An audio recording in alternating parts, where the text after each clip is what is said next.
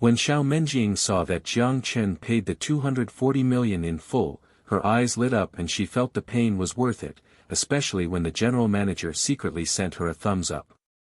I'm certainly pleased with the house, but I was more pleased with your sales manager.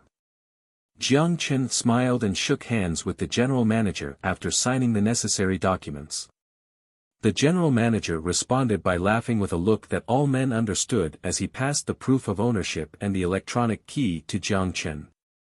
He also promised that within 3 days, Jiang Chen could move in. The mansion was technically available right away, but in order to ensure the highest level of customer satisfaction, Wanhua Real Estate conducted a complimentary cleaning and inspection. Since it was a new estate without any previous owners, it needed a dusting at the very least. Compared to the trail of zeros in 240 million, the cost of cleaning was inconsequential. The tedious process was completed in a relatively short amount of time. Pleased with the general manager's work, Jiang Chen praised him before he leaving the luxurious Wanhua Real Estate headquarters. On his way out, he glanced at the still-stunned Fong Yuanyuan with a playful smile and a wave of his contract and keys. Xiao Menjing followed him with a meaningful smile, licking her lips ambitiously. In recognition of her work, the general manager commended her sales record, which meant that she would soon be promoted. But compared to the $1 million commission, she was more interesting in the owner of that mansion, rich and handsome, and also single. As for Xia Xiu, she was nothing to worry about. In terms of techniques, it was impossible for that virgin to please him like she could. She was confident that with her intoxicating body, she would be able to attract him. All she needed to do now was bide her time and call him at the number she secretly memorized. She firmly believed that with the proper bait, no man would be able to resist biting. Of course, these were all her own speculations. Although Jiang Chen was never a nice guy to begin with, he still maintained balance in his heart. When Xiao Menjing walked out of the office, her colleagues surrounded her and rapidly questioned her about the man who was personally greeted by the general manager. Be truthful. What trick did you use to dig up that rich man? A saleswoman with a gorgeous body pushed her way to Xiao Menjing's side. No, it was just a regular deal, Xiao Menjing modestly replied, but with her vanity secretly fulfilled. You have that smell on you, hee, you can't escape my nose. A cute-looking girl sniffed Xiao Menjing's face with a grin. After some back-and-forth teasing, Xiao Menjing finally and unwillingly revealed her experience. When they heard about the 240 million deal, the sales staff gasped without exception. Xiao Menjing even hinted that the man did not even blink when paying the full amount, making them even more hysterical. Menjing, you are the best. You must know that man's phone number, right? Hurry up and tell me, a curly-haired girl asked pleadingly, holding on to her arm. Yes, sharing is caring. Inside, she was ecstatic, enjoying the flattery of her colleagues, but outwardly, she maintained her composure. You buy cheese, I know exactly what you're all thinking. Even the girl who acted innocent and pure with her adorable face scared Xiao Menjing with her acts in bed. How did she conclude that? From her sales record that remained in the top 3. The other saleswomen all had their own plans. A 240 million deal solidified Xiao Menjing's position as first in the department, and since it was unlikely to be shaken, it would be wise to flatter her. Then in the future, she would be kinder to all of them. Intoxicated by their flattery, she waved her hand gallantly and promised to treat everyone out tonight, sparking loud cheers. The commission alone was 2 million, so of course she didn't lack the money. The girls all had a common purpose, however, which was to hook up with the rich and handsome man. No one wanted to be a real estate saleswoman for the rest of their lives, especially with the short life of the career. The only thing they could do now was earn money, but more importantly, find a rich man. And although Xiao Menjing had her advantages, the girls also had their own competitive edge. The curly-haired girl, for example, although not a virgin, won with her age. As a recent graduate, she had less experience with the rules of the business. If she cried and emphasized her innocence in how she accidentally lost her first time, it would make for a compelling story. The key was in obtaining the phone number. They all secretly planned on getting her drunk to make her loosen up. Xiao Menjing, who was basking in the praise, noticed Fang Yuanyuan standing at the front counter. "You are not trying to flatter me?" Xiao Menjing frowned, then smiled mockingly when she remembered that this new girl had a conflict with Jiang Chen. "I really don't have Mr. Zhang's number. An important person like him would never like me," Xiao Menjing said with fake sadness. Then her eyes seemed to coincidentally come across Fang Yuanyuan, and as if recalling something of utmost importance, she joyfully asked, "Oh. I remember, Fang Yuanyuan was Mr. Zhang's classmate. Why don't we ask her?" All of the girls paused, then began to laugh. Fang Yuanyuan's face had gloom written all over it, hearing the mockery in their laughter as if they were saying, "You bit *H, you went to the 5-people party which just barely allowed you to become a salesgirl, but when a piece of meat was fed to your mouth, you ended up giving it to someone else." I don't know. I'm not that close with him," Fang Yuanyuan stuttered. It was a lie as well, since she had almost gotten together with him in the past. It was too late now for regrets. If only she had accepted the poor guy from that time.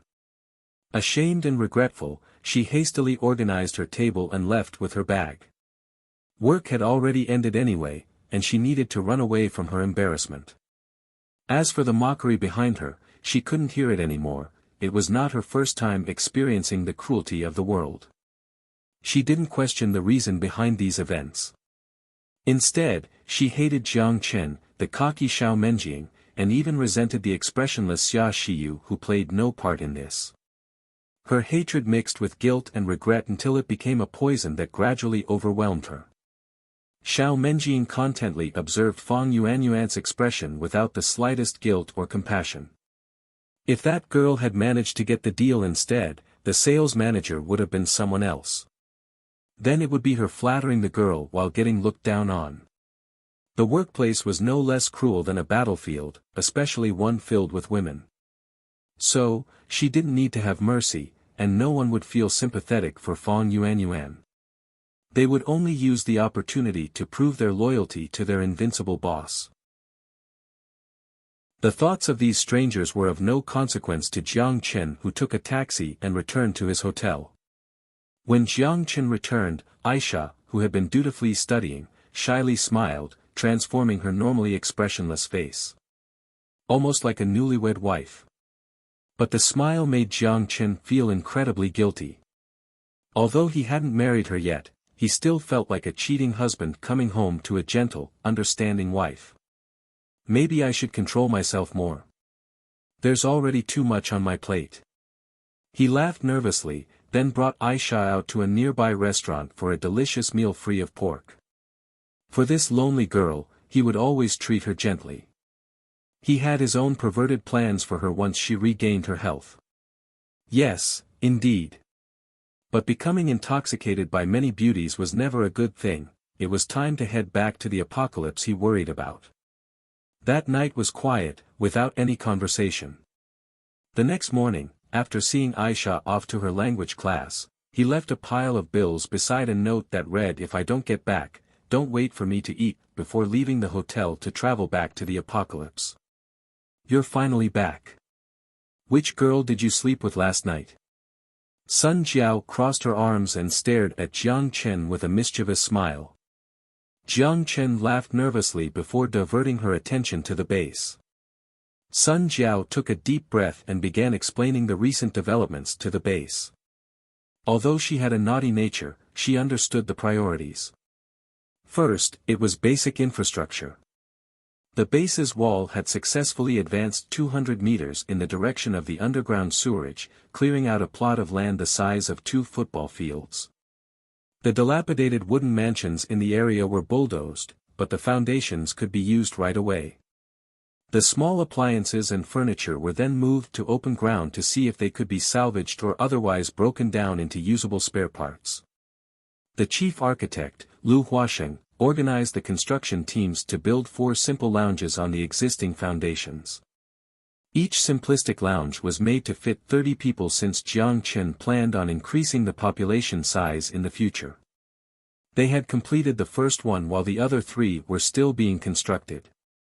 Additionally, 3-story towers of reinforced concrete were built at the corners of the base. 2 were in the backyard behind the mansion while the other 2 stood in the newly cleared-out land. The watchtowers were equipped with light machinery and covered with a layer of camouflage, each manned by 1 person. Because of the remote location, the zombies were not as much of a threat as the more dangerous mutants appeared within the city limits around 6th Street. Instead, the Fishbone base was more concerned about defending against malicious survivors. Upon seeing the high walls and machine guns, however, most of the survivors would be deterred from carrying out their plans.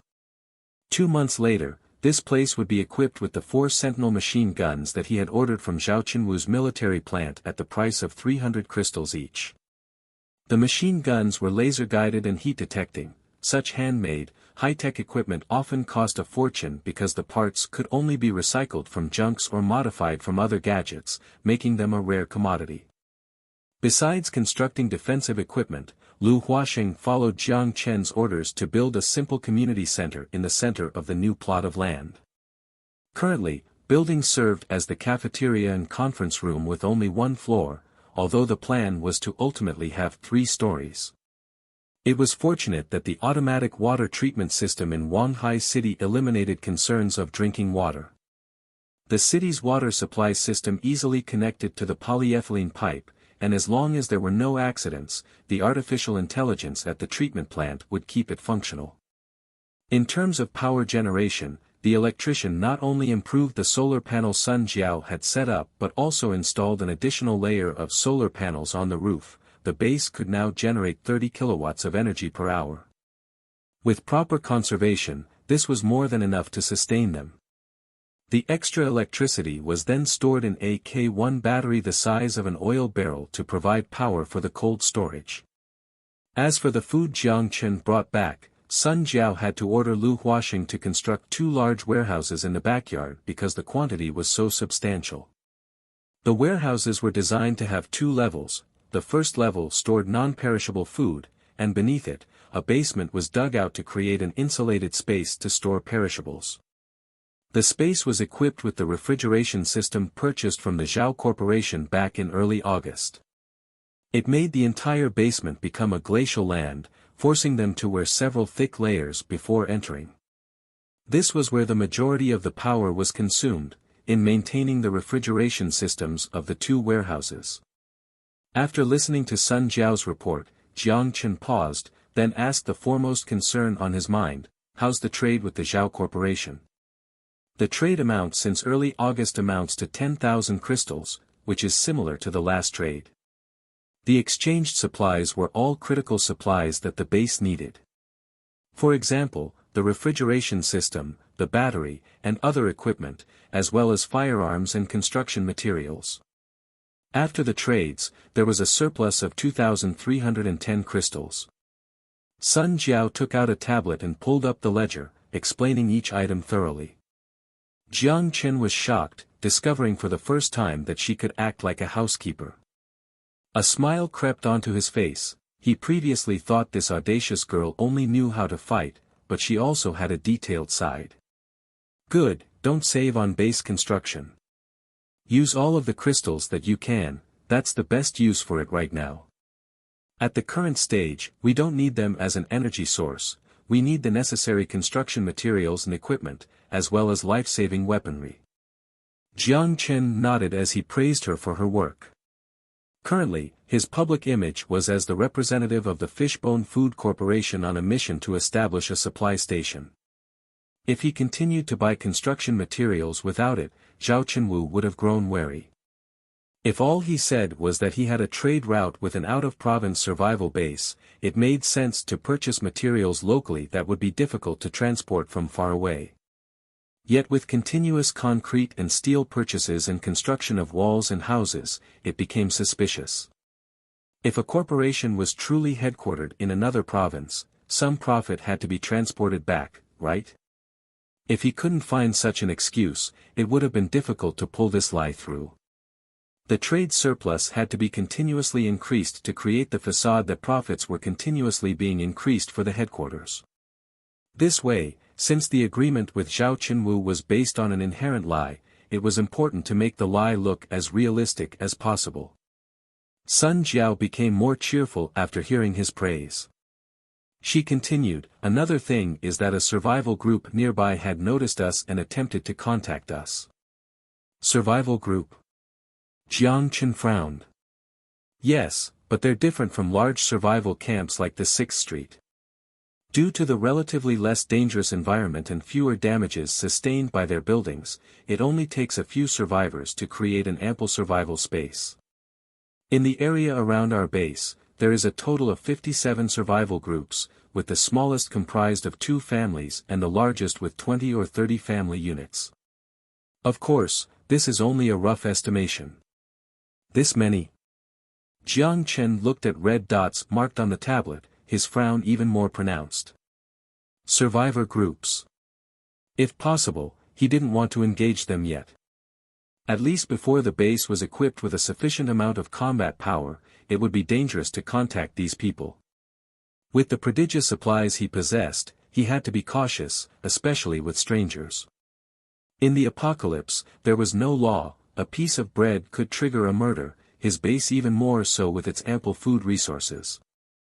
Although the Zhao Corporation would not target Jiang Chen, that was because the president assumed it to be a supply station with the food coming all the way from the Fishbone Food Corporation thousands of miles away.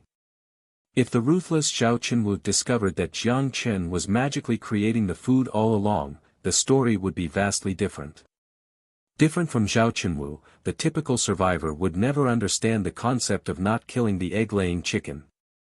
If they knew there was food that could last them for years in this place, they would immediately arm up and begin hostile attacks.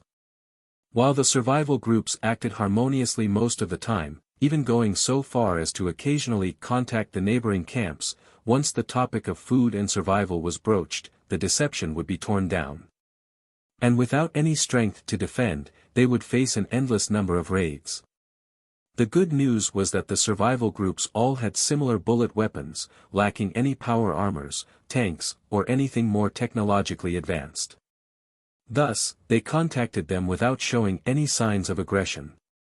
The survival groups were also uncertain of why these individuals had suddenly built a massive base here. Essentially, they were guarding against the odd neighbor that had come out of nowhere. Following this, Sun Jiao enforced a number of measures to protect the safety of the base. For example, food and fire usage were strictly prohibited outside of the cafeteria. All windows had to be shut when eating. This was to prevent spies from knowing about the existence of their food storage. At the same time, Sun Jiao clearly rejected survivors who requested entrance to the base. And as for what stance to take towards the groups who contacted them, everything was waiting for Jiang Chen's return to be determined. You handled these issues perfectly. After listening to Sun Jiao's report, Jiang Chen nodded and contemplated for a minute. How's the base's combat ability? Almost everyone can fight with a gun, Sun Jiao said proudly. Already? Jiang Chen was astounded. We purchased 8 virtual reality training chambers from the Zhao Corporation. I believe they said that the pack used this to train civil soldiers. It's fairly common at the 6th Street where they have some stockpiled in their storage. After hearing that we didn't have any, they sold it to us at a discounted price. Take me there to have a look. Jiang Chen was extremely interested and curious to understand the virtual reality training chamber's functions. If possible, he wanted to bring one and use it as a first-person shooter simulation to practice his combat ability. Sun Jiao smiled at Jiang Chen's excitement as she led him to the community center. The training chamber was designed with futuristic designs and fluidity. Jiang Chen touched the smooth surface, unable to contain the thrill. Sun Jiao began to explain, this model was produced in 2140 as one of the early models of the virtual reality training chamber. Despite that, its functionalities matched those of the later civilian educational models. Deep submergence into the training chamber allows human memory to operate at peak performance and also enables the bodies to perfectly synchronize with the learned motions. Because death in training is just a game over, many high-risk training activities can be completed in virtual reality. Although obviously, the physical body still has to be conditioned in the real world. Physical conditioning can be solved through the genetic vaccine. Jiang Chen nodded, pleased with the explanation. Right. That's why I included 50 D-level genetic vaccines in the purchase order. All of them were injected, allowing the base's combat power to become slightly stronger. Jiang Chen and Sun Jiao were both injected with the C-level genetic vaccine, but due to their scarcity, an order of 10 was reasonable, but 50 was not. Since the vaccine was not commonly purchased, it was not produced in large quantities, so she decided to purchase the relatively cheaper, lower-grade D-level genetic vaccine.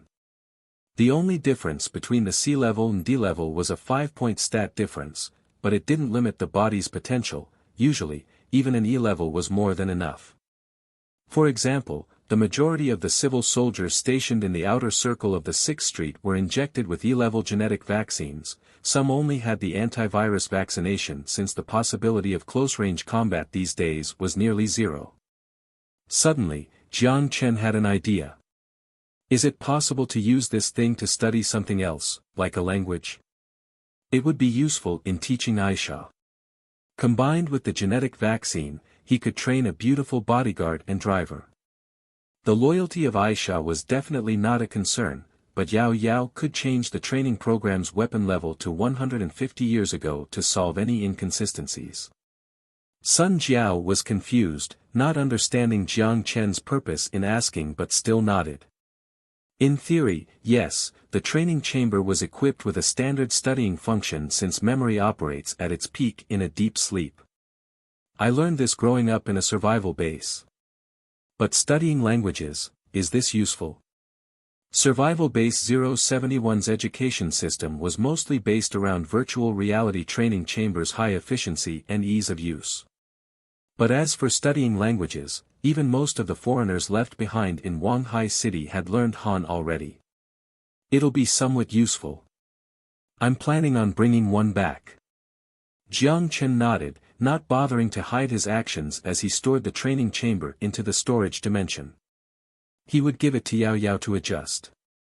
He also took a few of the remaining genetic vaccines with a specific purpose in mind. Aware of his secret, Sun Jiao was no longer shocked by the magic, but she conscientiously swiveled her head to make sure that no one else saw.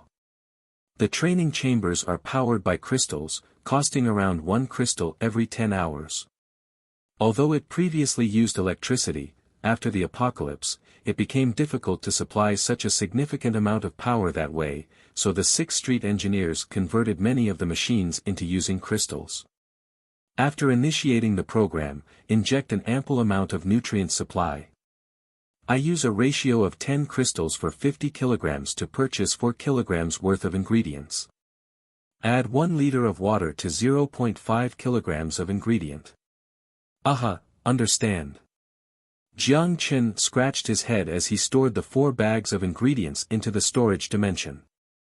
While each bag was only the size of a pillow, the density of the particle-like ingredient was extremely high, making the 4 bags weigh an astounding 1 ton. Then, he changed the topic to external affairs of the base. If the 30 survivors in the base have already completed military training and can protect the base, then why don't we start the next step? Oh. Sun Jiao was drawn into the conversation and waited for Jiang Chen's directions on their future path. Establish a temporary trading station in front of the base and sell compressed crackers to the survival groups, and also allow for the exchange of crystals. He smirked. It was time to get the survival groups involved now. But exchange for what? Sun Jiao didn't quite understand. Electronic parts and construction materials, as long as the base has a use for it. It's not too difficult to find these items in wreckages, so go ahead and price according to the 6th Street standard. We don't have to care how much we earn as long as those people work for us. Once they grow to depend on us, and their weapons can't pose a threat to us, we won't have to worry about their ill intentions. I believe that after some time passes, some small survivor groups will want to join us. Small, independent groups had no need to trust each other and would pose no threat of banding together into an alliance against the Fishbone base in the future. If they had the ability to gather in the first place, they would never have been suppressed by mutants, zombies, and bandits to this extent. Instead, they would have developed into a massive force like the Sixth Street. The goal of most survival groups was survival, and their desire to expand and attack were much smaller compared to large organizations. But these people are difficult to control, Sun Jiao said, unsettled. These survivors were different from the slaves on the base, they had no slavery microchips. That won't be a problem, Jiang Chen smiled, as long as we promote the people with absolute loyalty to management positions. They are the heroes for building the base, so we can't let them remain as workers. Of course, this is only a strategy. For now, we can't allow them to enter the base. All trade must be made at the front gate, and every once in a while, cease the trade to create the illusion that we don't have many supplies. Sun Jiao immediately understood what Jiang Chen meant. The 30 people would gradually assimilate with the foreigners. Also, next time, order another group of refugees. Before we accept anyone from the outside, we need to expand our population base. Let's set it to 60 people, and compensate Zhao Qinwu with 30 crystals. We can't always ask him to be the kind person, so we'll give him some benefits in the people trading business, Jiang Chen added. The last time, Zhao Qinwu did them a favor and provided Jiang Chen the people at no cost, but it was too stingy to expect the same again. The business relationship had to bring mutual benefits in order to establish a healthy relationship. And if Zhao Qinwu continued to sell people relying on his political power, he risked impeachment. If one group of slaves could bring him at least 10 crystals of profit, he would be very interested. Hee, looks like you haven't forgotten about all of the matters here. I apologize for blaming you. Sun Jiao saw that all of the important matters were taken of and returned to her usual audacious, naughty tone. She approached Jiang Chen and played with his hair. Ahem, of course, this is my home in this world. When Jiang Chen and the flushing red Sun Jiao left the training room one after the other, it was already noon. He brought Sun Jiao back into the mansion as he saw Yao Yao, who he hasn't seen in a while. This tech genius stayed in her room everyone to study the highly advanced computer theory which made her already pale skin even whiter. But this little loli did grow compared to when they first met, the previous small dimple now required a bra. The bony face without much fat now appeared more rounded which made her look even more adorable. Yao Yao was obviously excited to see Jiang Chen as she was no longer her conservative self and directly dived into Jiang Chen's hug. To be frank, he hasn't been back in a while. He admits that he had too much fun in the other world. Yao Yao, who spent every day and night thinking about the nice big brother, gently pressed her face against his chest, she smiled and rubbed her head. Watching Yao Yao's adorable look, a smile appeared on Jiang Chen's face as he lightly touched her wavy hair.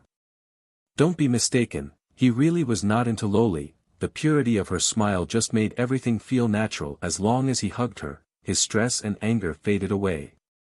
However, they ignored Sun Jiao standing beside them.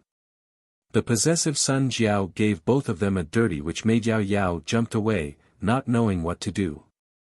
Though Sun Jiao has always been nice to her, she was always afraid of this sister of hers, perhaps because the first impression being too violent. Especially after witnessing the embarrassing scene in the living room. Jiang Chen rolled his eyes displeased as he sat down on the kitchen table as he started to enjoy lunch with the two girls. Juicy potato with fried meat, garlic eggplant, delicious seaweed egg soup, even with the unhealthy ray of sunlight piercing through the window, it's hard to imagine that such delicacies could be born on this radiation-filled wasteland. This meal was the masterpiece of Yao Yao as Miss Sun Jiao only ate, never cooked. After trying Yao Yao's cooking, Jiang Chen gave her a raise of thumb. This turned her pale face blushing again. But this somehow provoked Miss Sun Jiao as she jealously kicked Jiang Chen under the table as she looked him displeased. Jiang Chen had to also raise his thumb, to praise her ability to eat. Of course, he will never let her know that. After receiving Jiang Chen's recognition, Sun Jiao returned to normal as she happily enjoyed the meal. So bothersome, such a child. Jiang Chen mocked in his mind, but in his eyes, it was more affection than trouble. After lunch, Jiang Chen returned to the technology department at the community center and found Du Yongkong that was busily working in front of the computer. The technology department was only a room 30 square meter large, and most of the space was crowded with equipment that he either bought or created. Jiang Chen gave a budget of maximum 1,000 crystals a month for this department, but Du Yongkong instead saved a lot of money for Jiang Chen. Except for a few pieces of critical equipment, he managed to produce most of the equipment he needed. There were two phones on the table, a Huawei and an iPhone 5 that's both connected to an oddly shaped computer. Du Yongkong had his eyes locked on the computer screen as he confirmed the code line by line. His finger typed furiously on the control panel as he disregarded the presence of Jiang Chen. Seeing that he was working so hard, Jiang Chen was also happy, but he didn't have the time to wait. Ahem. Jiang Chen lightly coughed to acknowledge his presence. Hearing Jiang Chen's voice, Du Yongkong first paused before he turned around in joy. Boss, you are finally here. I already asked Miss Sun multiple times, but she insisted for me to recheck my program before showing you. But I really can't find any more flaws. Du Yongkong cried to Jiang Chen about his remorse. Ahem, I am usually busy and sometimes not at the base. How is it going? Did you finish the task I have assigned you? How could I let you know my whereabouts? Jiang Chen casually changed the conversation topic. Seeing that Jiang Chen cut straight to the topic, Du Yongkong also cleverly turned on his professional attitude. He typed a few commands on the screen as he disconnected the phone and handed to Jiang Chen. Boss, rather than me explaining, why don't you take a look yourself? I can promise you, anyone using this operating system will master its functions the first time. Could it be this magical? Jiang Chen with skepticism took over the Huawei phone as he pressed the on button. The triangle-based triangular prism formed the logo of Future Technology. The description below said Future 1.0, Future 1.0. That's a creative name. The attention-drawing, eye-catching start menu alone was superb. The futuristic-looking simple design philosophy combined with sophisticated-looking icons perfected meshed together. The frame rate was also the exception as it did not lag despite all the special effects. Immediately, an egg-shaped robot caught the attention of Jiang Chen. Where's the home page? Jiang Chen was confused. Before Du Yongkong responded, the egg-shaped cute robot already gave him the answer. Hi, valued user, I am your most loyal assistant, Little White. Of course, if you don't like this name, you can also change the name for me. The lively-looking robot did look adorable. A curve appeared on Jiang Chen's mouth as he continued to listen to the explanation. If you need to call out the menu, you can just tell me. Or, you can touch my belly to achieve this function. Little White blinked its eyes as he patted his belly. Jiang Chen poked his stomach as the egg-like robot suddenly jumped up and brought down a blind from the top of the screen. On the blind was a list of applications. If you need to open an app, selecting through the menu is an option, but I recommend Master to directly tell me. Little White hid in the bottom left corner of the screen as he said while blinking. Ahem, if you think he is annoying, you can also open text mode by telling him. Du Yongkong added. It was clear he is proud of his work. No, this is interesting.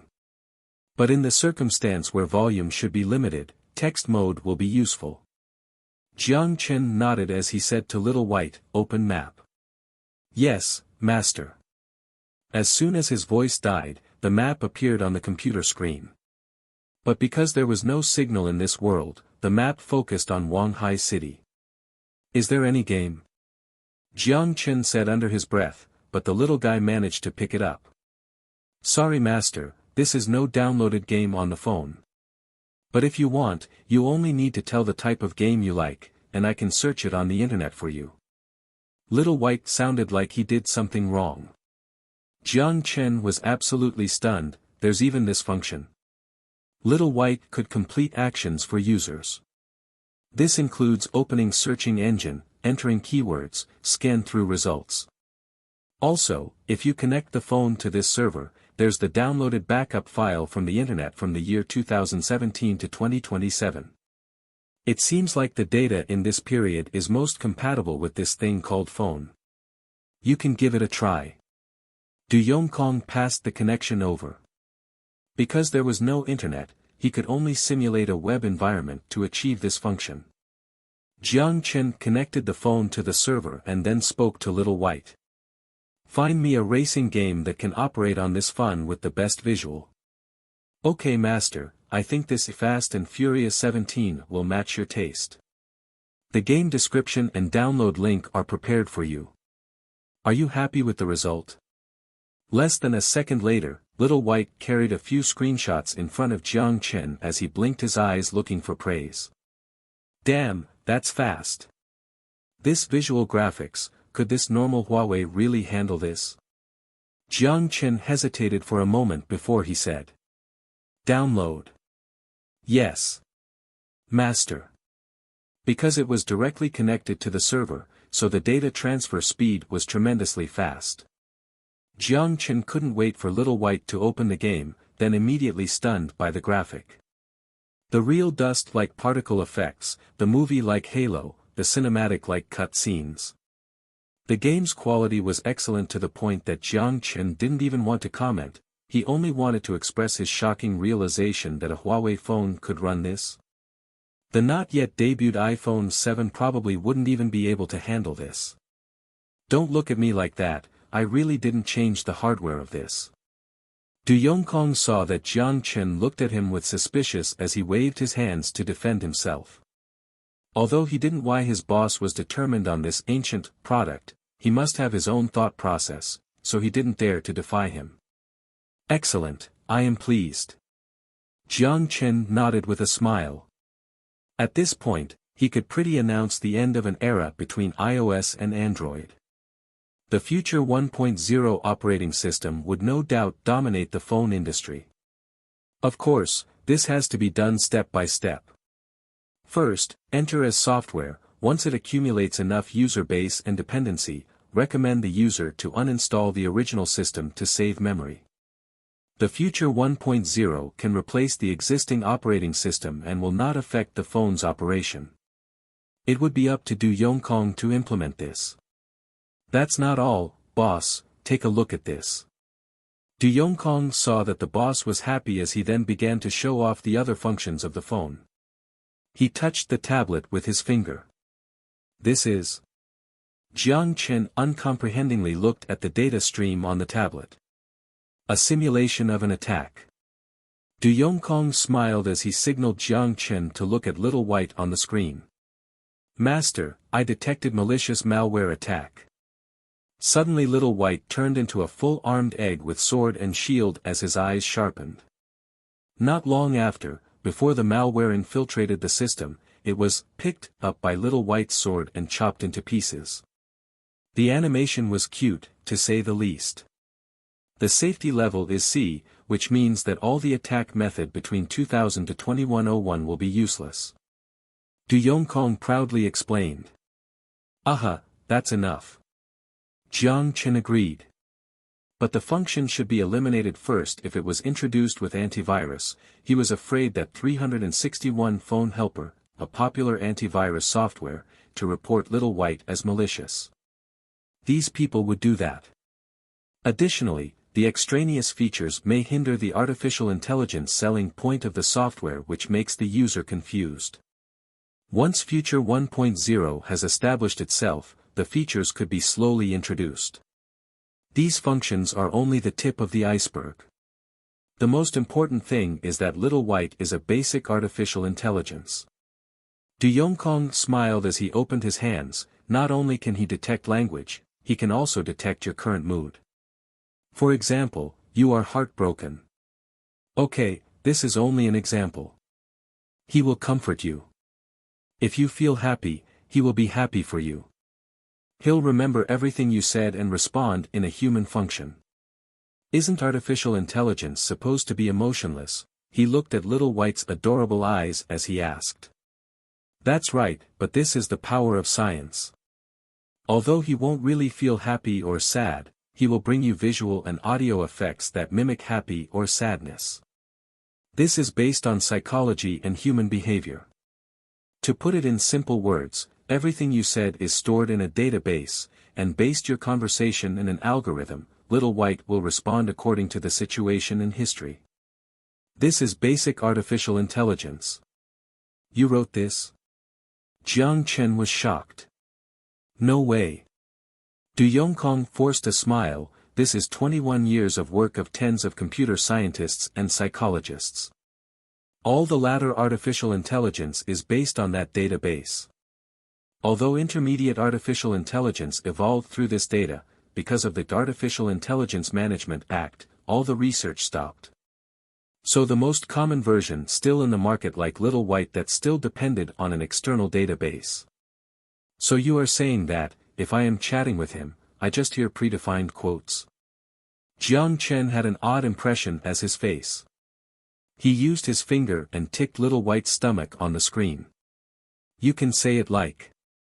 But I guarantee you that if it wasn't for me to tell you the secret behind it, you could chat with him for the rest of life and still think he is pet full of emotions, and not lines of code. Du Yongkong nodded. Technology is truly a magical thing. He didn't dive into the issue further. What about this? Jiang Chen picked up the iPhone. The compatibility is flawless. Although this piece of electronic is also ancient, it is a bit better than the other one. Future 1.0 is perfectly operational on both. Excellent. Jiang Chen patted Du Yongkong on the shoulder as he waved his hands. From now you'll be the head of the technology department at Fishbone Base. You'll now receive meat can every day. Although he didn't even know what the department exactly was. Thank you, boss. Du Yongkong was so excited that he almost kneeled down. He was almost about to hug Jiang Chen's leg before Jiang Chen shivered and stepped away. Ahem, like I said before, do a great job, and I won't let you down. Then Jiang Chen ordered Du Yongkong to limit some of the functions to meet the actual demand. The work was quickly completed as the app size was trimmed down. Under Du Yongkong's sincere gratitude, Jiang Chen proudly retook the USB drive to the mansion. He couldn't wait to go back to the modern world. Future technology's development needs some adjustment. With this groundbreaking operating system, or software, for now, he was confident that he would make the name echo not in Hua, but also around the world. Still at dusk. Jiang Chen stood in front of Xia Shiyu's door. Just as he was about to ring the bell, he paused his finger in midair. Seems like every time I come it is during the night. He shook his head and pushed the weird thought out of his head, as he rang the bell. But after waiting a while, no one came to open the door. The light is on. She should be home. Is she annoyed that I come so late every time? Jiang Chen forced a smile. It was nowhere intentional, but the timing just worked out to be this way. He spent the afternoon with Sun Jiao and Yao Yao before coming back to the modern world. After having dinner with them, he brought the USB drive over. Because the office was still being renovated, the employees only consist of Xia Shiyu, so she worked from home. After pondering in front of the door, Jiang Chen scratched his head. Since he was already here, it wouldn't fit his personality to just go back. He thought about it, before pulling out his phone. Call Xia Shiyu's number. Okay, master, the phone immediately called out. It didn't take long for Jiang Chen to get used to the clever Little White. He only needed to move his mouth to finish any function on the phone. The phone rang for around 20 seconds before it finally went through. Hello. A weak and hoarse voice came from the other side.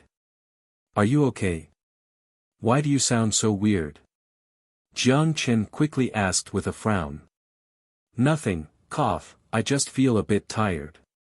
Sorry, I fell asleep and didn't notice your call. Xia Shiyu touched her, burning her forehead as she said with ambiguity. I am outside, open the door for me. I'll bring you to the hospital.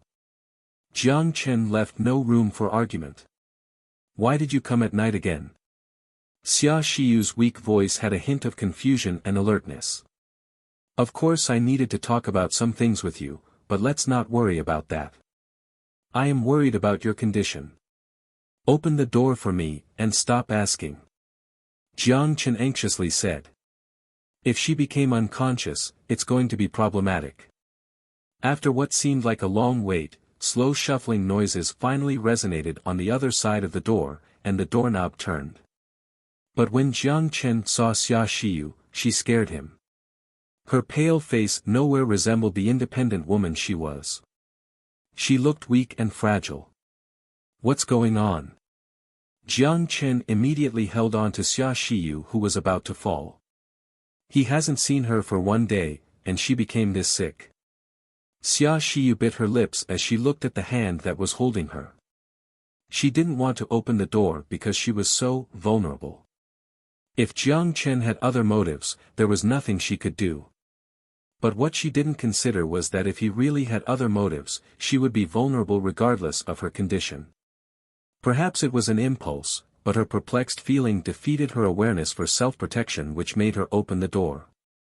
The moment when she saw Jiang Chen's face, she suddenly felt calm. Fu*K, it's burning. Jiang Chen touched her forehead as the high temperature made him jump. No, something is definitely wrong. I'll take you to the hospital. It's too late, I'll eat some medicine and sleep through it. Although she hated cursing words, she had no energy to ridicule him. No. Listen to me, Jiang Chen rejected her right away. In a state of shock, Jiang Chen picked her up Princess Carrie style and walked downstairs. Xia Shiyu gently bit her lip and felt the warmness around her body, as she tried avoiding his eyes. She thought she would fight back, but the strange thing was that her first reaction was calmness.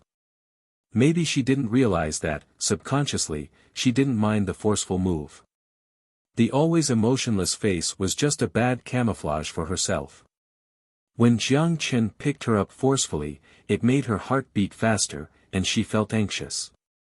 Or, it was a sense of security. The same odd feeling came back again. Xia Shiyu closed her eyes, still not accepting it. Jiang Chen carried Xia Shiyu downstairs and disregarded the curious and concerned looks of the people around them. He opened the car door, helped Xia Shiyu into the passenger seat, and put the seatbelt on her before getting in. Your new car. Xia Shiyu weakly leaned against the car seat as her chest pumped up and down. Maybach S600, a gift from buying the house, Jiang Chen casually answered and started the car. What kind of house would give a car as a gift? Xia Shiyu was curious but didn't have the energy to ask. I told you that if you didn't feel okay to call me. Look at you now, Jiang Chen said as he steered the wheel. I can just eat some medicine, there's nothing to worry about. Although her voice sounded like she didn't care, she felt warmness around her heart. Hee, you say this is nothing to worry about. You are almost unconscious. You live alone, and no one is taking care of you. If I didn't have something to talk to you about today, no one would know if you became unconscious. Your body probably would stink before someone discovered it, Jiang Chen said sharply. Well, you are here, right? Xia Shiyu pouted but stopped all of a sudden. She was surprised by such a girly act. Looks like the fever is making me confused. Xia Shiyu gently touched her forehead and felt the burning sensation. The scenery flashed across the car window as silence ensued in the car. Although he just got the car, he drove it skillfully. Probably had to do with his 29 reflexes. But because they were in the city center, it was not even that fast. I am sick. Why do you care? After a long silence, Xia Shiyu abruptly opened her mouth. Of course I care. If you are sick, who is going to do the work? Jiang Chen always believed in being a leader who only asked others to do things. If she was sick, why would he not be worried? There may be other reasons, but he still hasn't figured them out. But Xia Shiyu seemed to have interpreted it as something else. Silence ensued again. Maybe it was the fever, but her face was abnormally red. They soon arrived at the nearest hospital. Jiang Chen parked the car and immediately ran to the other side to open the door. But when he was about to use the same gesture to carry Xia Shiyu, she stopped him. I can walk by myself. You don't need to help me. That way is too embarrassing. Xia Shiyu's faintly squeezed the last few words out of her mouth. The usually expressionless face now turned blood red. Jiang Chen was stunned by her beauty. Under Jiang Chen's intense stare, Xia Shiyu felt embarrassed but somewhat proud. After she had given him a dirty look, Xia Shiyu dragged her heavy footsteps towards the hospital. But how could he not worry about her floaty footsteps? She walked like this. She would probably get hurt before she even went into the hospital to see why she was sick. Jiang Chen walked beside her and held on to the stubborn girl. Although she fought back a little, Xia Shiyu knew her exact condition, so she didn't stop Jiang Chen. She lowered her head and hid her unnatural expression beneath her hair. The nurse on duty saw Xia Shiyu's condition and immediately walked up to help. Jiang Chen left Xia Shiyu with the nurse and went to the front desk to fill out the paperwork. It would be up to the doctors now as he knew nothing about medicine. To be honest, he was anxious about Xia Shiyu's condition. It didn't look like an ordinary fever or cold. Maybe because she fell ill because of all the work he piled onto her. Jiang Chen felt guilty about this. Especially when they were buying the house, she was already feeling a bit sick. But he didn't immediately bring her to the hospital. Instead, he was having fun. Maybe it's time to control myself. With his arm pressed against his knee, he wandered into deep thought. Although worried, it would be useless to just wait around. He sat on the hospital chair, feeling bored before he took out his phone. He checked his WeChat to see that Lu Yao had sent him a message. For the energetic third-tier actress, Jiang Chen was happy to chat with her. If he was freer, he didn't mind hooking up. But he has been too busy recently, so he rejected the rather straightforward invitation. The movie he promised her would happen since money was not an issue anymore. To be truthful, it was fun chatting with this girl. His guilt and anxiety quickly faded, as a smile appeared on his face. Time passed by quickly on the phone. Hello, sir, are you Miss Xia Shiyu's husband? A doctor pushed open the door and approached Jiang Chen. No, I am her, friend. Jiang Chen put his phone back and stood up. Miss Xia Shiyu only had a normal fever, but it was untreated for too long, so the condition is a bit serious now. I recommend you go to the front desk and register her stay at the hospital. The doctor cut straight to the point and handed the bill to Jiang Chen, motioning him to go to the designated window. The doctor's casual attitude made Jiang Chen raise his eyebrow, but he didn't say anything. He carried the bill and paid the fee, which was a total of $1,000. He forced a smile as he thought, ordinary people would not be able to afford this. Minor or major, staying at the hospital was necessary, as was using the most expensive medicine. Do you want a problem? Are you going to see the doctor? Since there are so many people here, there's never a shortage of patient. Compared to real estate, the demand for education and healthcare was more steady and reliable. If they really wanted to turn the public sector into a private business sector, the potential gain would be greater than the real estate industry. Though of course, now money meant nothing to Jiang Chen. He then walked into the ward, grabbed a chair, and sat beside Xia Shiyu's bed. Sorry for troubling you. Xia Shiyu's eyes were half closed as she squeezed a sentence through her lips. No problem. Taking care of the staff is the responsibility of the president. Jiang Chen waved his hand and then asked in a concerning voice, Are you hungry? Tell me if you want to eat something. Taking care of the staff.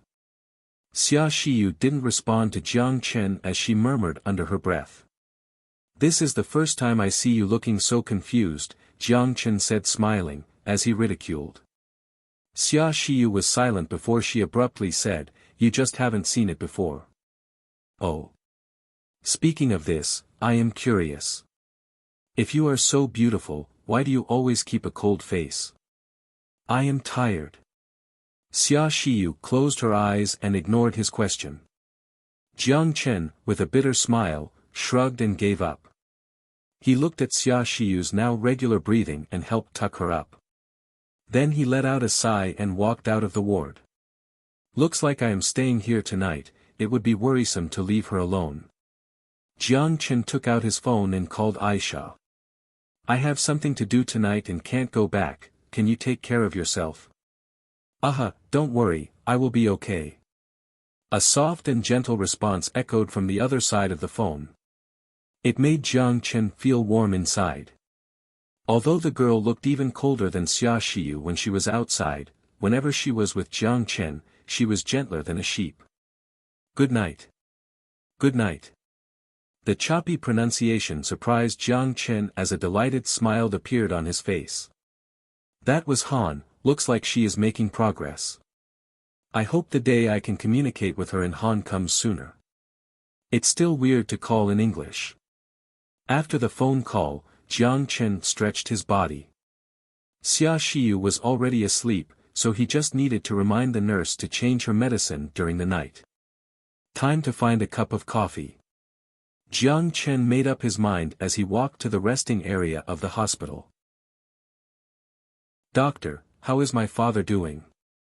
Mr. Wang, we are also worried as well, but rabies, even if you are at the best hospital in the world, it's still an unsolvable problem. We are really, the doctor's face filled with grievance said. It was clear that the way he treated his man was much more polite compared to Jiang Chen. That's impossible. A dog hasn't bitten my father, how could he have gotten rabies? The man's eyes were flushing red, and his fists were tightly clenched. He still couldn't believe what the doctor had said. Yes, we never had a dog before, my dad never came into contact with one. How? The woman standing on the side said, her face pale. Rabies incubation period could last up to 1 year. If he is not injected with vaccine on time, it's incurable. What? What the foo *k did you just say? Who's incurable? The man furiously grabbed the collar of the doctor and scared frozen the nurse-to-be. Brother. Calm down. The woman on the side tried to comfort her brother, who clearly was over his head, but it was futile. Mr. Wang. That's not what I meant. Please calm down. The doctor that looked annoyingly at Jiang Chen before now had an almost crying expression. For no other reason, but the fact that he couldn't displease the person in front of him. Rabies? Jiang Chen leaned against the chair as he drank his coffee and watched the mess unfold. The man looked like someone with influence, or the doctor being hoisted up wouldn't have said a thing nor keep apologizing. 2 men in buzz cuts and casual clothing stood beside the man. They looked like soldiers by the way they stood, probably active too. Of course, Jiang Chen already experienced the war himself, so he was not too surprised by the identities of these people. He continued to watch for a few more moments before he going back to his phone. The only friend he could have a conversation with on WeChat was Lu Yao. She almost responded immediately to his message. Being replied to by a celebrity substantially fulfilled his vanity, so he was happy to chat. The bystanders in the restroom all left and they sensed the situation turned sour. While people enjoyed watching conflicts, it was only when there was a lot of individuals. Because even if something happened, it wouldn't affect them. But with not a lot of people around, everyone was smart enough to stay away from the trouble. The group of people didn't look like friendly people. Except for Jiang Chen, who was not afraid of anything, he continued to play with his phone while no one else stayed in the room. The conflict naturally caught the attention of security, but they only stood on the side and didn't dare to step in. The doctor kept trying to convince the man to calm down and was too afraid to ask for help.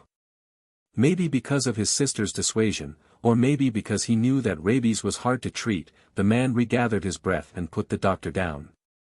"Give me your phone," a rascal voice rang beside Jiang Chen's ear. Jiang Chen looked up and raised his eyebrows. He didn't know when, but the buzz-cut bodyguard stood in front of him and leaned into his personal space.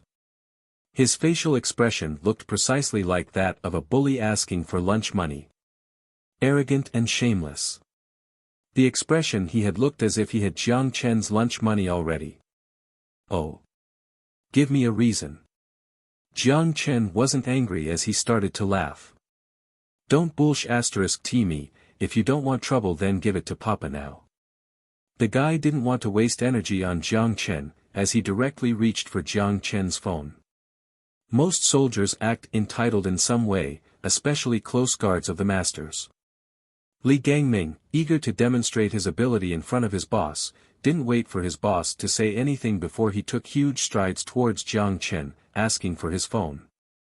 But Jiang Chen's action surprised him. The harmless-looking man just clamped onto his hand. What made him even more frantic was that the clamped-down hand couldn't move no matter how hard he tried. Testing my strength? The stubbornness of Li Gangming also came alive as his dark face turned red. He desperately tried to use his power to move his hand, but Jiang Chen just casually looked at his face and clamped his hand down like an iron claw, not letting him move a single inch. "You are funny, 25 muscle strength is not something you can overcome. I haven't even used fury yet, or I'd break your bones. Soldiers. I have seen people kill people. People eat people. Why would I be afraid? Li Gangming, what are you doing?"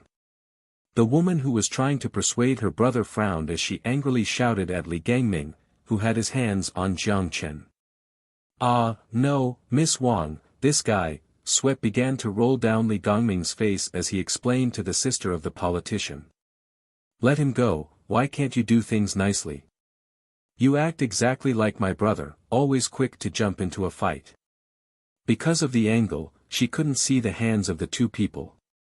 But it was apparent that brother's soldier was bullying people again. But Li Gangming's face looked like he just ate a fly. He wanted to explain that it was not him that didn't want to let go, but he didn't have the face to say it in front of his boss. The man forced a smile when he heard his sister's words. He was about to signal Li Gangming to stop but was shocked. "Nice moves, sir. What martial arts fraction are you part of?" A sharp glare shot out from Wang Zhiyong's eyes as he could clearly see Jiang Chen's power. Li Gangming is a good fighter in his battalion, but he couldn't even move under the grasp of this man. It was something more than strength alone. In his eyes, he already considered Jiang Chen an inner technique master. Wang Zhiyong always had a keen interest in martial arts, or he wouldn't have just left the huge presence of his family to join the military. The unfortunate thing was that Jiang Chen managed to do so by just using his strength. In pure strength, only Superman, or Batman could be comparable to him. He didn't want to cause trouble, so he stopped when he had made his point. He let out of Li Gangming's hand, and emotionlessly said. "No martial arts, that was pure strength." "Martial arts? I don't have time for that." But in Wang Zhiyong's eyes, Jiang Chen's casual and carefree expression resembled a martial arts master. Impeccable strength. "Sir, are you interested in joining the army?" Jiang Chen's face twitched. "I am already a billionaire. Am I dumb or are you dumb for me to become your soldier?" His eyes moved as he thought about how he should phrase his words. "That's okay, I am used to the free life." "Brother, are you out of your mind? Father is still lying there. Why is it that every time you see someone who can fight, you want to ask them to join your army? I can't believe you." The energetic girl frowned at her brother as she said worriedly. Wang Zhiyong's face also turned sour as he thought about his father. His body was perfectly fine, and suddenly he got rabies. "Please don't let this bother you, my brother is just an inconsiderate guy. His head is messed up because he watched too many wushu shows at a young age, the girl said while poked her brother's arm. She then lowered her head to apologize. Li Gangming was only worried that you took a video. You know the internet is a scary thing. If something was uploaded onto the web, it might affect brother's progression. So, the girl looked at Jiang Chen with a serene smile. Although Li Gangming on the side had acted like a bully most of his life, it was based on the context he could win. Now that his boss sister already apologized, if he continued to act tough, it would be rude. Resisting the soreness on his wrist, Li Gangming put his fists together and apologized to Jiang Chen. Jiang Chen smiled as he never intentionally looked for trouble. Since they already said sorry, he happily accepted it. He opened the photo album on his phone and waved it in front of Li Gangming's face to prove that he didn't take any photos or videos. Seeing Li Gangming nod in confirmation, the reasonable and graceful miss expressed her gratitude again. The small conflict was resolved with ease. At the same time, the straightforward man abruptly opened his mouth and said a sentence that made Jiang Chen want to laugh. "Sir, do you have any way of treating rabies?" "Could I treat rabies? Do I look like an old Han medical doctor to you?" Jiang Chen with an odd expression touched his face. "Brother, are you crazy?" His sister, standing beside him, face-palmed as the doctor and nurses also gave off helpless expressions. Even Li Gangming's face twitched. Jiang Chen guessed that this guy must have wanted to laugh, but didn't dare to do so. But Wang Zhiyong gazed at Jiang Chen, full of expectations. As if he was certain Jiang Chen would know a way. Rabies? A smile full of meaning appeared on Jiang Chen's face. Rabies actually was not a problem to him. For the 21st century medical practices, it was an incurable disease, but it was easily solved in the 22nd century. In his storage, there was a D-level antibiotic that clearly stated it would cure rabies, AIDS. He purchased it the first time he went to the 6th Street after he injected the genetic vaccine. Even after Sun Jiao told him that after the injection of the genetic vaccine, his body would be resistant to most of the diseases, he decided to buy it because it was cool. I understand the rationale, but I just want to buy it because I haven't heard of the existence of a godly medicine. It's not like I lack crystals. He forgot that he had it in his storage dimension, or else he would have given it to Xia Shiyu, saving the trip to the hospital. What's your name, sir? However, seriousness showed on Wang Zhiyong's face. Or the expression of grasping onto the last straw. Although Western medicine could not cure rabies, his fantasy for wushu made him believe that a secret cure was out there to cure the incurable disease. Wang Zhiyong was always this straightforward. He would immediately do something even if it did not go through his head. Normally that would have been rude and unreasonable, but now he seemed filial. But the secret cure didn't exist. If it did exist, then their ancestors should be awarded a Nobel Prize. The medicine was in the storage dimension. But Jiang Chen was hesitant. Should he save the person? Or how should he save the person? Jiang Chen. He first introduced himself. My name is Wang Zhiyong, this is my sister Wang Xinran. If sir you know any masters that could save my father, I'll do anything to repay the favor. Wang Zhiyong held his fists together and greeted. Jiang Chen looked troubled as he pondered. It was clear that Wang Zhiyong is an important military official. From this bastard's attitude, he didn't just depend on himself to climb the social ladder. Then it must mean his father is extremely influential. Jiang Chen now had no support in Wanghai City. Although he has the money and the guns, if he did get himself into trouble, it would be problematic. Running to Los Santos was not something he wanted to do soon. Who knows if that crazy guy solved his own issue yet? He considered that his wealth could attract potential wrongdoers, and so he actually did try to make some friends within the political circle. Regardless of the method, he must find a way to establish a relationship. Or else, if he created some unique and someone forcefully took over, he would have nowhere to reason. Since the political situation in the country was like this, he must play by the rules. What kind of favor was greater than saving a life? This was a great opportunity. A pillow just when you needed it the most. Jiang Chen was moved, but he still needed to think of a way to make this story sound more believable. Wang Zhiyong looked simple-minded, so he should be easy to convince. But his sister seemed to be intelligent and hard to fool. If he just took out the medicine, it would be hard to explain. The authenticity would also be questioned. This is troublesome. Even when trying to do something nice, there were still a lot of aspects to consider. Jiang Chen smiled bitterly. Brother, do you want someone to find an ancient natural remedy for you to cure father's sickness? Wang Xinran was speechless with his brother's intent. What ancient natural remedy? How do you know Han medicine will not solve the problem Eastern medicine can't? Wang Zhiyong's face blushed as he gave a dirty look to his sister. Wang Zhiyong now realized that he didn't process the words before they came out.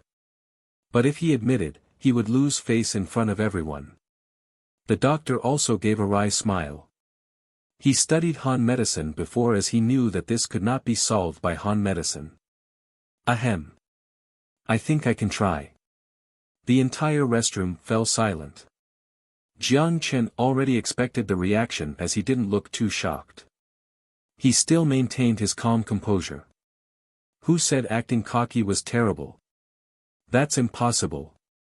The doctor, whose collar was held, opened his mouth in disbelief.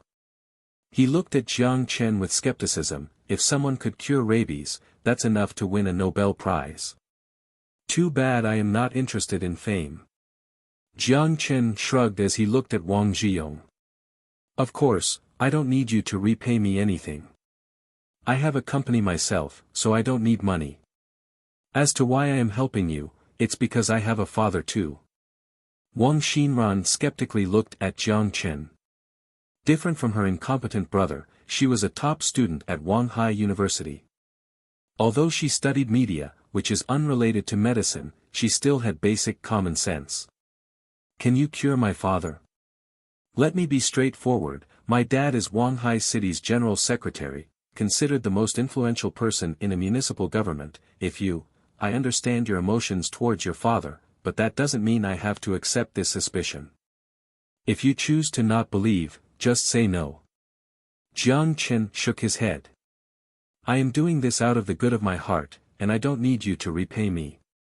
But I hope you do know, standard medical procedures would not cure rabies. When he finished, Jiang Chen looked at Wang Zhiyong. Wang Zhiyong raised his eyebrows in deep thoughts. Should I try it? Sister and doctor's words made him hesitant. What if Jiang Chen was a liar and killed his father? Wait, even if he didn't, rabies was an incurable disease. Rather than waiting for death, why not try it? He had thought about it before making up his mind to take a gamble.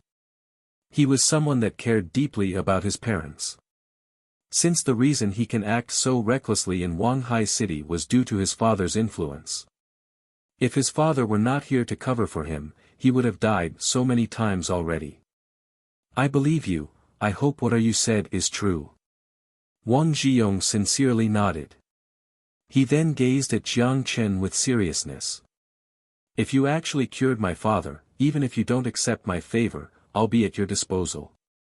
PSH, why did that sound like someone from a gang? Are you really in the military? I don't need anyone at my disposal, but a friend doesn't sound too bad. Jiang Chen laughed nonchalantly and passed by Wang Zhiyong before he walked into the guarded ward. Wang Zhiyong had paused for a minute before he smiled. This guy is fascinating. He was known for his recklessness in Wanghai City. He was not afraid of anything. Since he was commander of the army and his father was also a national-level politician, considered second in command even in the central government, the typical silk trousers, referred to children of influential leaders that cause havoc, were no match for him. Although he did create his fair share of recklessness, he still had his own principles. It may have been influenced by the wushu novels he had read. He also has another trait, which is to make friend with people that possessed abilities. Of course, most of them belong to the category that knew how to fight, so he has a lot of reckless buddies as well. Since he believed in wushu, he always wanted to receive tips from masters and cultivate his soul to train internal techniques. Because of this, his sister always criticized him for reading too much fantasy novels and distorting reality. 10 minutes, give me 10 minutes, I hope no one interrupts me. Jiang Chen had left those words before he locked the door behind him, looking mysterious. The people left behind were all stunned. Jiang Chen, alone, stood in the middle of the room and he scanned his surroundings. The special ward, for notable guests, was filled with medical equipment, but all useless for treating rabies. He hesitated for a moment as he wasn't certain if there were cameras around, then Jiang Chen sighed before he reached into his pocket. For his own security, he triggered the EMP grenade. The faint electric noise resonated in the room as the EP screen inside his sleeves had flashed before it stabilized. With stability as the core design philosophy, it was extremely resistant to EMP. However, of course, equipment in that age was not the same as all the other electronics in the room, which have been short-circuited. These faults were hard to detect as most people would attribute instability to the voltage source. Regardless if there were cameras or not, it would be broken by now. There was no expensive medical equipment inside this ward, so the hospital wouldn't consider it a big deal. As to his phone, he threw it into the storage dimension immediately. He approached the old man as he took out the D-level antibiotics. He took a deep breath before aiming it at the old man's vein and injecting it. He watched the red liquid enter his body as he pulled out the needle and put it in the storage dimension. The old man was already unconscious from being at the terminal stage of rabies, so he was not afraid to have his secret revealed. Also, the D-level antibiotic has no side effects on the human body. It was evident by the fact that the remaining medicine would be cleared out from the body within an hour. Even a blood test would not detect any traces of it. Especially no one would experiment on the second in command of the local government. "How's my father doing?" Seeing that Jiang Chen came out, Wang Zhiyong immediately walked up to ask. "He'll be okay after some sleep," Jiang Chen smiled as he replied. "That's impossible." The doctor still maintained his stance as he looked suspiciously at Jiang Chen before walking into the ward. He didn't believe that Jiang Chen would cure that important person's disease. He was only worried that if he dies, even if it were not his responsibility, he would also take on some of the blame. "Could I have your phone number? So that if father wakes up, we can express our sincere gratitude," Wang Xinran said. Although she still looked at Jiang Chen with suspicion, since he had already treated her father, there was nothing she could say. "Thanking me is not the point. It is probably more of a threat to make sure I didn't do anything wrong." Jiang Chen obviously guessed her intention. He shrugged as he pulled out his identification card and flashed in front of her face. "If they want to know, they will find their way." Seeing that Jiang Chen immediately pulled out his identification card, Wang Xinran felt her face burn from embarrassment. She knew that he understood her trick. He did this with good intention, but she was still suspicious till now, which was inconsiderate and unreasonable by any means. But Wang Zhiyong, who's straightforward, didn't have any tricks, as he never liked the idea of trickery. "No need for ID. Let's exchange phone numbers. You'll be my brother from now on. If anyone dares to touch you, I will go beat him up." Wang Zhiyong pulled out his iPhone as he began to call Jiang Chen brother. With the way Jiang Chen looked, he was certain that his father would be okay. "That's impossible." Suddenly, a shocked shout came from the ward. "What's going on?" Wang Zhiyong was confused. "Father." Before he understood what was happened, his sister ran into the room. "Your father's health is in good condition, he probably woke up already," Jiang Chen shrugged as he said nonchalantly with a smile. Wang Zhiyong was overjoyed when he heard the news as he thanked Jiang Chen and ran into the ward. Jiang Chen smiled. Although this guy was reckless, just by how much he cared for his father, it was worth it to befriend him. Sir, what method did you use? The doctor walked out as he had no more suspicion in his eyes, only respect. Secret. Sorry, but I can't share. Jiang Chen smiled mysteriously. Do you know how many people this will save if rabies can be cured? There are 55,000 people a year who die because of this disease. If you publish this secret, this doctor obviously was not ready to let Jiang Chen go as he started to guilt-trip him, hoping Jiang Chen would reveal the secret. But Jiang Chen, being annoyed, interrupted the doctor. And give it to you so you can win a Nobel Prize? Jiang Chen's words made the doctor's face turn a vibrant shade of red. He did think about that. When it is necessary I'll share it, with my own name. Jiang Chen walked away, finishing the sentence. If they wanted to thank him, he wouldn't have to wait here. It would be straightforward for the government to find his number, especially since Wang Xinran just saw his ID. Leaving without saying anything would leave a more memorable impression. Is this the hospital? Wang Dihai's eyes narrowed as he gradually woke up from unconsciousness. From the sharp edges of his face, it was evident that although he has aged, his body was healthy. But regardless of health, with a disease like rabies, he would die without the proper treatment. Father, you are finally awake. Wang Xinran had tears in her eyes. She was the youngest in the family and received the most affection from her father. Her father's weak look impacted her feel the most. But her tears were tears of happiness. Didn't I get rabies? Wang Dihai was confused as he was ready to face death. But life played a joke on him. He looked at his disappointing son in search of an answer.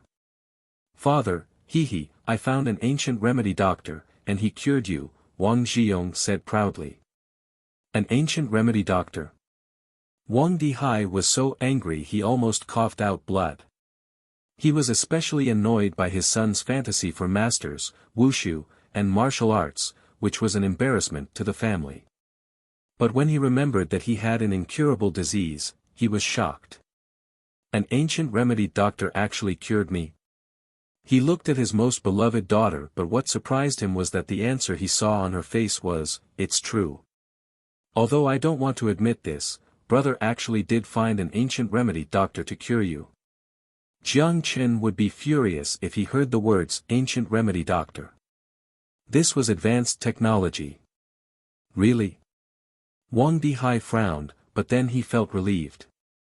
What is there not to admit? If he cured me, he cured. Even if he is an ancient remedy doctor, he is my lifesaver. How much money does he want? Give it to him. Wang Dihai had experienced the ups and downs of life. Since he could live longer, no one would say no to his requests, especially when he was so powerful. Father, he doesn't need money, that's too lame. Wang Zhiyong rolled his eyes. His words were always unpredictable. Wang Dihai, of course, knew his son's personality, he would believe anything they say. Go invite the person, I want to thank him personally. Regardless, he must thank him for saving his life. Wang Dihai already was thinking that as long as it is not against his principle, he'll do his best to meet the ancient remedy doctor's demand. He was a powerful and influential politician in the country. Jiang Chen saved him. Not only did he do a favor to him, but also to the country itself. Okay. Wang Zhiyong laughed as he ran outside. Wang Dihai lied on the bed as he chatted with his daughter about what happened when he was unconscious.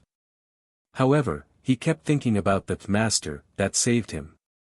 Wang Dihai was no ordinary people. He didn't understand how did the ancient remedy doctor manage to save him, or who sent him here. However, his disappointing son came back alone with a disappointed look. Father, he left. What? Wang Dihai was shocked. There really is someone who didn't seek favors. Didn't you exchange phone number with Jiang Chen? Wang Xinran hastily said. I didn't get to. I had to check on father, Wang Zhiyong said with disappointment in his voice. You, how old are you, why are you still so careless? Wang Dihai criticized his son for a good while. Although Wang Zhiyong was reckless, he still didn't dare to talk back to his father. He just had to listen to his dad's criticism. Jiang Chen. Wang Dihai remembered that name. Though he didn't know what his lifesaver looks like, it was not difficult for him to find someone in the country. Wang Dihai, who has always been cautious, didn't express his thoughts. He decided to wait and get an understanding of Jiang Chen's background to see what kind of intention he had before approaching himself to repay the favor. For he might be a pawn sent by political enemies. Wang Dihai closed his eyes as he made up his mind. He needed to rest. Since he had already recovered, then some change must be made in Wanghai City. Once he wakes up tomorrow, the people that tried to give the Wang family trouble will all be punished. Although he was well into his 50s, the vibe Wang Dihai possessed was not to be undermined. Wang Zhiyong, who saw his father's expression, let out a breath of relief. He knew exactly what his father's expression meant. A rejoiced look appeared on his face. Father is healthy now, a lot of people are going to be in trouble. He was still upset that he didn't manage to get Jiang Chen's number. His intention was clear. Since he did something nice for me, then I must repay him in kind. But what he meant by repaying the favor meant taking Jiang Chen around to show off. He loved two things the most, making friends and finding trouble. Those two things usually don't conflict with each other, but he didn't expect Jiang Chen would leave right away. Wang Zhiyong and Wang Dihai didn't know that Jiang Chen didn't leave, he was waiting in a ward nearby. Wang Xinran, on the other hand, was more curious. She didn't know how Jiang Chen saved her father. Li Gangming standing in front of the door had a sour face. He could only pray that they would not remember the conflict. The look of sympathy from the other guard made him want to slap himself. Why didn't he think before he acted? But even if he thought it through, the consequence would probably be the same. Recklessness is contagious from being around Wang Zhiyong for so long.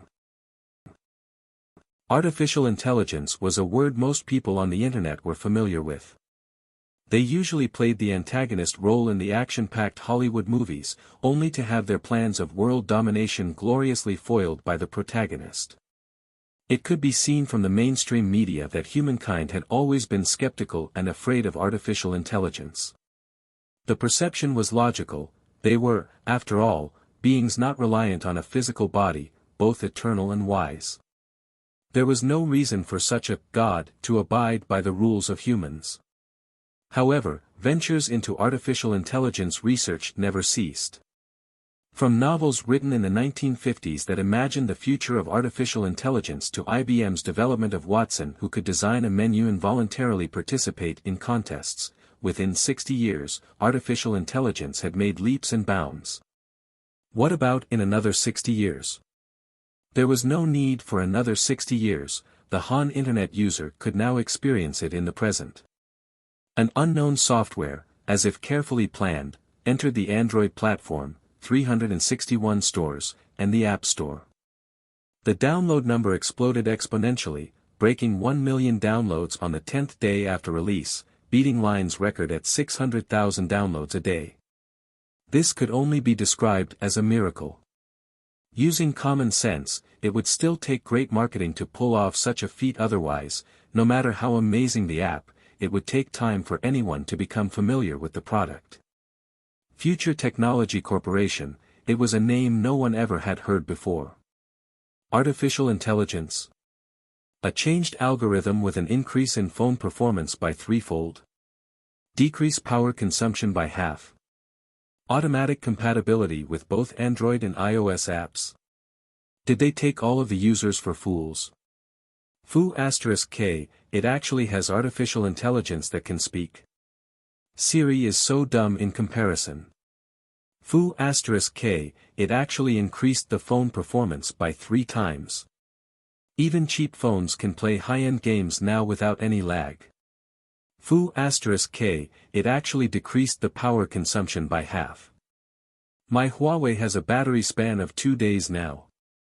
A chain of explosive reactions ensued, followed by an exponential number of downloads. The waves of good ratings and comments convinced the skeptical users to join the forces. In response to their shocking discovery, they also joined in promoting the app. Future 1.0 officially caught the attention of all mobile users. Within 361 Corporation's headquarters. I want to know the developer of this app, as well as the background of Future technology. I don't care how you do it, I want a detailed report on my table in 2 hours. 361 Corporation's president Zhou Hongwei sat at his office desk, rubbing his forehead in an attempt to alleviate his tiredness as he gave a task to 361 Phone Helper's project manager Jiang Chen. Yes.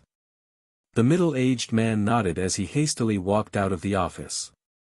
Boss, is the Future 1.0 as scary as it sounds? The assistant couldn't resist asking after seeing her boss's gloomy expression. Do you know what artificial intelligence and enhanced phone functionality mean? Zhou Hongwei sneered with raised eyebrows.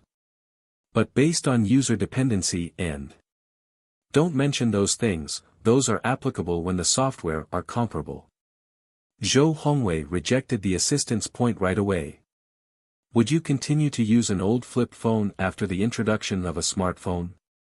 The young assistant was speechless, unable to argue against her boss's point. Even if the book said otherwise, the reality was right in front of her. The introduction of the touch screen replaced the necessity to have 15 physical buttons, but the Future 1.0 replaced the need to use fingers. The increased phone performance also broke through the limitation of mobile game development. The two breakthrough technologies exist on one software.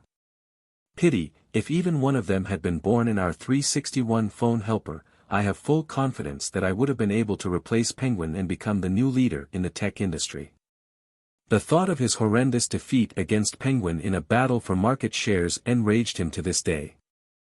Zhou Hongwei's finger gently tapped against the table amidst the assistant's silence.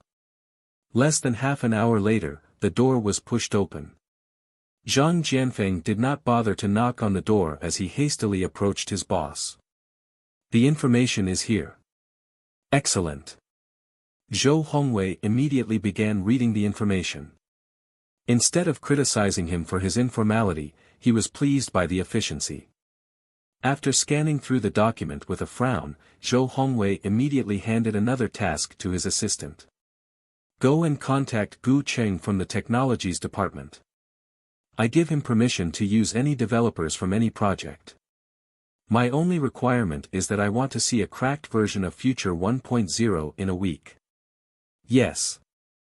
The assistant nodded as she stepped out. Immediately, Zhou Hongwei gave directives to his right-hand man Zhang Jianfeng. Zhang Jianfeng, go contact Future Technologies owner Jiang Chen and discuss the possibility of an acquisition. If it can be purchased, then that would be the best option. If he asks for a price within 2 billion, I give you permission to accept right away. At the same time, ask if he is interested in working for 361. Yes. Zhang Jianfeng nodded, agreeing that the price his boss offered was not too high. As the 361 Phone Helper's project manager, he knew the value of this app: 2 billion renminbi. Even $2 billion was not enough. Zhang Jianfeng could only hope that Jiang Chen was too new to know the value of his software and would be shocked by the billion-dollar offer. But was that possible? Jiang Chen's own valuation for the company was over trillions USD. At the same time, what happened in 361 was also taking place in Baidu, QQ's headquarters, and even in the overseas Samsung, Microsoft, and Apple technology giants who expressed significant interest towards the app born in Hua. Acquisition, cracking, joint venture. A series of meetings revolved around the giant bomb that was Future 1.0. Marketing expenditure of 590,000 includes creating impressions on social media, utilizing platforms such as Baidu, WeChat, and QQ, as well as other forms of advertisement. Xia Xiyu had recovered from her cold. In professional attire, she concisely reported the company development before Jiang Chen. The work could have been completed like usual in Xia Shiyu's home, but for whatever reason, the girl strongly opposed this idea. Using the excuse of the newly renovated office, she argued that the company should start on the right track and changed the work location to here. The girl's cold attitude made Jiang Chen feel extremely hurt, as he had stayed with her for the entire night when she had been sick. "What's the download number?" Jiang Chen leaned against the chair and asked in a lazy tone. Perhaps used to his complacent work attitude, Xia Shiyu did not look displeased. She took out another report and continued, Future 1.0's total download has reached 20 million, with the record high reached on the 10th day. Only 20 million? Jiang Chen frowned as he was unsatisfied. This is not bad, okay? Xia Shiyu rolled her eyes at him. As soon as she woke up from her sickness, the first person she saw was Jiang Chen. Afterwards, the way she treated him became ambiguous. There are at least 500 million smartphone users in Hua, and this is a conservative estimate. I only have 20 million out of this giant market. How is that not a little? Jiang Chen was trying to prove this point. It's predicted that the user base will break the 100 million mark by the end of August. Since our user base is too small, this is a commendable result. Xia Shiyu flipped through the document as she explained. You don't have to be so concerned. I am certain of your ability, Miss CEO. Jiang Chen grinned. I am not concerned. Xia Shiyu rebutted. But then she realized that arguing with the shameless Jiang Chen was futile, so she took a deep breath and brought the conversation back on topic. There is a total of 12 companies that announced interest in partnership and acquisition. Partnership, I am interested. You can arrange a schedule for me, I'll personally chat with them. As to acquisition, you can reject them without asking for my permission. Jiang Chen stretched. Oh. IBM offered 1.3 billion USD. Xia Shiyu raised her eyebrows as she shoved the letter of intent into Jiang Chen's arms with a smirk. Hehe, I won't sell it for 13 billion USD. Jiang Chen took the letter of intent and threw it into the garbage without a glance at the page. Xia Shiyu's mouth curved up at Jiang Chen's response. She held the same opinion as Jiang Chen on the value of this software. Suddenly, as if she just remembered something, she hesitated for a moment before she opened her mouth. Also, President, I have another thing I want to confirm with you. What? You don't have to call me President, just call me Jiang Chen. Jiang Chen waved his hand. Please keep business and personal life separate, Mr. President. Xia Shiyu smoothly replied as she continued on the topic, the quality of Future 1.0 is without a doubt impeccable. But regarding privacy, do we not need to submit a patent? Privacy? There is privacy for software in this country? Jiang Chen laughed at her rhetorical question. Xia Shiyu was speechless, but she still offered her own opinion. At least we will gain the advantage from a legal perspective. If another company uses our technology without permission, we can proceed with legal action. Submitting the patent means we have to provide a detailed explanation of our technology. To be honest, I don't trust them. Jiang Chen was straightforward. I am confident that within 50 years, no one will be able to crack Future 1.0.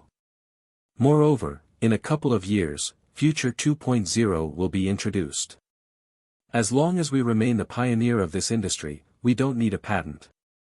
The nature of the patent was to receive protection and exclusive rights in exchange for sharing information. The patent required sufficient disclosure of the technical information which would allow people to replicate the technology. But that was the last thing he wanted to do. How would it benefit him to disclose D++? He was not some selfless philanthropist. Xia Shiyu remained silent. She didn't know where Jiang Chen's confidence or the 50 years remark came from, but surprisingly, she didn't insist on it and chose to trust him. Okay, since the majority shareholder has already made the decision, then Future 1.0's core technology will be classified as a business secret. The relevant privacy information would require you to discuss with the software developer. His title was the chief developer of this app, but it was only a fake role. The setting disclosed to the public was that an overseas developer team created Future 1.0 while his position only required him to represent the team. Just like deceiving Zhao Chenwu, except he was deceiving the whole world this time. Do you want to find the real developers? Go ahead, it's in the other world. Jiang Chen nodded as he didn't say anything more.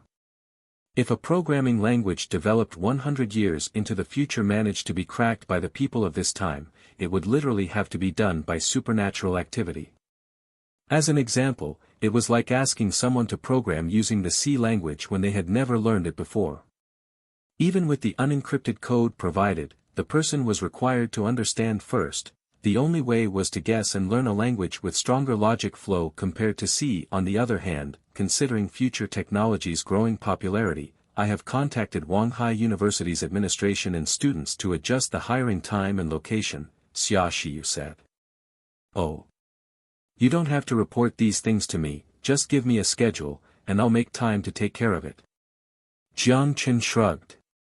This is not a small task. Talent acquisition is critical to the future of the company, especially the first batch of employees. They will become the core of the company's operation. From personality to knowledge, everything must be tested under a strict process. Okay, because I trust your ability, I'm assigning this important task to you. Xia Shiyu's face burned under Jiang Chen's passionate gaze, but because she had light makeup on, with her limited facial expressions, Jiang Chen didn't notice her odd reaction. Okay. Although she wanted to criticize Jiang Chen into at least preparing for the interview process, everything she wanted to say turned into one word. Then let's go with this decision.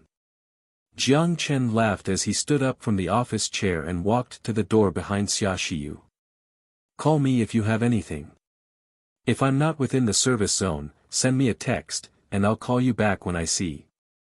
Jiang Chen then left the company, leaving Xia Shiyu staring blankly into space.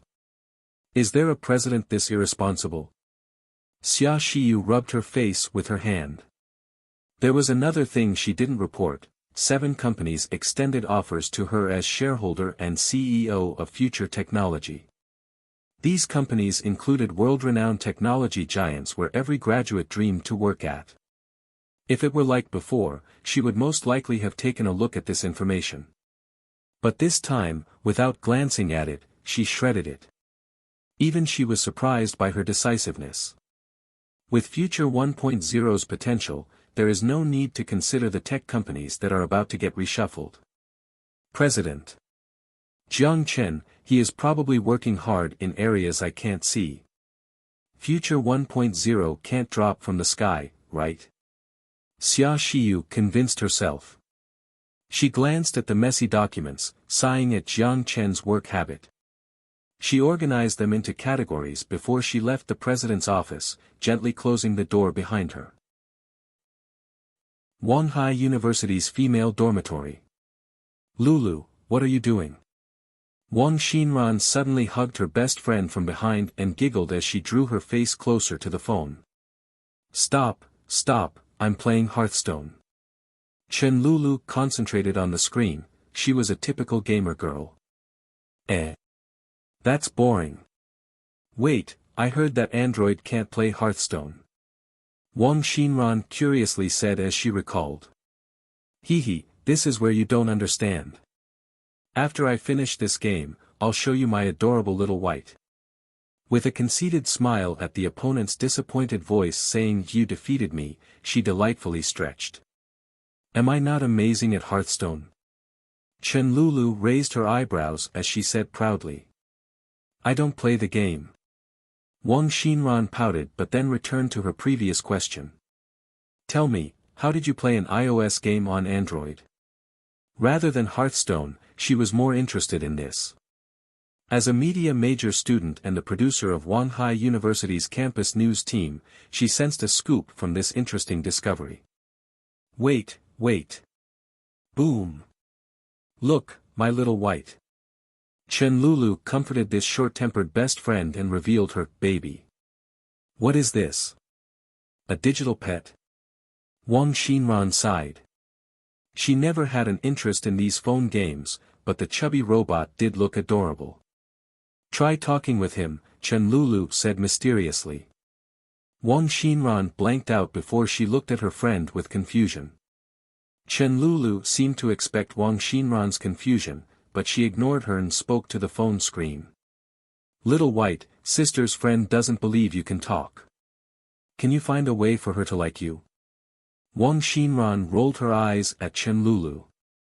Was this girl crazy because she gamed too much? But the next second, she was completely stunned. I don't care about other people as long as Master likes me, hee.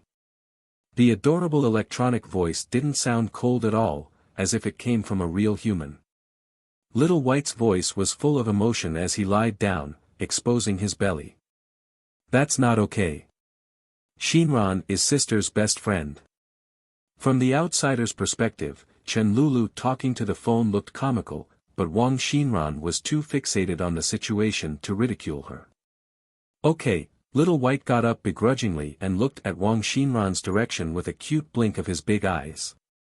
Sister Xinran, can we be good friends? Are you customer service? Wang Xinran blankly asked. No, Little White is an artificial intelligence, Little White puffed out his chest as he said proudly. How is this possible? Wait. Then shouldn't every single action be repetitive? Why is that? Wang Xinran suddenly thought of a more critical question. Even Ryux and Simba, with only some GIF images, such programs mimicked human behavior with limited and repetitive actions, regardless of how human-friendly the design. But this Little White, he looked like he was alive on the screen. Little White, can you wave your hand? Wang Xinran gulped as she asked. Like this? Little White tilted his head because he initially didn't understand the question before he extended his short and chubby hand and waved. Magical. It was alive, as if every frame of movement was not pre-planned but instead the action of Little White himself. I know what you are thinking, I was shocked too. Chen Lulu's vanity was fulfilled, pleased to see the shocked look on her friend's face. Hee, the function is not limited to this. Do you know that he can improve the phone processor efficiency by 3 times? I don't even know how he did it. Improved by 3 times. But facts like this didn't even surprise Wang Xinran anymore. Nothing could compare to the existence of artificial intelligence, and the fact that the guy who invented it thought to apply it to the phone industry. What a waste, it could have gone towards industries, environmental protection, aerospace, or even military. She clearly envisioned greater possibilities for Little White. By the way, where did your home screen go? Wang Xinran figured out another problem, her friend's home screen and apps had disappeared. Oh, those things. Little White, surprise her. Chen Lulu didn't even move her finger as she propped the phone on the table at a slant. Okay. Little White adorably blinked. Take a photo of me and my best friend, the type that comes out pretty. Chen Lulu turned her eyes before she suddenly hugged Wang Xinran and kissed her on the cheek. Oh come on, this is embarrassing. Wang Xinran blushed, caught off guard by her best friend's actions. Gotcha. A perfect photo was captured and saved for the best friends. Okay, help me send her a copy and open Hearthstone. I'm going to destroy some people. Hee, okay, master. Little White giggled. Just as the voice died, Wang Xinran felt the phone vibration from her pocket. So that's how it works. If it's like this, then the home screen is really not necessary. Wang Xinran smiled as she began to understand the software, then inquired about its origin. Oh, the software is called Future 1.0. The name sounds pretty sci-fi. You can download it on the Android market, it's only 53 megabytes. But you have to be careful and download the version from Future Technology. There are a lot of fake versions online which include some weird stuff and have nothing to do with Little White. There are already fake versions. Wang Xinran was shocked. She had been preoccupied with family affairs for a time, and she was already so behind. Yes. The software is too popular. It said that the software consecutively broke the daily download record. Chen Lulu proudly said as if she had made the software herself. Sounds like it's your creation. Wang Xinran mocked her excited friend. Hee, I heard that Future Technologies president and the chief developer is an alumni. My friend from software engineering said that their professor praised the product for half the class and predicted that a Bill Gates of the East would be born from Wanghai University. Apparently he made it sound like he personally taught the student. Also, a friend in the student union told me that they would come to our school to hire. Maybe I'll get the job. Chen Lulu proudly raised her small face. You are not even studying computer science, so why would you bother? Wang Xinran poked her friend's head, speechless at her thought process. It was true that she was in her 4th year already. However, it was time to consider either the job market or go on to graduate studies. But I am studying law. What major corporation doesn't have a legal counsel?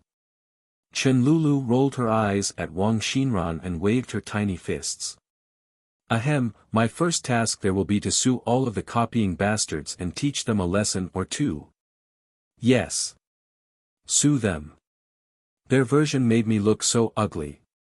Little White peeked from the side of the screen and sounded terribly wronged. Wang Xinran giggled. She sincerely wished for her friend's dream to become reality. Also, she was curious about the alumni who developed this magical software. An unshaven computer genius? A top student with glasses? Or just an ordinary guy? Interesting. Looks like it was time to report on this godlike person. Jiang Chen leaned comfortably against the chair, the steam from his coffee wafting gently into the air. Xia Xiu, dressed in sharp, professional attire, stood in front of his desk reporting on the current progress. The feeling was unreal. His previous manager was standing in front of his table as an employee. It didn't matter what she was reading aloud, his own vanity was through the roof. Of course, it was critical to focus on the business. There are 14 fake softwares on the Android platform. 7 used Little White as the main attraction, 3 used our Future Technologies logo, and there are 2 versions of card games that directly used Little White's character. A tall tree catches the wind, a person in a high position is liable to be attacked. Don't worry. The internet user base is not dumb and will be selective in their choices. It's impossible to copy our software. Jiang Chen casually dismissed the issue. Because the Apple Store has a stricter auditing process, there are no fake versions on the iOS platform. Xia Xiu didn't mind Jiang Chen's interruption, finishing her report as usual before stating her opinion. Just as the president said, our software privacy is impeccable. The current fake versions will never be able to replicate and replace our software, but their negative influence should not be underestimated either. If a user searched for us and saw a screen full of fake products, their first impression would be ruined. My recommendation is to immediately use legal methods to solve the problem. Looks like we need to form our legal team soon. Jiang Chen smiled. That's right, so please emphasize its importance in tomorrow's hiring fair. Also, a wave of negative opinions have emerged on the internet in an attempt to tarnish Future 1.0's reputation, creating the notion that artificial intelligence is extremely dangerous. At the same time, they raised concerns regarding Future 1.0's user privacy. For example, since mobile payment is a popular method, the user can complete transactions by telling the password to Little White and commanding him to complete the payment process. Therefore, users are worried about the possibility of Little White leaking the password, or even being hacked. Privacy, it certainly was a problem. If it was an emotionless program, despite its flawed back-end design, people would not feel their privacy was threatened as long as the fact was not exposed on the table. Yet, if it was an emotional, artificial intelligence, even if it was designed flawlessly, people would subconsciously question it. Because it was too similar to humans. Jiang Chen's expression turned serious before he slowly opened his mouth and said, "This sort of concern is unnecessary, but with the current status quo, even if I made the guarantee now, it would not convince the users. How about this? Publish a notice and establish Little White's absolute loyalty to the individual user. It is written in the code and cannot be changed. No one other than the user can access personal information through Little White. Additionally, Little White recognizes the master through a combination of verbal and facial recognition technology, leaving it without any possibility of a security flaw.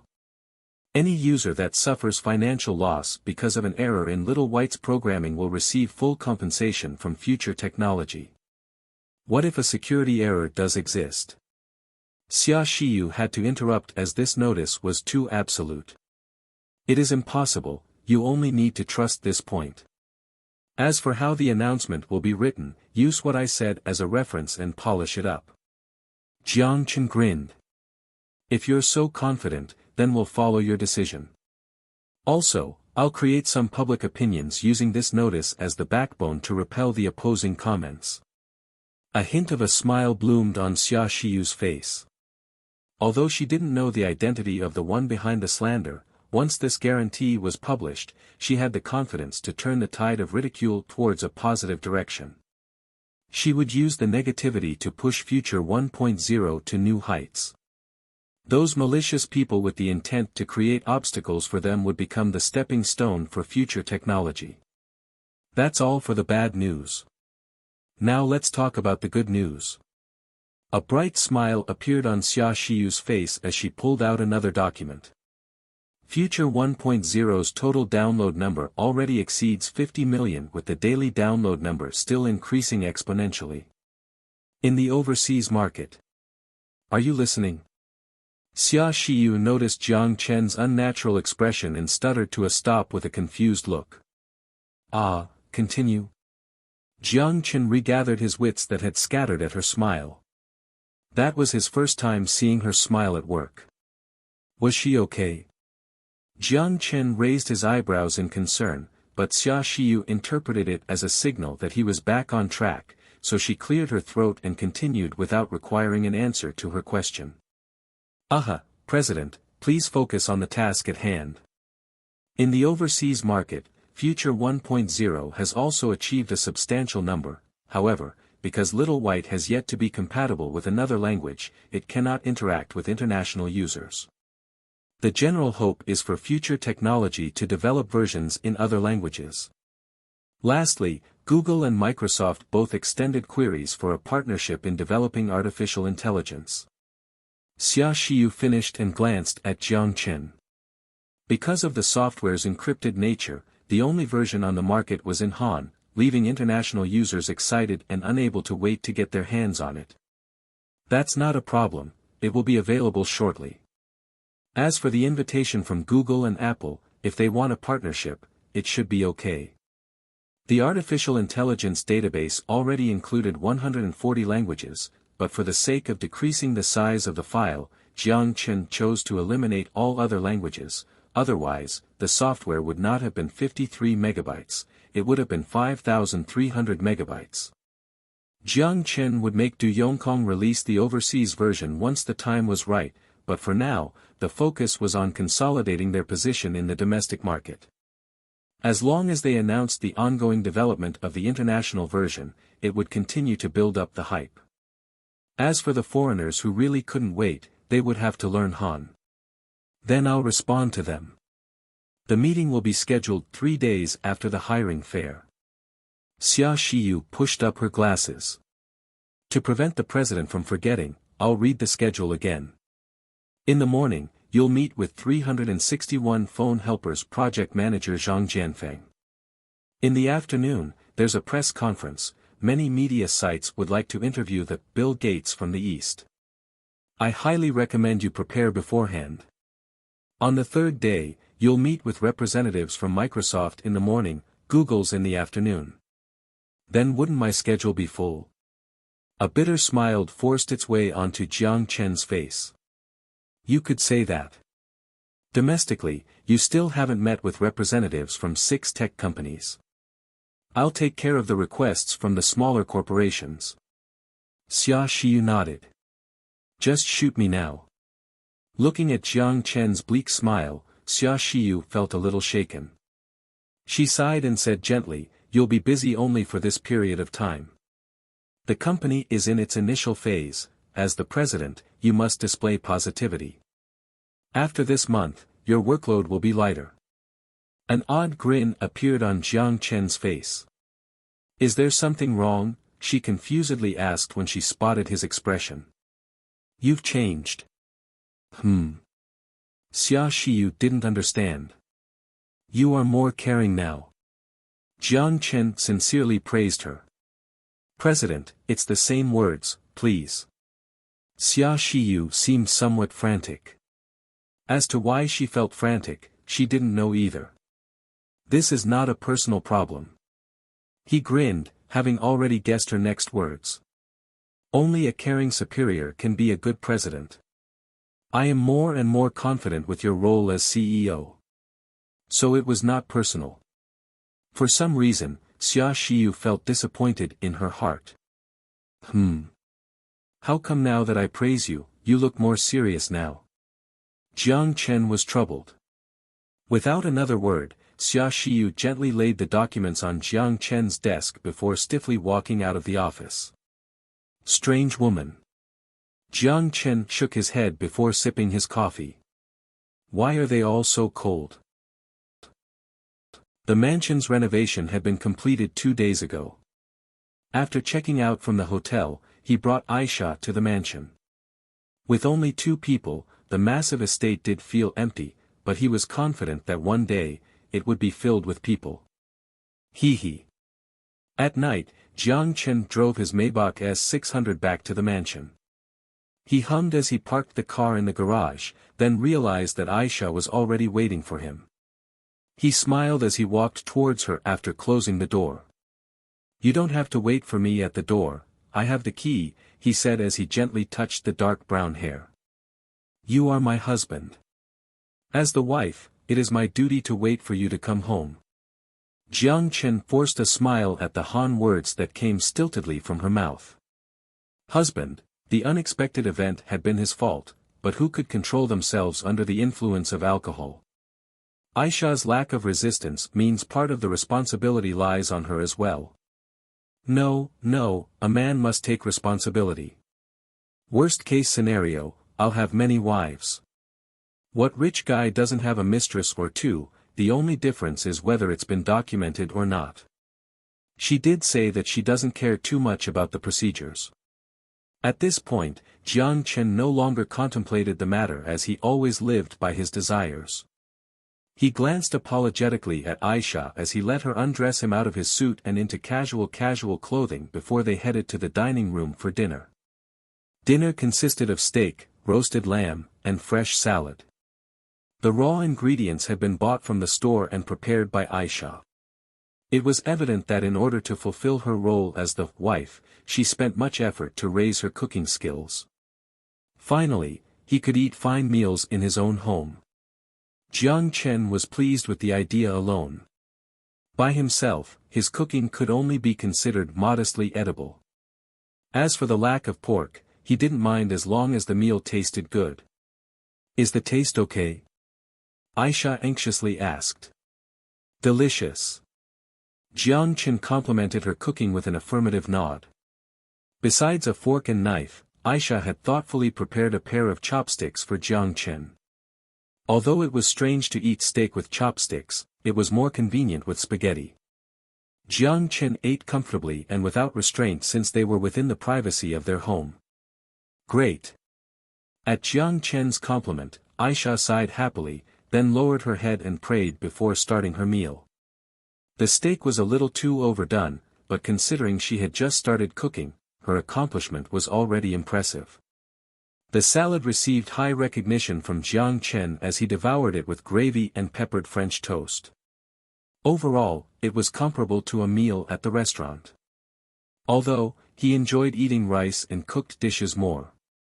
After dinner, Jiang Chen stately wiped his mouth before he praised Aisha once more, causing a shy smile to creep onto her face. This apathetic girl would only display soft tenderness in front of Jiang Chen. While Aisha took care of the dishes, Jiang Chen headed towards the gym on the third floor.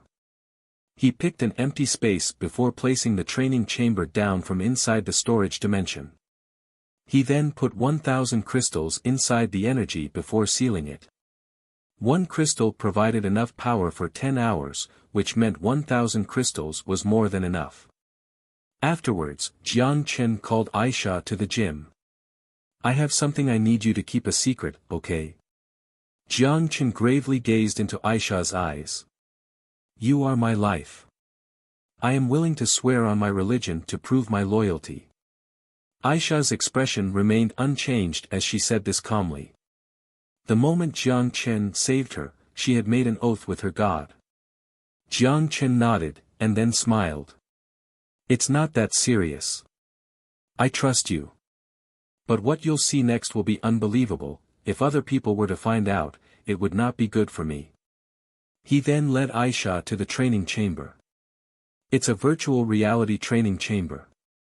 It will help you train the necessary skills while you're in a sleeping state. You only need to lie there and follow the directions of the system. Also, do you dislike weapons? This was the critical question, and Jiang Chen gazed into her eyes as he asked for her opinion. "I am willing to fight for you." Aisha's response was still calm. "Okay, but if you feel uncomfortable, you have to tell me." Jiang Chen nodded. She smiled faintly as she luxuriated in Jiang Chen's care. How could a woman who lived in the desert be afraid of weapons? She had seen too many tragedies, she was already desensitized to blood. If Jiang Chen needed her to pick up her weapon and fight for him, he only needed to say the word, she'd swing her sharp blade at his enemy without hesitation. Sensing the bloodlust in her eyes, Jiang Chen gave a strained smile as he attempted to adjust her mentality. "I think you're mistaken about something. I don't want to train you into an assassin, I only need you to learn some combat abilities to use in dangerous situations as a bodyguard. For this, you need to learn Han, how to drive, and combat skills. As for the weapons guide in the training chamber, take a look only if you're interested. If not, there's no rush." "Aha." Aisha nodded. Although she didn't voice it, she had already made up her mind to learn everything. Jiang Chen was delighted seeing Aisha understand his intent. A beautiful driver and bodyguard, the idea alone sounded fantastic. You don't have to go to class anymore, this training chamber is much more efficient to learn with. Also, you can first lie on that yoga mat. Jiang Chen scanned the room, only to find that it was the only viable location. Aisha's face turned red and prepared to unbutton her clothes. Seeing her action, Jiang Chen immediately realized the miscommunication. "Ahem, no, not that. You just need to lie down, no need to undress." Jiang Chen quickly stopped her. Confused, Aisha looked at Jiang Chen before slowly lying down on the yoga mat. "To improve your body condition, I'll inject a newly developed medicine. It has no side effects and will improve your muscle strength and reflex." He tried to find a better way to word his explanation. Suddenly, Aisha placed her finger gently against his mouth. A cheerful smile appeared on the cold face. "I'm willing to do anything for you." Jiang Chen paused, and then grabbed her hand as he sincerely said, "Thank you." By saving him the trouble of coming up with an explanation, she was showing her tenderness. Jiang Chen took out the sea-level genetic vaccine.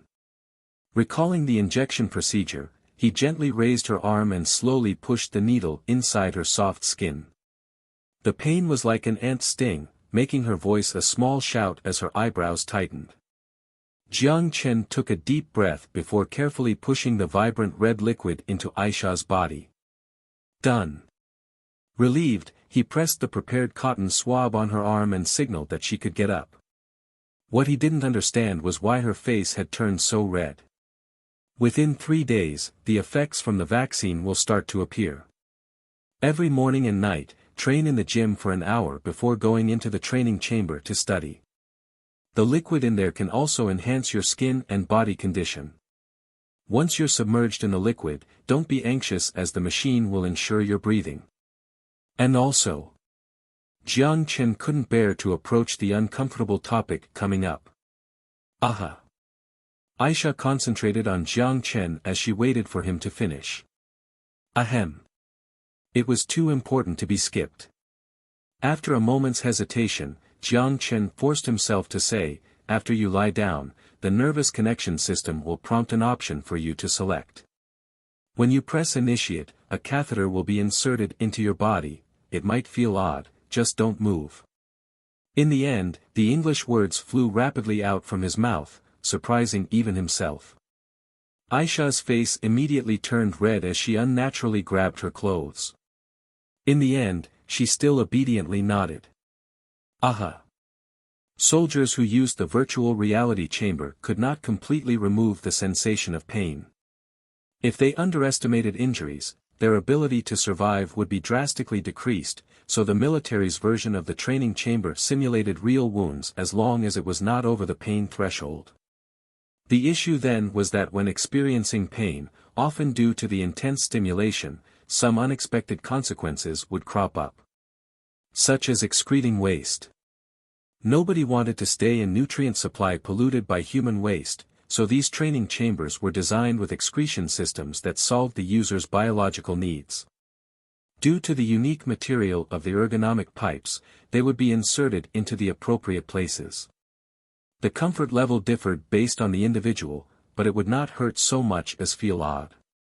After each use, the part inserted into the body was replaced. The back would be okay, but from the front.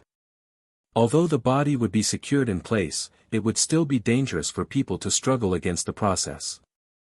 Sun Jiao had emphasized this point several times before looking mischievously down at his lower body.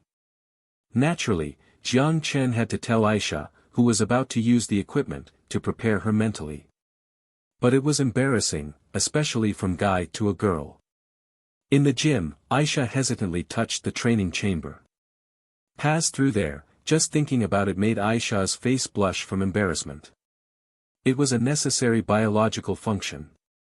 Her legs felt weak, but she dragged her steps to the training chamber and then stopped.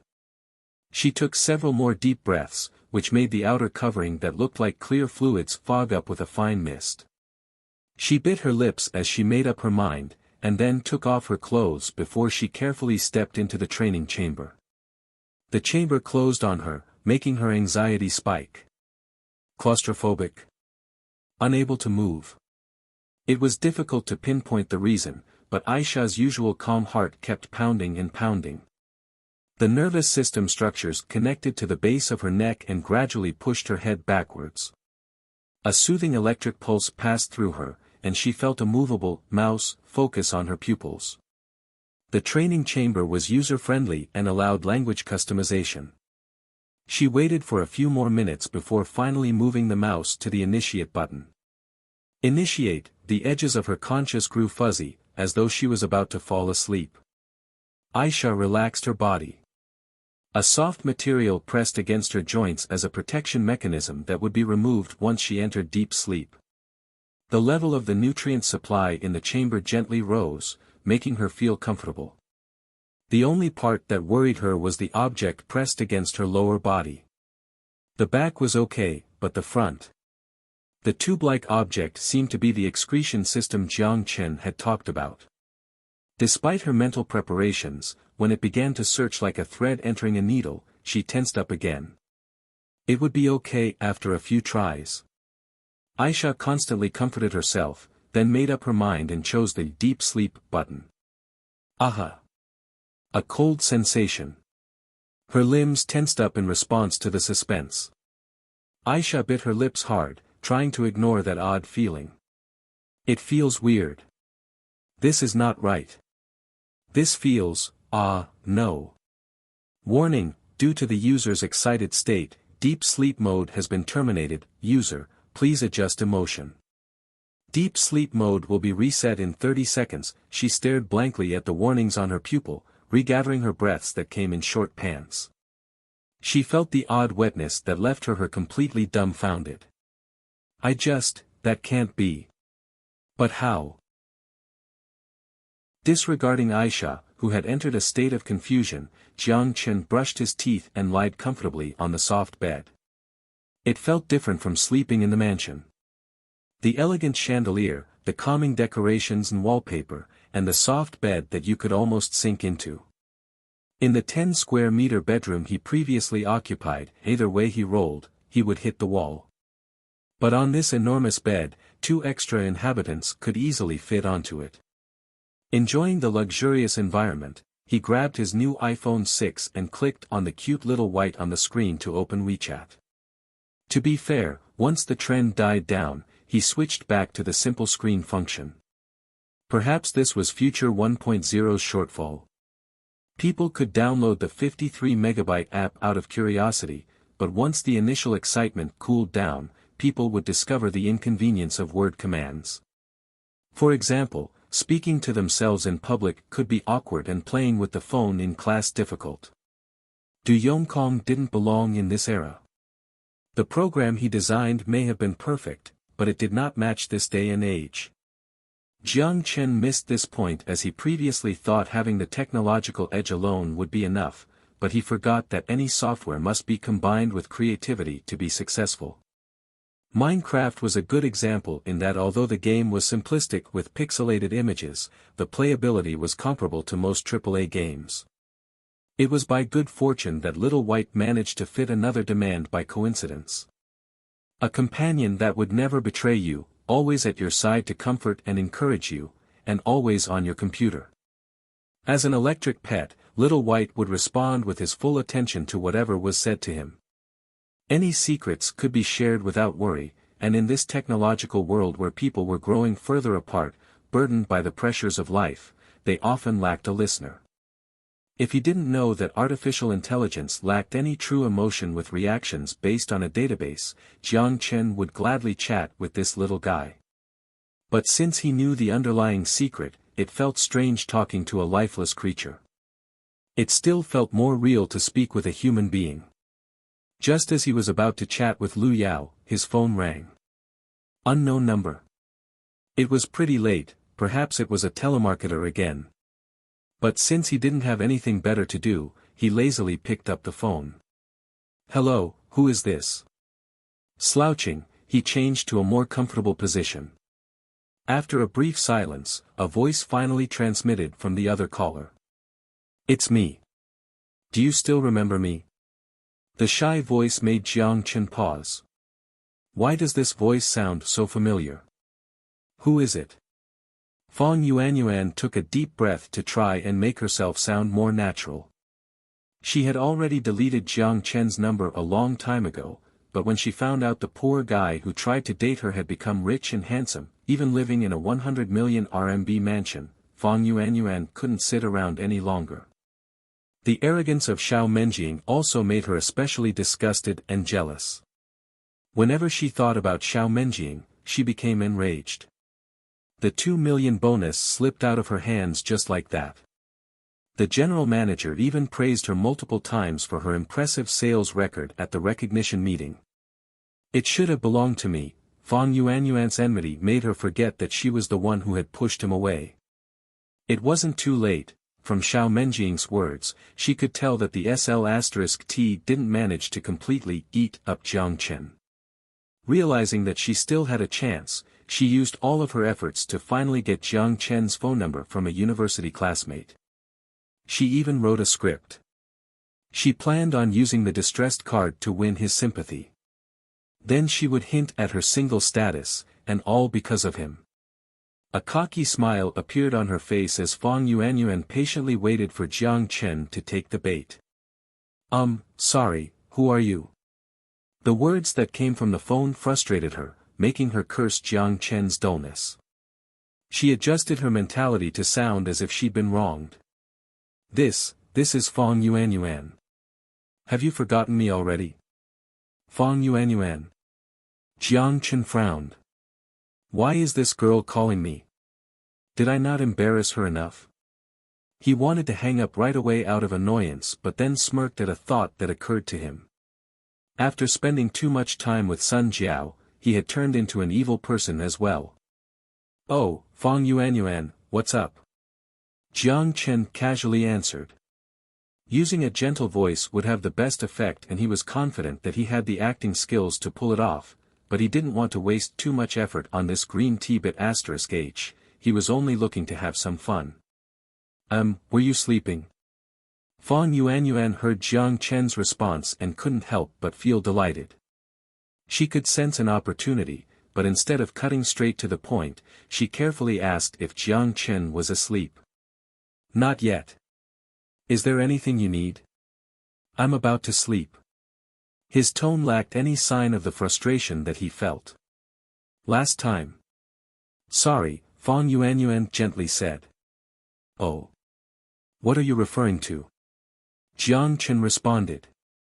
The last time when you came to buy a house. It's my fault for misunderstanding you, Fang Yuanyuan said remorsefully. Apologizing? Jiang Chen wasn't so sure anymore.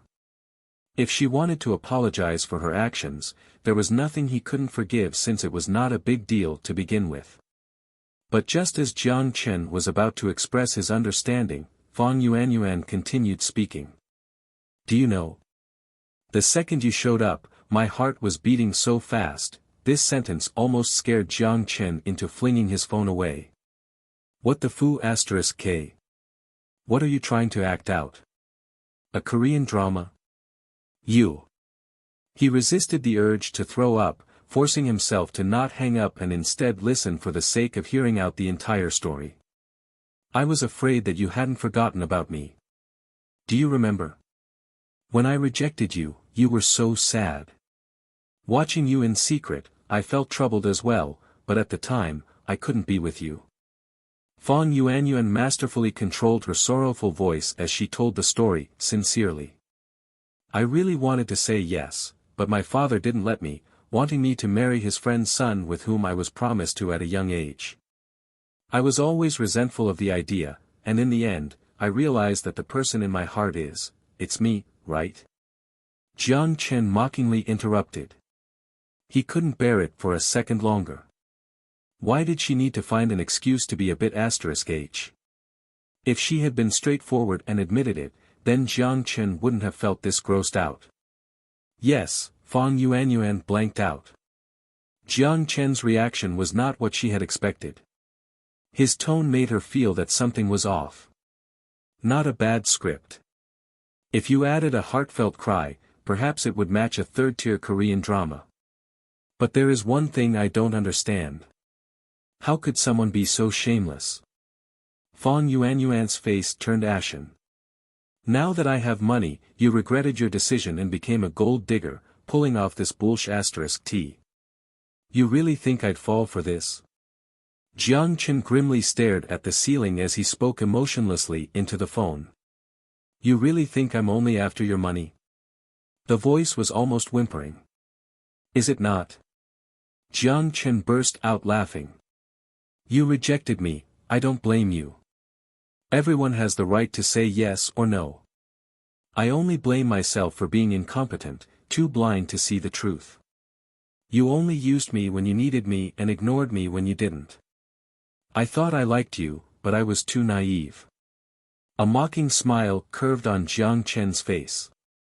He remembered that in his first year, he ran through the rain for several kilometers just to give her an umbrella because he thought her sweet smile was worth it. The reality was that everything had been an act. His best friend from the same class told him that Fang Yuanyuan already had 2 boyfriends between first and second year, even getting an abortion for a rich and handsome man. Everything had been hidden away from Jiang Chen at the time since his buddy didn't have the heart to tell him, afraid of ruining their friendship. But after seeing Jiang Chen's sorrows after his rejection, the truth came out. Jiang Chen remembered that he started laughing when he heard it. At that moment, it no longer seemed to matter. Who hadn't been hurt by a bit *H before? And now you still expect me to accept you? To care for you like I did before? I only have 2 words for you, dumb *s. Jiang Chen harshly hung up. A gloom cast itself over Fang Yuanyuan's face as she bit her lips to the point of turning white. Her eyes were filled with overwhelming shame. Is this still the same foolish guy? That's impossible. He rejected me, embarrassed me. Hatred, humiliation, and no longer any regret. Negative emotions began to overwhelm her conscience as if everything was Jiang Chen's fault. She selectively ignored her despicable actions in the past and how awful she had been at Wanhua Real Estate. A crazy thought occurred to her. Fang Yuanyuan's finger trembled as she opened her contact list and found a name that made her shiver just by looking at it. Perhaps the devil erased her conscience. She made up her mind and called that number. "Oh. Girl, do you miss me?" The flirty tone frustrated Fang Yuanyuan, but she couldn't show the slightest contempt for this man. "Pervert, I'll tell you something. I have a friend that made some money." No, he is clean with no background. "I know that guy, he just got lucky." Fang Yuanyuan used a coquettish voice that even she was disgusted by. Hearing the confirmation on the other side, a smile bloomed on her face. After praising some more, Fang Yuanyuan hung up and flung the phone far away. As if drained by the phone call, she leaned against the cold table. Lu Shiqiang, the son of Hongyi gang's head in Wanghai City, and also the gang prince who had forced her to play with 5 people. A shameful tear rolled down Fang Yuanyuan's face, soon twisting into a wicked expression. "Jiang Chen, you despicable pig. I want to see, with all of your money, if you can mess with the gang." Jiang Chen woke up early the next day.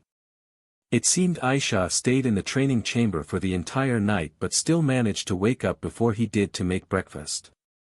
Although he was eager to ask about her opinions on the virtual reality training system, as he opened his mouth, Aisha's face became a dusk red. Jiang Chen figured it was better not to ask, so he gave up. After breakfast, he pestered Aisha to avoid focusing so much that she forgot her meals before heading down to the garage and driving his luxury Maybach to the company. When he arrived, Jiang Chen saw that Xia Xiyu was already waiting for him while constantly checking the time. He smiled grimly when saw the thick briefcase. The girl was too much of a workaholic, the day had just begun. "You're late by 2 minutes." Opening the car door, Xia Xiyu settled into the front passenger seat. "Ahem, isn't the first sentence supposed to be good morning?" Jiang Chen tried to crack a joke before he started the car. She put on the seatbelt and after a brief pause, murmured, "Because it is work time." "Do you take the subway every day?" "That's too inconvenient." "Why don't I give you a car?" "You have your license, right?" Jiang Chen casually said. "That wouldn't be good for the company. It has yet to develop a method of stable revenue, and you are already providing benefits to the executives." Xia Shiyu's eyebrows furrowed, her hands clenched on the briefcase as she focused on its button. "It's okay. It would be too embarrassing for the CEO of a trillion-dollar company to have no ride. You don't have to worry about revenue generation, the future 1.0 functions have yet to be fully unlocked. For example, antivirus, social media platforms, and even replacing the original operating system. Are you still worried about revenue generation?" He smirked confidently. Drawn by the confident smile, she was immediately shocked by the new information. She abruptly said, "Future 1.0 already has other functions. Why didn't you tell me?" Her eyes looked accusingly at him, as if he had neglected her. He did not purposely hide it, just that he had forgotten it in the back of his mind. "Ahem, of course, it's based on strategic considerations. Future 1.0 can grow right now because we are not in a direct competition with apps under other tech giants. That means we can still work with them given the opportunity." It was no wonder Xia Xiyu was made to be a CEO, she immediately understood his intention. Since she didn't need to focus on monetary concerns anymore, the initial stage was focused on reinforcing their place in the market. Once a large enough user base was established, it would take guts to try and shake Future 1.0's position. Wanghai University. On the grassy fields stood a stone on which the mighty strokes of ink showed the mark of time on its surface, Wanghai University. It was rumored that the stone had witnessed the fall of a dynasty and the rise of a republic. It was present during the merciless gunfires and passionate speeches.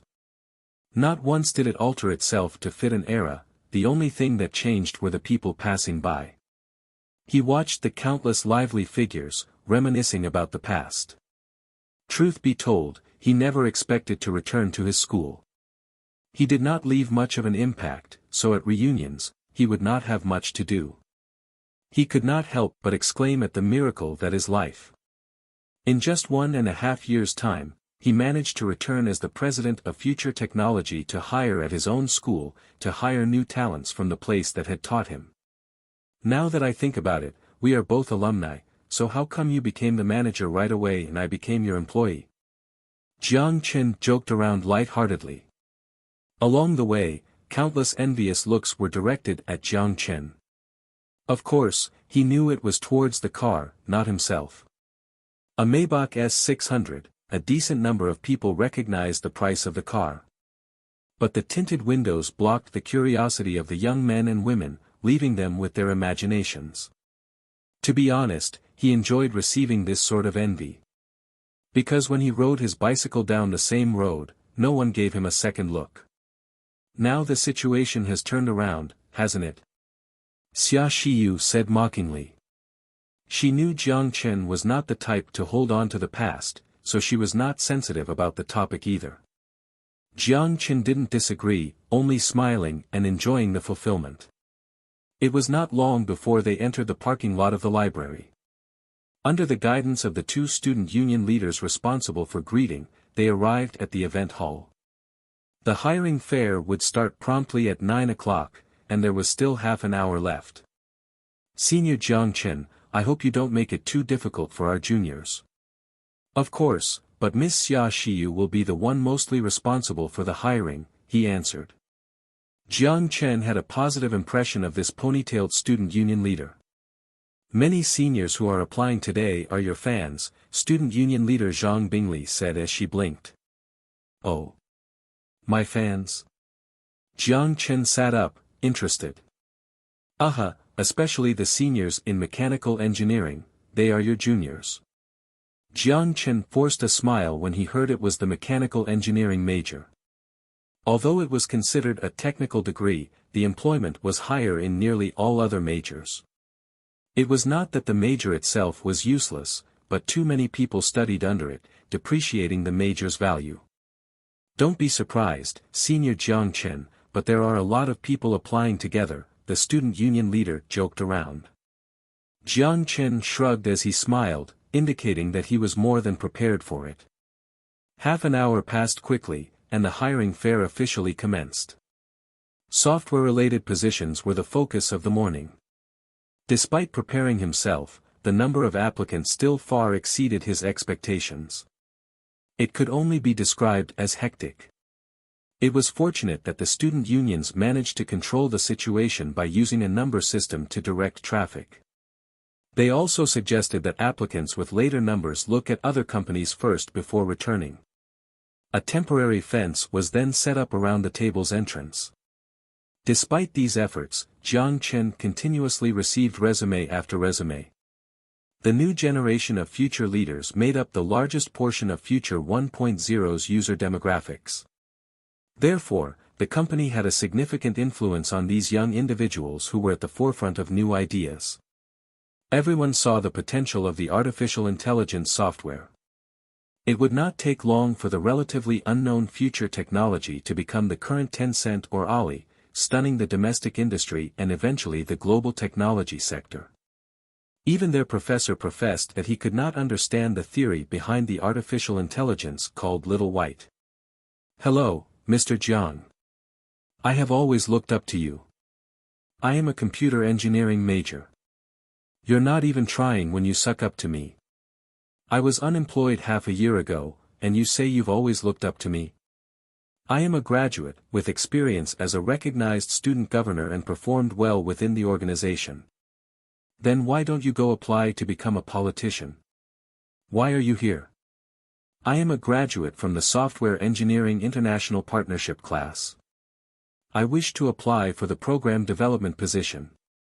Also, I have a question for you, if you don't mind answering for me.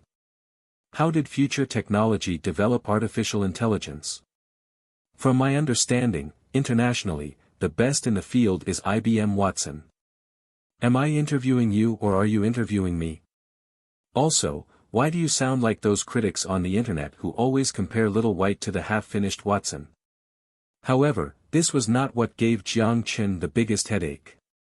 If you are a software major and you apply, that's fine, but why are you here if you are a singing major? Assistant? I don't need an assistant right now, Jiang Chen asked in confusion. The tall, gorgeous beauty smiled mischievously with her vibrant, red lipstick. Ignoring Xia Xiyu and the other interviewing students, she leaned on the table and came closer to Jiang Chen. As the president, you will need an assistant. My work will make you truly satisfied. Afterwards, she shook her cleavage under her V-neck dress at an angle that only he could see. The confident beauty then gently waved her hair and winked at him, a meaning that all men would understand. Jiang Chen didn't know how she had managed to get in. This was one of the few times he wanted to focus on work, and he didn't come here to do those things. Before Xia Xiyu could shoot a despising glance over, Jiang Chen, with a stern face, rejected the girl who obviously wanted to experience the implicit rule. He promptly kicked her out, shock still showing on her face. You are funny, am I this easy to get? Do I look like I would want to bang every beauty I see? If you want to seduce me, pick a time without other people around. Ahem. These people only made up a small percentage.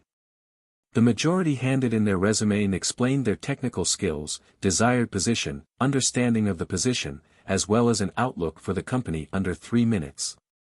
As for the awards and certificates, Jiang Chen didn't bother looking those over. One reason was that he had always hated to take tests, and the other was that he didn't believe these papers would bring any quantifiable revenue.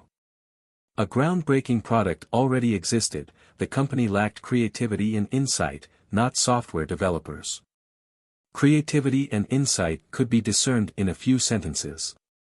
The students with heavy backpacks all became sorrowful as Jiang Chen shoved their certificates to the side without a glance. Due to the high number of applicants, he became pickier and more critical.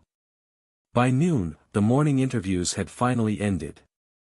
Jiang Chen stretched, glancing at Xia Xiyu who was organizing the resumes. She didn't seem the slightest bit tired. How are you not exhausted at all? I am used to it. Only 2 hours are left in the afternoon, which will focus on legal and marketing positions. There should be fewer applicants. Xia Xiyu organized the papers as she pushed up her glasses. Lunch was provided by the school cafeteria free of charge. The school generously donated their services for the corporations participating in the hiring fair. The student union members from before worked tirelessly to put the steaming meals in front of the hiring managers. Jiang Chen, who was already hungry, began to devour the meal that tasted familiar. Xia Xiyu, on the other hand, ate with grace and elegance, yet still managed to finish the lunch quickly to continue scanning through the resumes. Coffee. Jiang Chen brought 2 cups of coffee over, casually placing one at the corner of her table. Xia Xiyu paused before burying her head to resume staring at the resume. Thank you. Jiang Chen laughed to acknowledge it was not a big deal. He then leaned against the chair and closed his eyes. What he didn't notice was that because of his casual act, someone stared blankly at a word for 10 minutes straight without realizing. Due to the reduced number of applicants in the afternoon, the two combined their tables to conduct interviews together. My name is Chen Lulu, graduating from law at Wanghai University. I'm here to apply for the legal assistant role at your company because I'm a loyal fan of Little White. The girl who was being interviewed articulated her story clearly with a bright smile on her face. A fan of Little White? That sort of reason was a first. Jiang Chen raised his eyebrows since it was the first interesting response he had heard that day after all of the, I believe in the future prospects of the company, and, I view the artificial intelligence market with optimism. Oh. So why don't you tell me the first thing you are going to do as a legal assistant at our company? Of course I am going to sue those copycats. Chen Lulu answered without hesitation. Jiang Chen laughed at the response. But though it was a fun answer and caught his attention, it was too emotional. He wanted to hear a more sophisticated answer. The legal field had no room for ambiguity. Jiang Chen didn't have much experience as an interviewer, but he had at least experienced the process enough. He had read up on interview tip books that gave clues in selecting the right candidate. Just as Jiang Chen was about to pass on her, Chen Lulu opened her mouth again. She briefly explained from a legal perspective the advantages future technology held, the rights of the software in the market that currently infringed upon future technology's copyright, the basis of their claims, and even how to fight the lawsuits. She explained the steps and procedures clearly and logically enough that even Jiang Chen, who was unclear on legal matters, was able to understand most of it. She then moved on to explain her opinions on the legal weaknesses within future technology's current system. Since Xia Shiyu's talent focused mainly on operations, she missed key points on the legal side. Though it did not have a large impact as of now, once the ball got rolling, those legal implications would become a hindrance to the company's growth. Clear, concise, logical, and articulate. Talent. A real talent. Jiang Chen peeked at Xia Shiyu, and when he saw that she had a similarly impressed expression, he stood up. Congratulations, Miss Chen Lulu. If you don't have any other questions regarding salary and benefits, you can start tomorrow. With a smile on his face, Jiang Chen extended his right hand. No problem. Hee. Yeah. Chen Lulu shook Jiang Chen's hand excitedly before she practically floated out the door. A base salary of 4,000 was above average for the graduating class. What could she possibly be unhappy about, especially given the future growth potential of future technology? It could only increase from now on.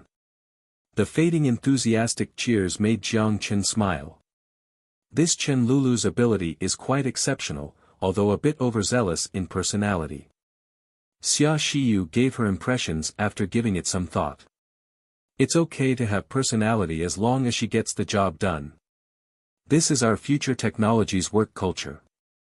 Of course, she still needs your mentoring.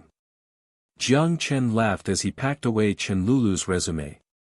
Although they already decided on the candidate, they finished the procedures for the others.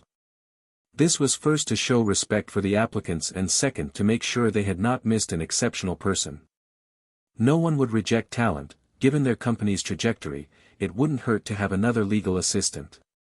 In the end, however, Jiang Chen was disappointed to see that no one came close to Chen Lulu. The only saving grace was finding a few interesting talents for marketing. After organizing the resumes with Xia Shiyu, they concluded the hiring session. In the evening was a banquet hosted by the university. It was an act of appreciation for the corporations that participated in the hiring fair. On the other hand, the majority of the firms had a form of connection to Wanhai University, such as having an alumni who had created the company. Therefore, this meeting served as a platform for sharing knowledge and establishing connections. If this banquet managed to help in fostering a deal, it would increase the value of the university in society. Xia Shiyu did not enjoy such gatherings, so she headed back, preferring to select candidates fit for open positions. This disappointed Jiang Chen slightly, but he didn't insist. This girl is working so hard. Perhaps it's time to give her a raise. He thought to himself as he watched Xia Shiyu leave. Because the majority of the corporations were still in the startup phase, their operations differed substantially. Among these companies, the bright star at the center of attention was future technology. Not many companies could draw such significant publicity in the initial stages. What shocked many, however, was that the rising star of this new tech company was only a 23-year-old recent graduate from the university. The student recruiting office had already begun to consider potential advertisements for the next school year despite the semester just starting. Without a doubt, Jiang Chen would be the poster child, displayed as a distinguished and successful businessman and alumnus. After the principal's opening remarks, people already began to approach him before the student representative had a chance to announce the start of the banquet. People were greeting and flattering, some wanted to establish a connection but most pulled up the topic of a partnership. The distinguished alumni, who were looked up to by the juniors, were not so well off. Not every startup company made money.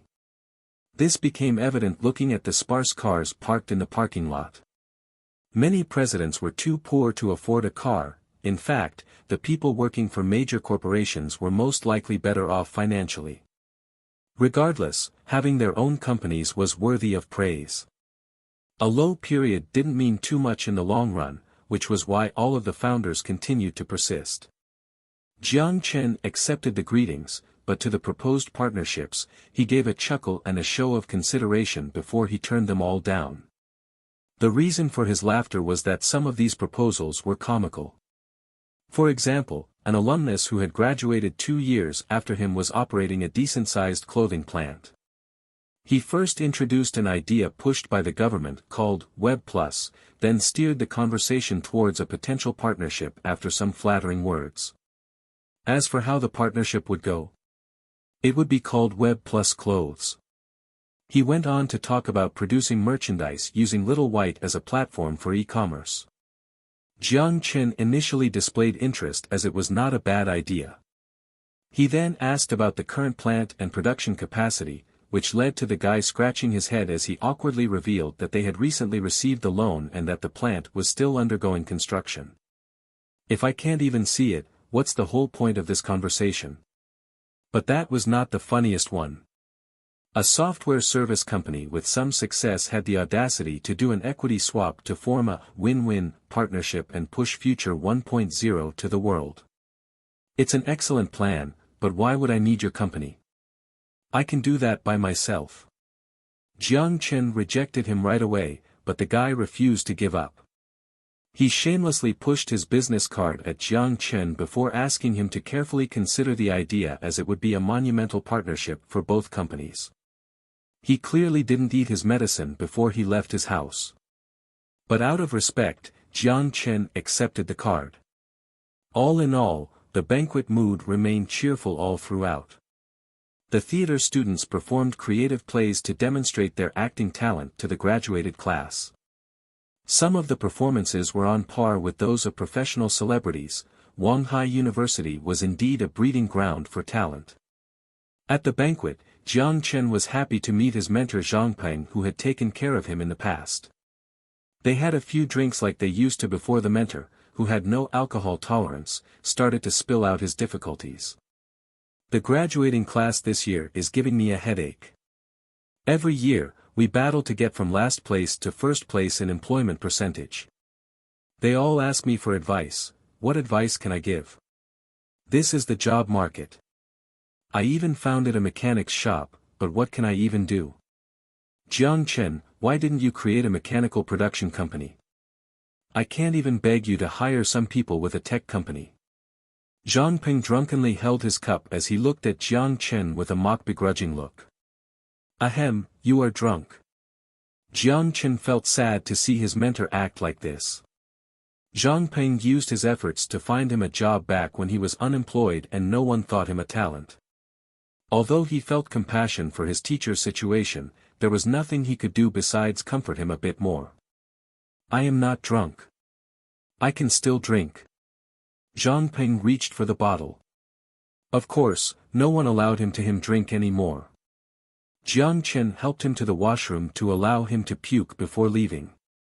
Just as he passed a table, a familiar voice called out by his ear. It's you. Looking at the girl in front of him with long hair and light makeup, Jiang Chen was confused since he couldn't recall who this person was. Who are you? PSH, that day in the hospital. The girl covered her mouth. Oh, you are Wang Xinran. Jiang Chen suddenly realized. Yes, why? You can't recognize me with makeup? Wang Xinran asked jokingly. Ahem, yes, a little bit. Jiang Chen smiled apologetically. He took a close look at this lively girl, unable to match his impression of her from last time. Wang Xinran's eyes flashed slyly as she circled around observing Jiang Chen. I didn't imagine Jiang Chen and the Jiang Chen from last time were the same person. Jiang Chen shrugged, not knowing how to respond. What do you mean? Jiang Chen and Jiang Chen are the same person. My name has always been Jiang Chen to begin with. Hee, I was just curious. Don't mind me. Wang Xinran stared at Jiang Chen before asking, can you satisfy my curiosity, Senior Jiang Chen, a genius who cured rabies and introduced artificial intelligence? It depends on what you are curious about. Jiang Chen didn't disagree, but he became more alert, wondering if it was her or her father's curiosity. If it was from her father, then he had to be cautious. Psh. Wang Xinran suddenly burst out in laughter, which confused Jiang Chen since he didn't know what was so funny. Don't worry, I'm not trying to ferret out your trade secret. I'm acting as the producer of our school news to interview our distinguished alumni. I hope you don't mind. Wang Xinran blinked cutely. Of course not. Relieved, Jiang Chen agreed happily. Then let's start. First, your university life. Wang Xinran produced a notepad out of thin air and began to ask her questions. Because it was not relevant information, Jiang Chen answered casually. The interview lasted for 15 minutes before Wang Xinran ran away, leaving Jiang Chen where he stood. Suddenly, however, she stopped halfway before turning around. Oh, my father wants to see you, so please pick a time to meet him. He is getting old, and this has been on his mind. Okay, no problem. What else? Jiang Chen forced a smile. Hee, that's it. Oh, give me your phone number. Jiang Chen rolled his eyes, writing his phone number down on her notepad to finally get rid of this overly energetic girl that he could not seem to say no to. As for her father's position, he had already investigated into it. There were plenty of influential people in Wanghai City, but there were only a few major ones at the top. The only one among these with the last name Wang was the General Secretary Wang Dihai. Jiang Chen held a cautious attitude towards meeting this influential politician, but he had no valid reason to say no. A General Secretary held authority in the central government. Regardless, for future technology, Wang Dihai's attitude was crucial. Jiang Chen didn't need to do much as future technology alone could grow without government assistance. As long as they didn't cause trouble for him, it was more than enough. Chapter 75 Because of Regret. The banquet concluded with thunderous applause accompanying the school management's closing remarks. Jiang Chen dragged his slightly intoxicated body to his car before stopping in his tracks. Fu*K, how can I drive if I drank? This is going to be a problem. A troubled smile appeared on his face. Although his body condition was stronger than an ordinary person's, enabling him to cleanse alcohol from his system at a faster rate, he was not like the masters in wuxia novels who could instantly dissipate the alcohol from their bodies. The police would find it hard to believe that he was not drunk. Key in hand, he hesitated, not knowing if he should take the chance. In the end, he sighed. He grabbed his phone and slid his finger across the screen but didn't who to call. Xia Xiyu just headed home, it would be inconsiderate to call her back. Lu Yao. When he saw that name, his finger paused before he pressed it without further thought. Hello. From the other end, a slightly lazy voice sounded, as if the speaker had been about to fall asleep. He pondered for a moment before opening his mouth. It's me. Jiang Chen, came the ecstatic response. You have caller ID, right? Where are you right now? She was lying face down on her bed, her smooth legs swinging back and forth in the air. A smile crept onto her face as she propped her chin up with her hand. I'm home, why? Do you miss me? It was the first time Jiang Chen had called her. Jiang Chen was silent, not knowing how to answer. In the end, he awkwardly chose to ignore the question. How far away is your home from Wanghai University? Lu Yao pouted with disappointment. Not that far. 2 subway stations away. Ahem, I drank a bit and can't drive. Could you come and pick me up? I'm by the lake in Wanghai University, Jiang Chen said shamelessly. The pristine moon cast its light from the night sky and reflected off the glowing lake's surface. A light breeze drifted by the lakeside, rattling the leaves to the sound of the wind. The September air already carried a slight bite. He embraced the chill on his arms as he leaned against the marble fence, staring blankly at the hut sitting in the middle of the lake. When was the last time he had visited this place? Behind him was the English corner and a bench in a grassy field, an ideal place to practice recitations. But it was also the perfect date spot, referred to by students as the Lover's Hill. What are you looking at? Zoning out. Jiang Chen turned around smiling but stalled, stunned by the glimpse of a beauty. A white dress paired with high-heeled sandals, the pure white color. As soon as he managed to regather his thoughts, he said sounding troubled, if people didn't know better, they'd think you a first-year student. The slight curvature of her lips showed a girl's pride while the gorgeous face under the lamppost carried a hint of innocence. Did I drink too much? Jiang Chen rubbed at his temple. Of course.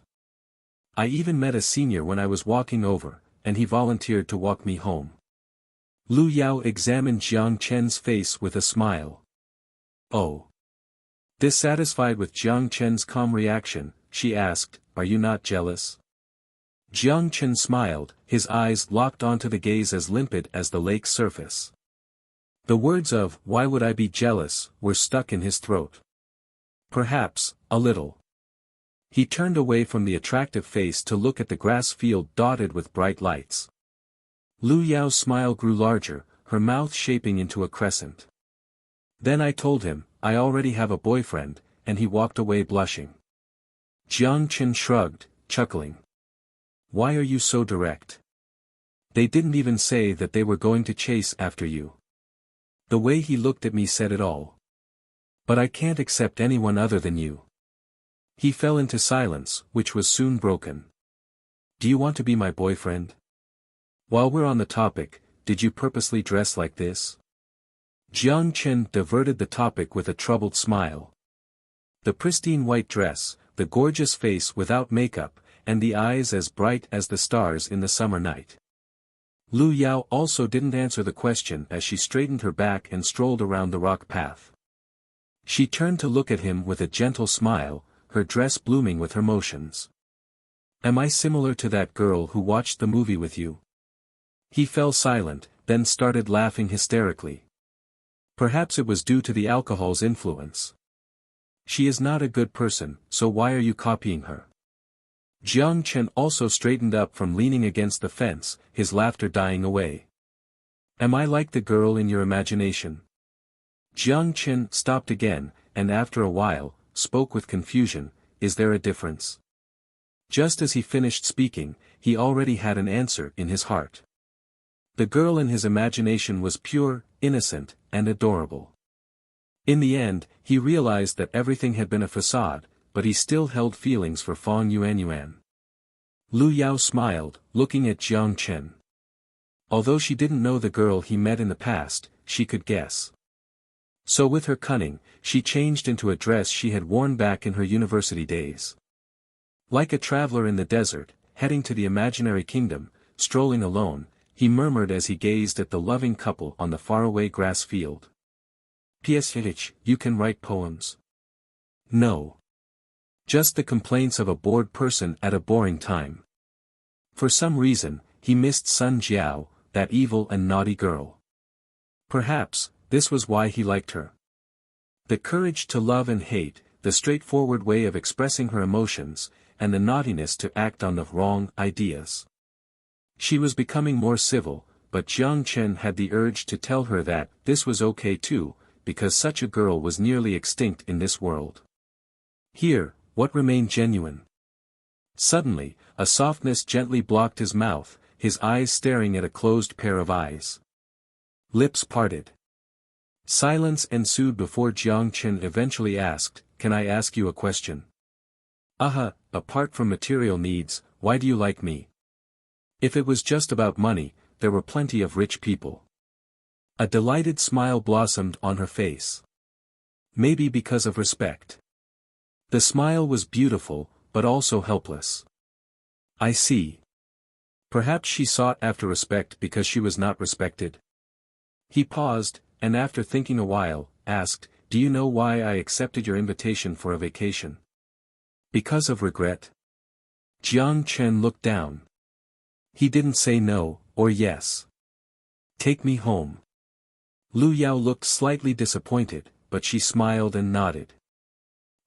He leaned back against the soft passenger seat and let out a long sigh.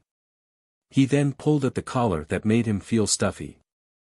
Mingxin Area Mansion Community, the innermost plot. Do you know the way? There's always GPS. Lu Yao forced a smile as she really hadn't been to that area before. Jiang Chen watched silently as she started the GPS and set the destination before he settled in to rest. The car ride was smooth with Lu Yao increasing the speed once they left campus grounds.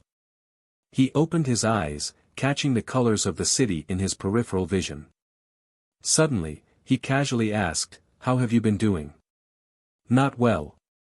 Lu Yao steered as she pouted. "Oh. Why?" "Because the movie someone promised has still yet to happen." Her voice sounded forlorn. "Hee, how much money?" Intoxicated, he smiled carelessly. Screech. The car suddenly stopped. Lu Yao parked the car on the side of the road, took off her seatbelt, and looked him straight in the eye. In her eyes were tears. "What's wrong?" he asked with a bitter smile. "In your eyes, I'm just a SL*T, right?" Jiang Chen blanked.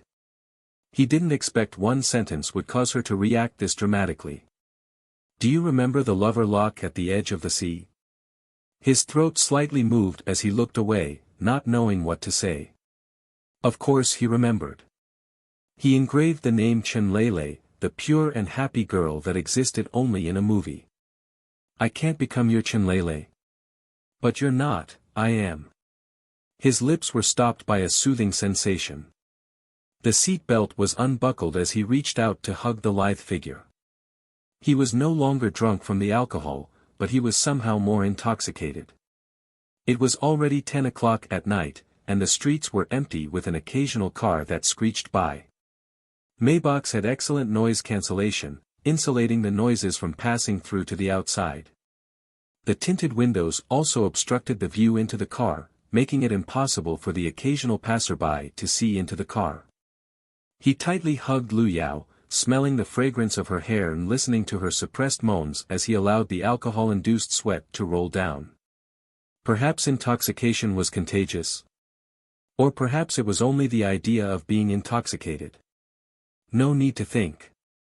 Even as autumn was about to take summer's place, spring blossomed inside the car. The car slowly drove into the mansion grounds.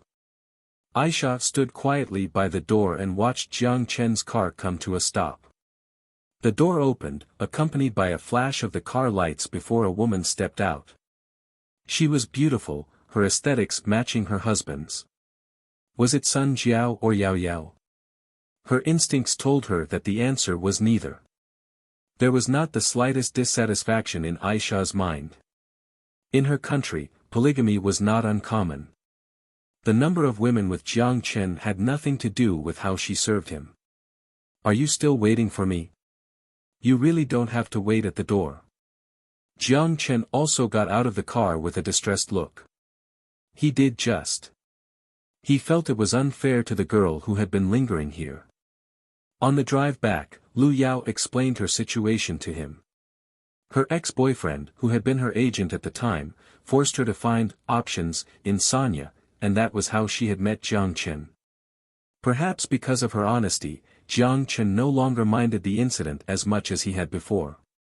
Through this, he learned that she did not lack self-respect, rather, she had only met the wrong guy. After that, they came to a tacit understanding. So could she now be considered a mistress? That word had a strange attraction that made Jiang Chen's heart pump. Aisha drove the car into the garage while Jiang Chen took Lu Yao into the mansion.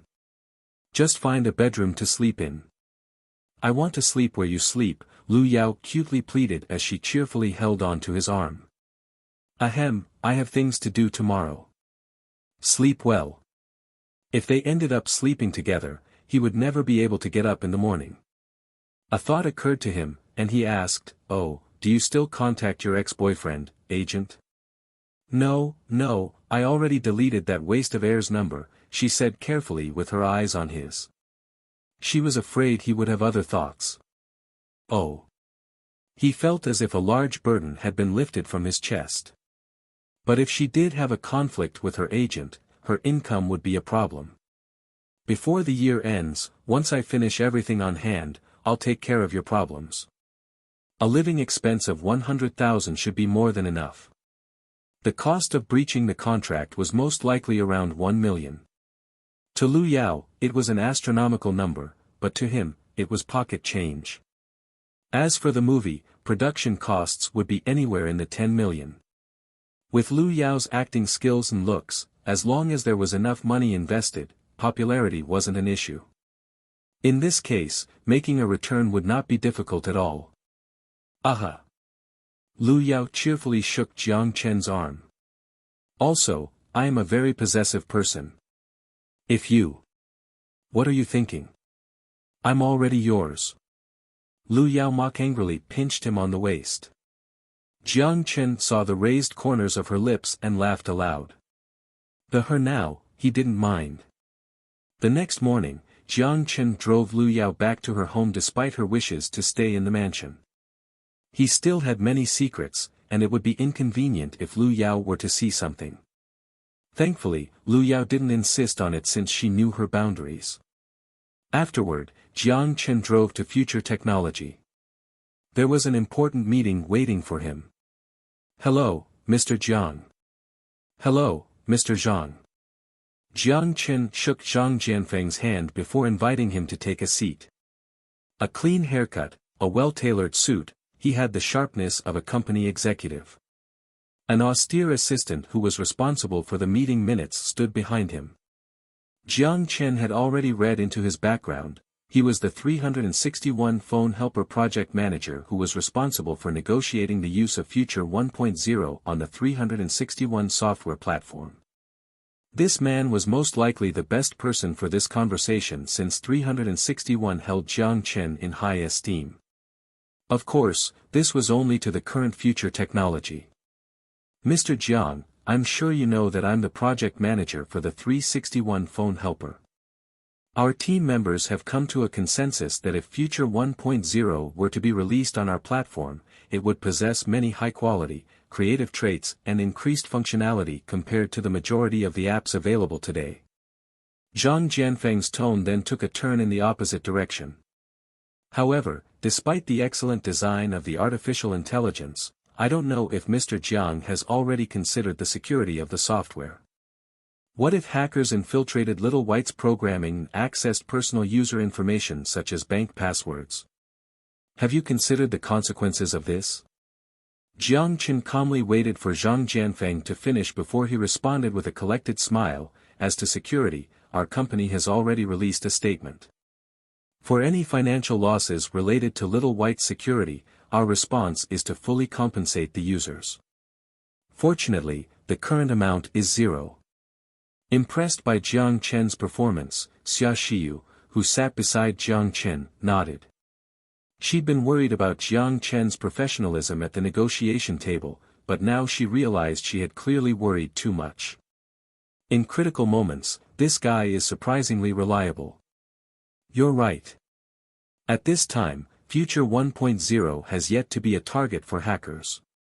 But it's impossible for Mr. Jiang to be completely confident in your program, correct? I understand that in information security, your company's talent is still 0, Zhang Jianfeng also responded with a smile. Oh. Looks like you've done your research. But I would also imagine that you would have taken a close look at our software as well. Did your experts have anything to say? He hinted at other meanings of his words, but Jiang Chen maintained his smile, even making it more cheerful than Zhang Jianfeng's. Zhang Jianfeng's pupils slightly contracted, and he responded with an awkward smile. Taking a look and copying was not uncommon in this industry, but it was never mentioned outright. You say I'm copying? I think you're mistaken. You're called Counter-Strike, I'm Crossfire. The names are different, how could this be considered copying? However, it certainly did feel awkward to have their failed attempts to crack the software pointed out directly by Jiang Chen. Ahem, I hope there's no confusion or misunderstanding about this. My company did try and gain an understanding of Future 1.0, but it was all within the legal boundaries. We have an obligation to ensure security for our 361 phone helper users. If the users downloaded a software with a backdoor in the programming, it would damage our own reputation. Shameless, how shameless. Jiang Chen wanted to jump up, whip out his phone and shove it into this man's face, asking how this list of garbage software in their 361 software market was evidence of their consideration for the users. Zhang Jianfeng had the audacity to say that they worried about user security when Little White software was safer than their own antivirus program. Therefore, out of concern for their user security, they were going to crack Little White. At the same time, Zhang Jianfeng was mentally cursing Gu Chen for his uselessness. He had a full staff of masters of computers, and even created a separate project for this. After working day in and day out and being pounded with work, when asked if he had made any progress, he got annoyed and told Daddy that he didn't know. How the foo *ck do I negotiate when I don't even know the chips on our table? Even as he raged inside his mind, he couldn't show any of it at the negotiation. He slowly took a sip of tea. Seeing Jiang Chen remain silent, he began to test the waters. Of course, while screening the security of Future 1.0, we did make some progress. At this early stage, we can conclude that the software is safe. Although he phrased it as a screening, everyone knew the truth, it was cracking. Zhang Jianfeng carefully observed Jiang Chen's reaction to his blatant lie, hoping to see a flash of uncertainty on his face. Something was fishy. Xia Xiyu immediately realized the lie in Zhang Jianfeng's words and turned to look at Jiang Chen. Jiang Chen sneered and responded, "Oh. Since your company already made some progress, then why are you guys here?" Even without Xia Xiyu's hints, Jiang Chen had already realized the fundamental problem. If you cracked the software, then why are you coming to me? You can just create an advanced Future 1.0. Do you need to ask my permission to copy it? What you say is true, but we still hope your company will proactively provide the necessary information so that we can conduct a full safety analysis. Of course, we are also interested in some of the creative elements of your software. If Mr. Jiang doesn't mind, we can discuss the price so that we can have a joint victory on both sides. Please enlighten me on how we would win together with this logic. Jiang Chen interrupted Zhang Jianfeng without the slightest consideration. It was considered rude behavior, but since Zhang Jianfeng had the audacity to say his spiel, Jiang Chen was thoroughly fed up with it. Shocked, Zhang Jianfeng stared at Jiang Chen. He hadn't expected Jiang Chen to effectively end the negotiations. Are you not interested in the price? Zhang Jianfeng was a skilled negotiator, able to hide his anger. Instead, he smiled genially at Jiang Chen. Well, we can talk about it. 1 billion. Zhang Jianfeng calmly gave the conservative figure.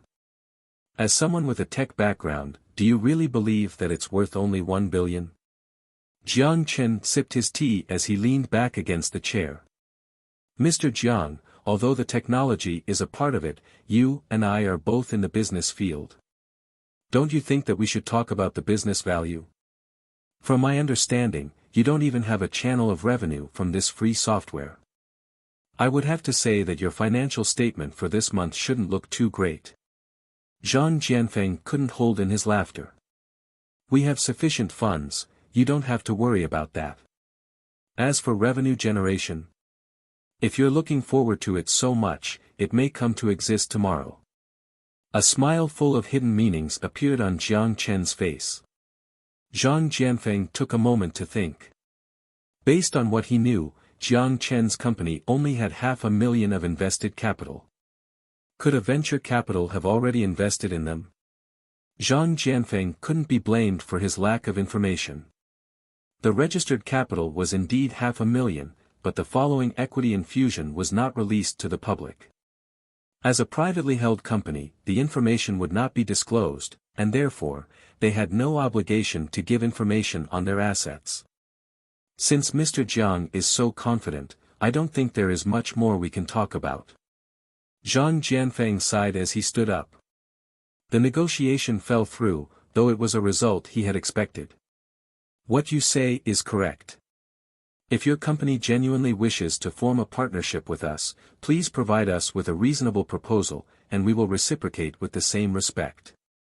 Xia Xiyu, who hadn't spoken until now, nudged her glasses up as she slid a document forward.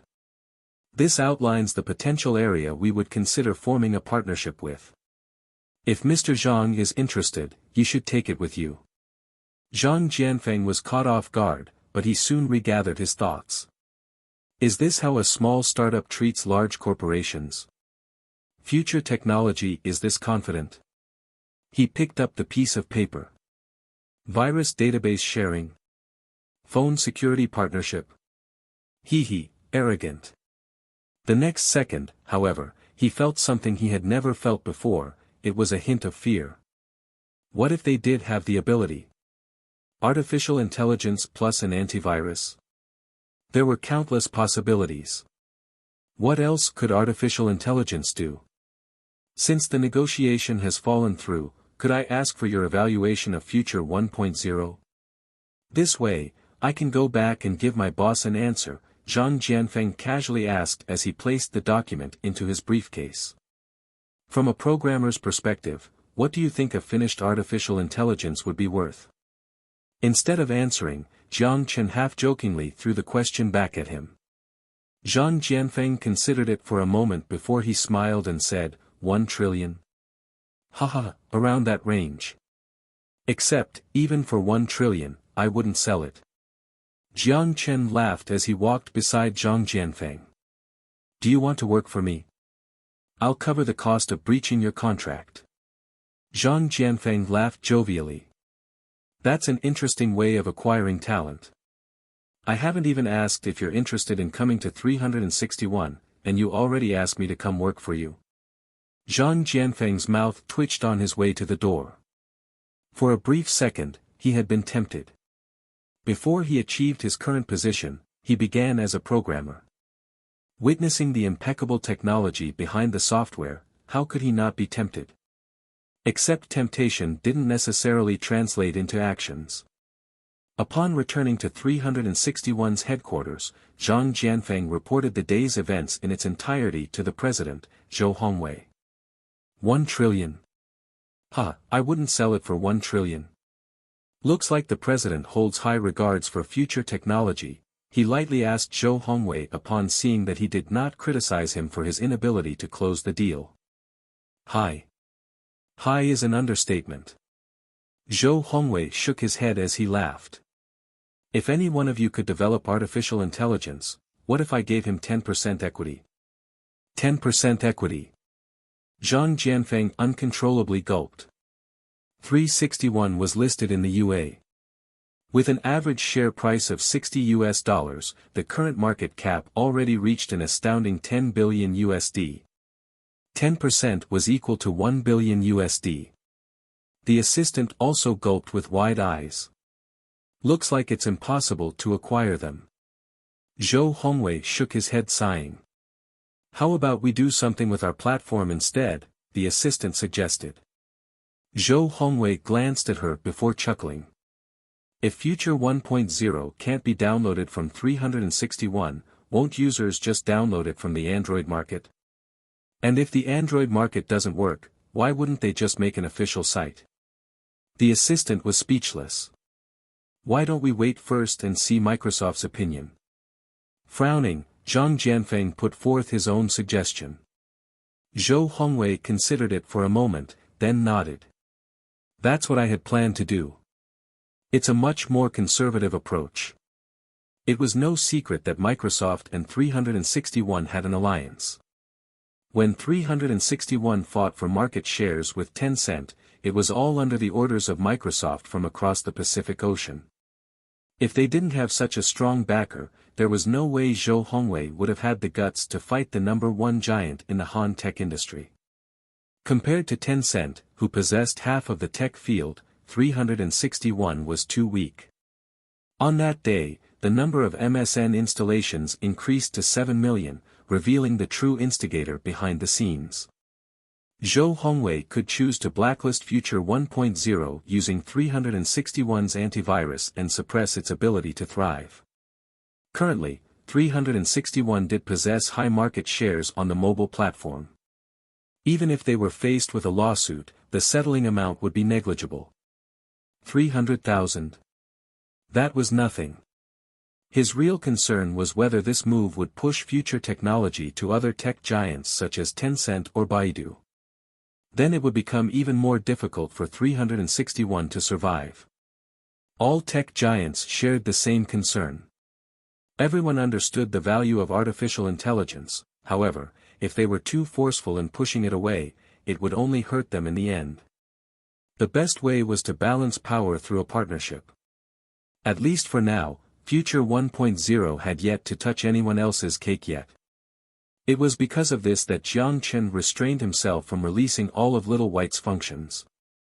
If Little White suddenly possessed all of the functions of QQ, Baidu, and 361 together, it would face the backlash of the entire internet industry as he would have just touched everyone's cake. Translator note: Hello everyone, this is Min. I apologize for the unstable update for the past while. We were transitioning into a new system and finally completed the process.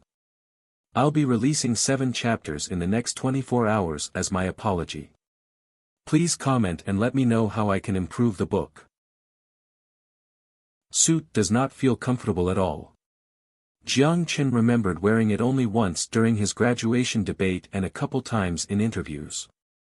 But looking at Xia Xiyu in her black office attire, she certainly possessed the professional and sharp vibe. Her silky, black hair was tied up and her black-framed glasses were perched pertly on her nose. On her face, she put on light, natural makeup. To be honest, he previously thought that she looked bad with a ponytail, but now she seemed more mature and professional. Are you ready? Xia Xiyu was anxious upon seeing his casual demeanor. Jiang Chen shrugged and smiled. Don't worry. That certainly did not make her any less worried. Although Xia Xiyu wanted to make fun of him, she did feel calmer with a composed Jiang Chen as opposed to a nervous one. She let out a breath and nodded. You can do it. Of course. He confidently smiled. What's so scary about being in front of cameras? I was in front of God knows how many guns. Not exactly something to be proud of. On the first floor of Future Technology was a public conference hall bustling with people. The conference room had an elevated half-circle in which the invited press had all taken their seats.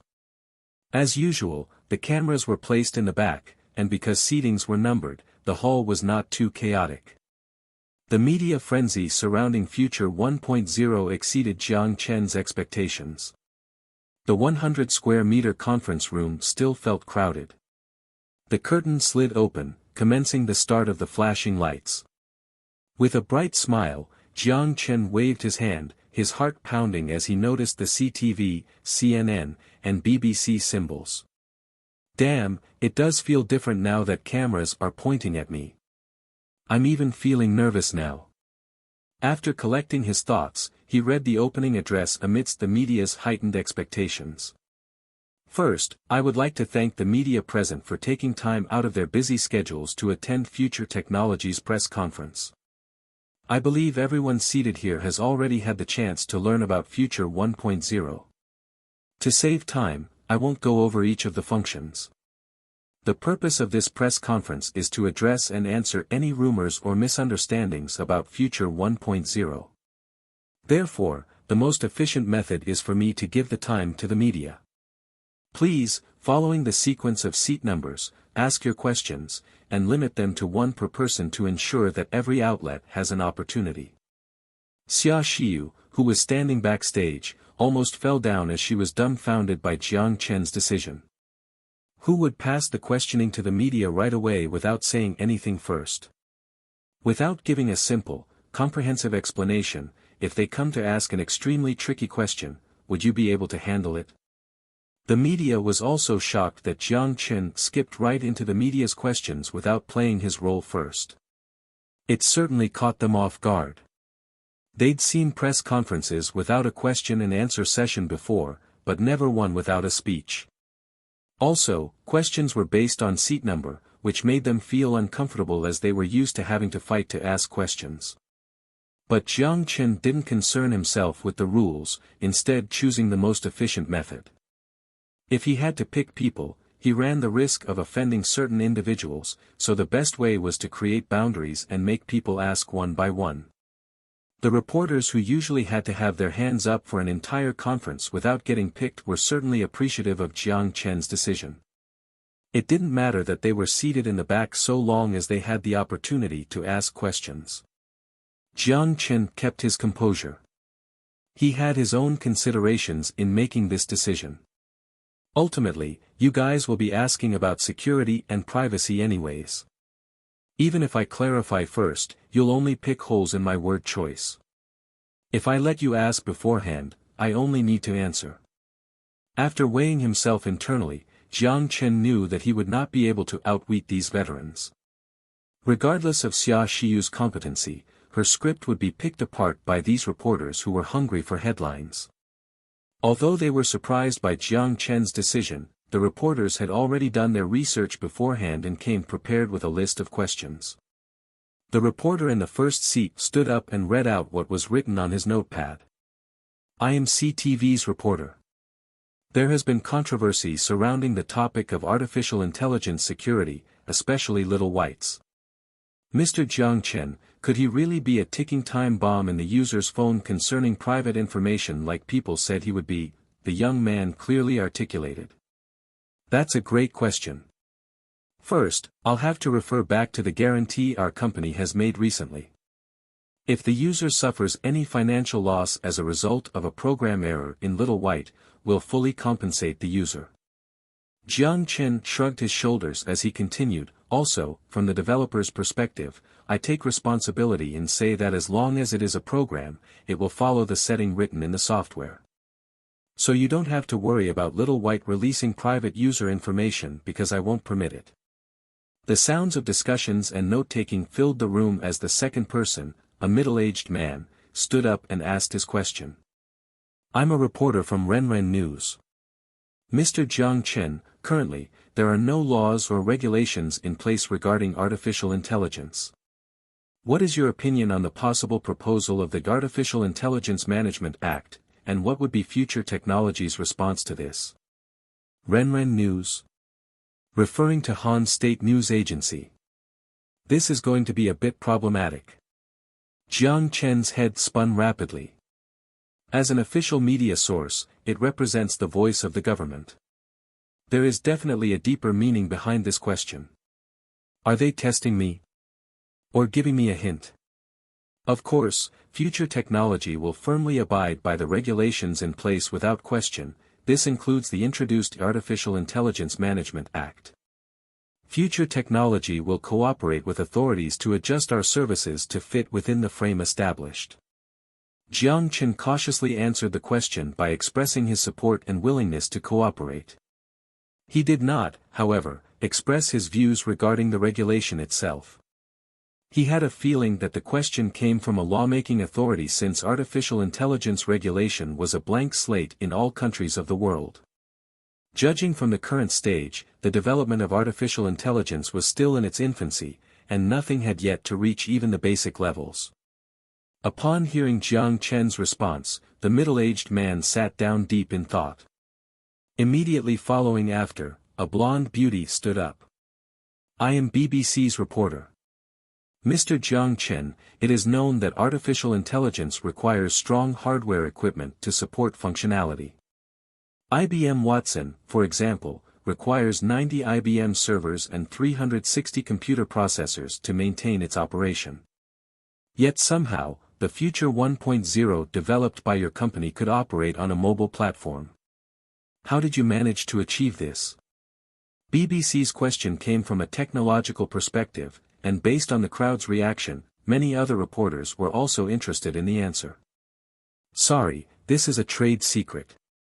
What I can disclose, however, is that it is based on a database. The core of the artificial intelligence that we developed is not the hardware, but rather the software. It doesn't have a high requirement for computational power, and the database is the critical element instead. It accepts external information and exports database information.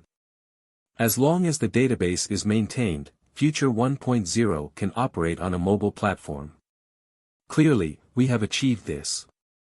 Jiang Chen confidently used the **T Du Yongkong gave him as he wasn't worried that any of the experts would be able to uncover anything. As far as the people in this world knew, there was only one person on his team that managed to develop this innovative technology, which was comparable to Bill Gates' Windows 1.0. Database? All of the reporters' eyes lit up. I am a reporter from Japanese Economy. Mr. Jiang Chen, because the current stage of artificial intelligence development is still difficult for the world's scientific community, would Mr. Jiang Chen please have a heart like Andy, the developer of Android, and release the magical artificial intelligence database to the world? A short, suited man asked slowly after bowing politely. Mockery crept onto Jiang Chen's face before he managed to hide it. I can't believe you had the audacity to say that. For the scientific community? Heart. Then why don't you disclose all of your country's technology? But it was within his expectations that this sort of brainless question would come from a right-wing Japanese media source. I say it is meaningful because it would push the growth of the human civilization. To demonstrate your willingness, perhaps you should convince your country to surrender all armed forces. It would be a historic step for world peace. I look forward to your response. Laughter erupted in the hall as some Han reporters mocked the shamelessness of this Japanese reporter. The short man gave Jiang Chen a dirty look before awkwardly seating himself. Jiang Chen shrugged and signaled for the next reporter's question. He didn't have the time to deal with rude people. I'm CNN's reporter, and I'd like to ask Mr. Jiang Chen whether user privacy for Future 1.0 is really so secure as your company has stated it to be. Based on the software encryption, your company made the software into an impenetrable black box. No one could test it from a security point of view. So what if Little White passes information gathered from the user to your desktop? Of course, this is only an example. Could you prove that it won't happen? It was a harsh question, but many others were concerned about the same issue. For a dead software, even if it was filled with backdoors, you would not question its security until the problems were exposed.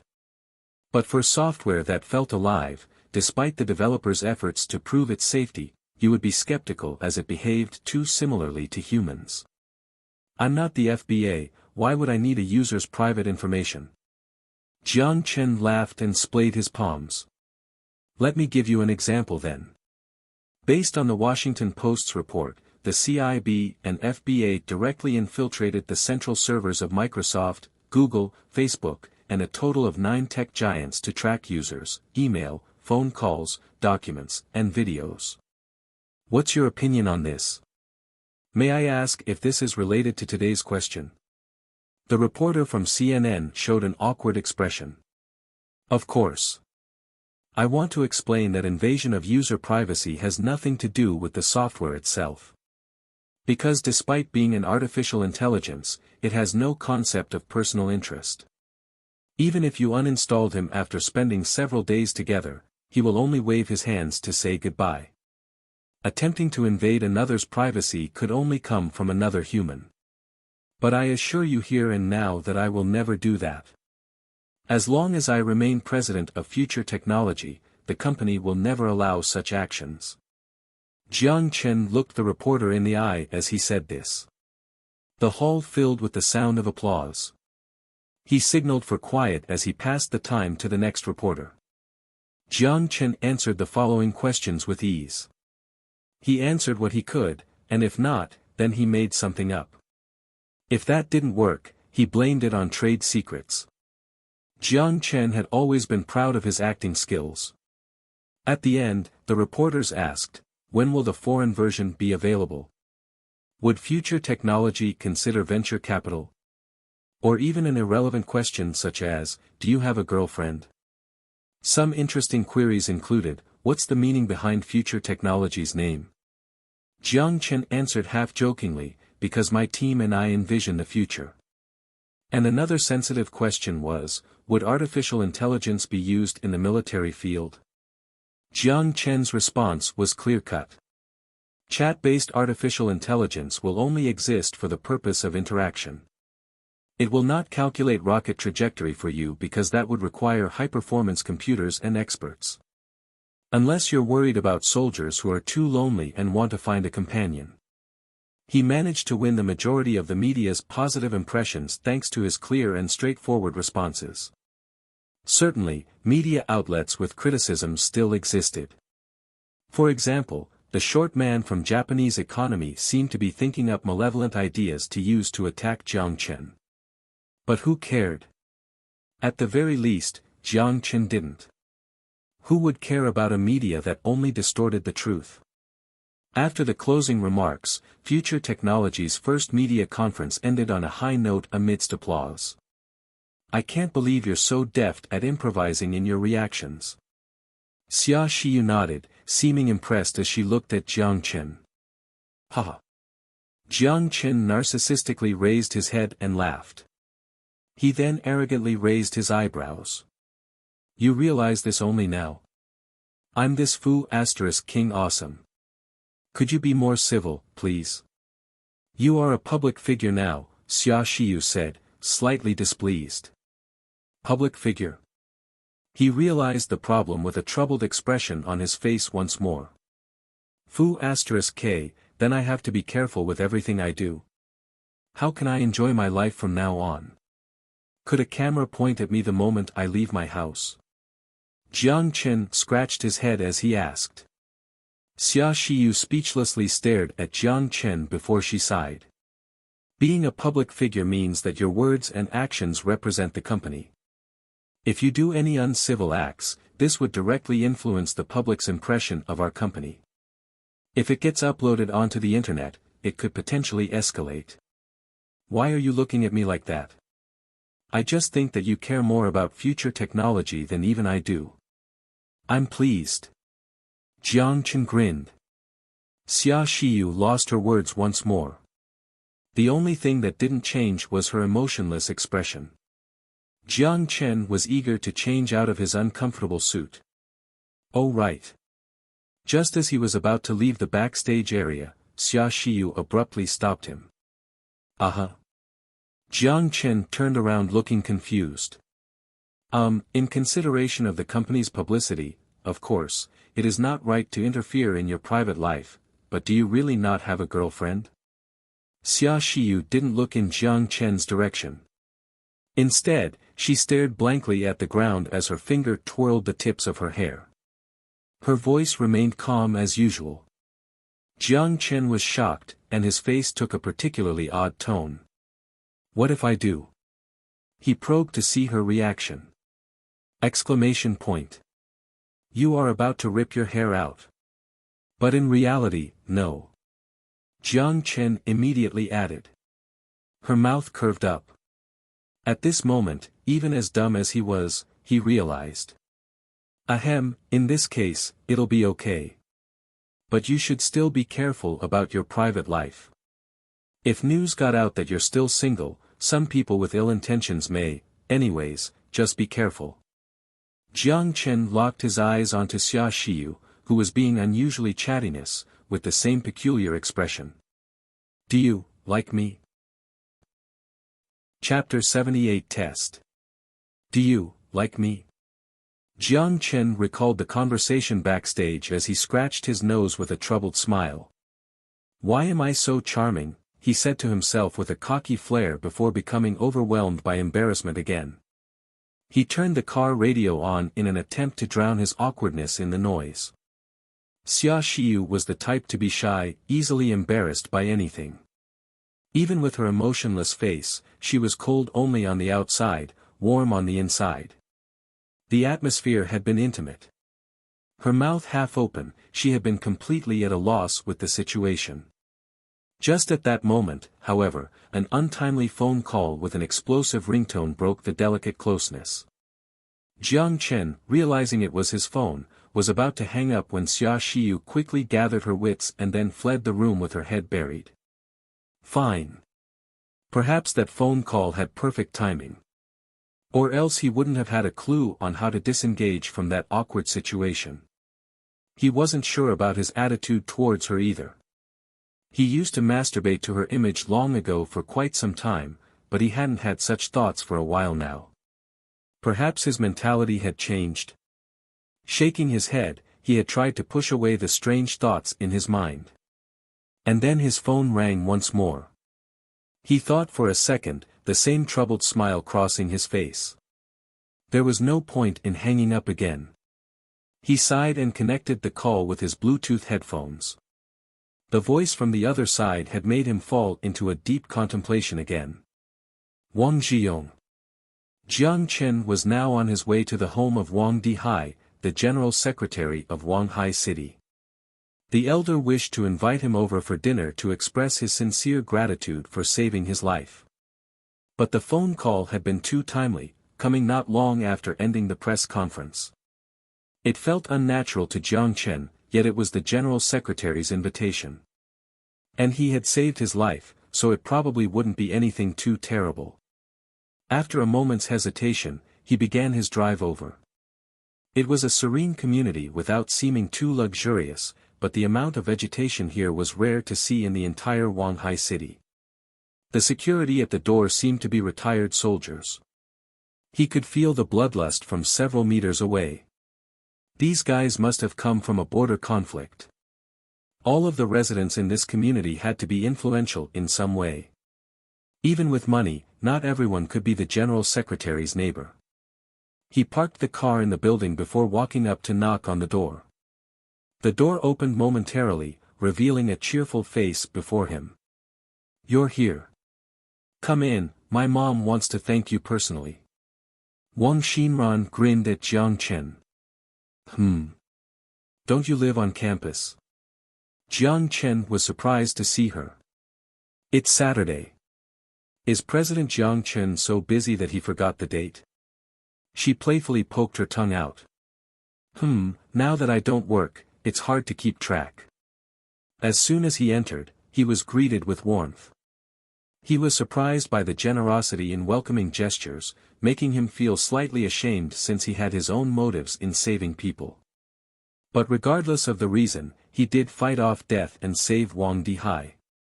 He mostly taken aback by the fact that Wang Dihai was not like other grim politicians who acted fiercely.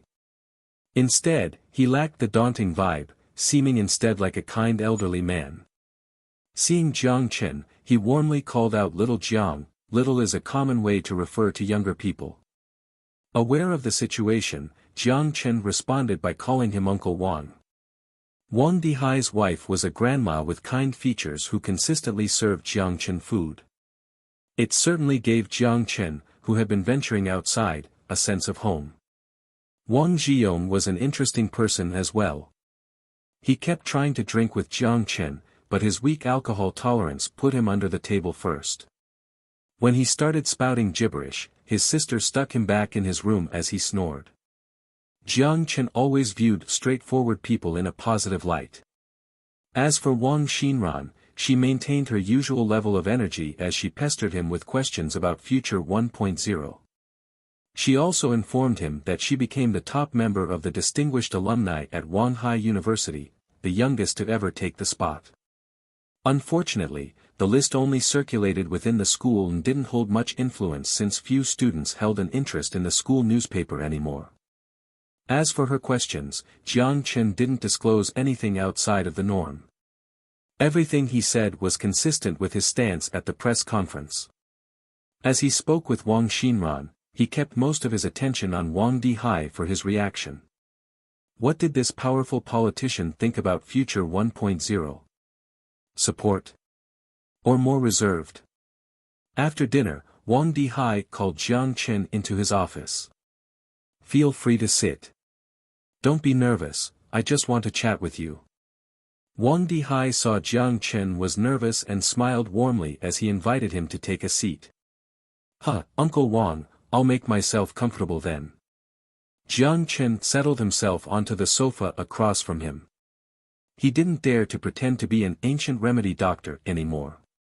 In Hua, all of the intelligent people were politicians, particularly a powerful one like Wang Dihai.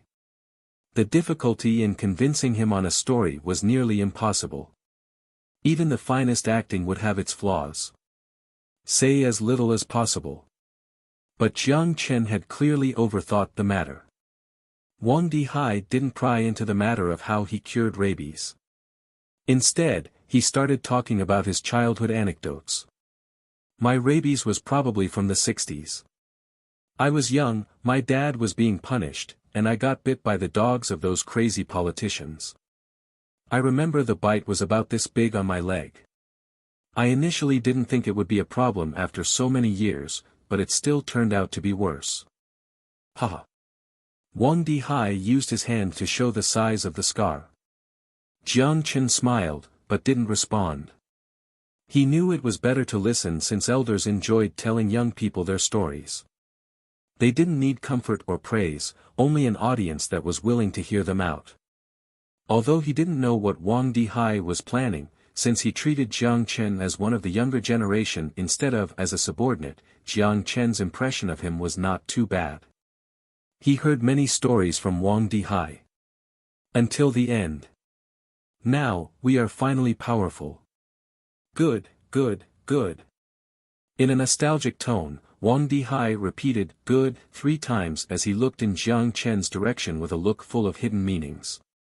The show had finally started. Jiang Chen's focused as he waited for this powerful politician to speak.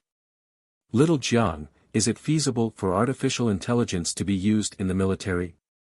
Wang Dihai casually asked as he sipped his tea. Of course, Jiang Chen responded without hesitation before sternly saying, it would be a disaster to the country and even the world.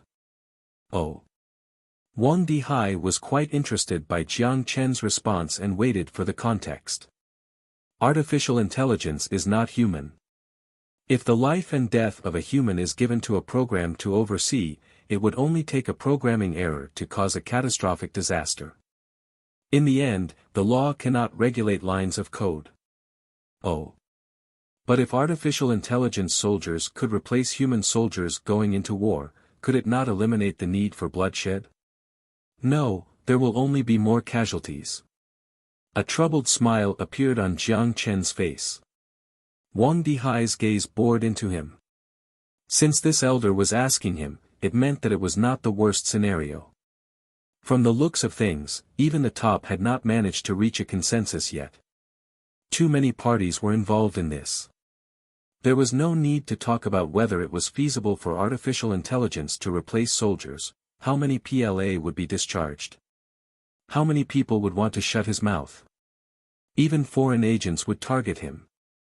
Cold sweat began to drench Jiang Chen's shirt as he thought about the possible repercussions.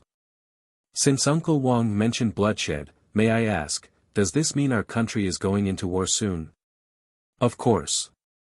There are always some fools who want to take action. Wang Dihai raised his eyebrows but explained anyway. Then uncle, if a cheap, effective, and powerful weapon is introduced, how would this change the current situation? Jiang Chen carefully said.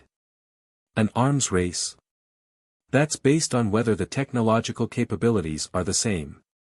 Wang Dihai dismissed the idea with a wave of his hand. So the question is, he said with a troubled smile.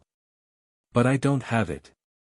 Like how I explained at the press conference, Future 1.0 can answer questions logically and given permission from users, operate fundamental phone functions. To give an analogy, Windows 7 is effective, but you don't expect it to control a PC as well as robots, right? Could you not make any adjustments? For example, include a fire control system. Wang Dihai persisted, reluctant to give up. I don't have any understanding of firearms. I would have to start from scratch to gain any understanding. Also, from a practical standpoint, does the country need a scientist now, or a possible Bill Gates who will lead the industry for the next 10 years? Jiang Chen gazed seriously into Wang Dihai's eyes. Wang Dihai shouldn't have been pushing this hard as the developer team was supposedly overseas. As he spoke, Jiang Chen was also planning in his mind, going so far as to think that if the authority were to take action, then he would drop everything and run overseas. There was still 400 million USD in his Swiss bank account. He could start over from scratch again anywhere. Wang Dihai also stared at Jiang Chen. But soon, his fierce gaze disappeared, and he took a sip of his tea with a smile on his face. You and I have the same understanding. Don't be so anxious. Jiang Chen let out a breath of relief. To be honest, he was reluctant to leave unless he was forced to. I won't lie to you, we have always been researching artificial intelligence. The other countries are doing the same. It's not a major project, but we have quite a large budget for it. It's just that we haven't had any results yet. Wang Dihai looked meaningfully at Jiang Chen. Some people even said that you should voluntarily give out this technology. Do you know what I said? Jiang Chen thought for a moment before he smiled. Uncle Wang must have thought further than them. Wang Dihai laughed. You're quite clever. I told them, you guys are all old and stubborn. If we did that, who would dare to reveal new technology here? You're pushing all of the talent away. Before he finished his sentence, Jiang Chen knew. Even if they controlled the person in headquarters, with the development team based overseas, if they were pushed away to unfriendly nations, wasn't that providing them with a more advanced technology? What could they do? If they didn't have exclusive possession of the technology, what was the point of it? Thank you, Jiang Chen said with a peculiar expression. There was nothing else for him to say. He didn't understand Wang Dihai's intention. Friendliness? Who was he representing? Or was he returning the favor? You don't need to thank me. I'm not the only one supporting you. The old guy from the Zhou family was more anxious than me. He sipped the tea again and looked at Jiang Chen. His family is responsible for military artificial intelligence project with a budget of 500 million a year. Jiang Chen immediately understood. Just as he suspected, even the top level had not reached a consensus. Or perhaps a better way to put it was that collectively, they were unified, but when it touched their own cake, the situation became much more complex. Or else, the authority would not have waited for him to finish the press conference. The moment Future 1.0 was released, trouble would have ensued. Once it came into the world spotlight, it would be too costly to work from the shadows again. It was related to the country's attitude, they were already having difficulty retaining talent. If they proceeded with the plan, they would be chasing away the talents. The key now was not to be stronger, but to become more stable. I'll ask only one more question. What's the value of Future 1.0 in the military industry? And be truthful. Wang Dihai locked onto Jiang Chen's eyes. In his aged gaze, there was less kindness and more ferocity.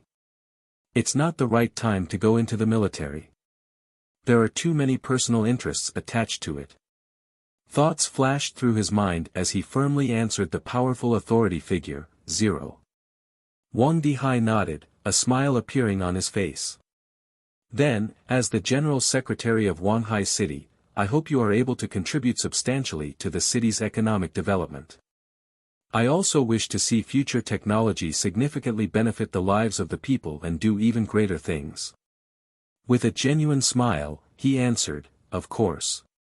Is he hinting at me to not overreach the limits of civil usage? Looks like Wang Dihai was not trying to convince me, but rather test me. The Wang and Zhou families probably wear the same pants.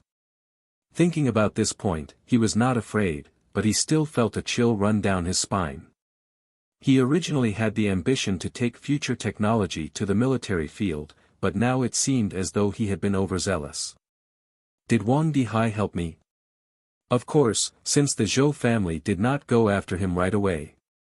But would he have repaid Jiang Chen's favor if the interests of the Wang and Zhou families had been on the line?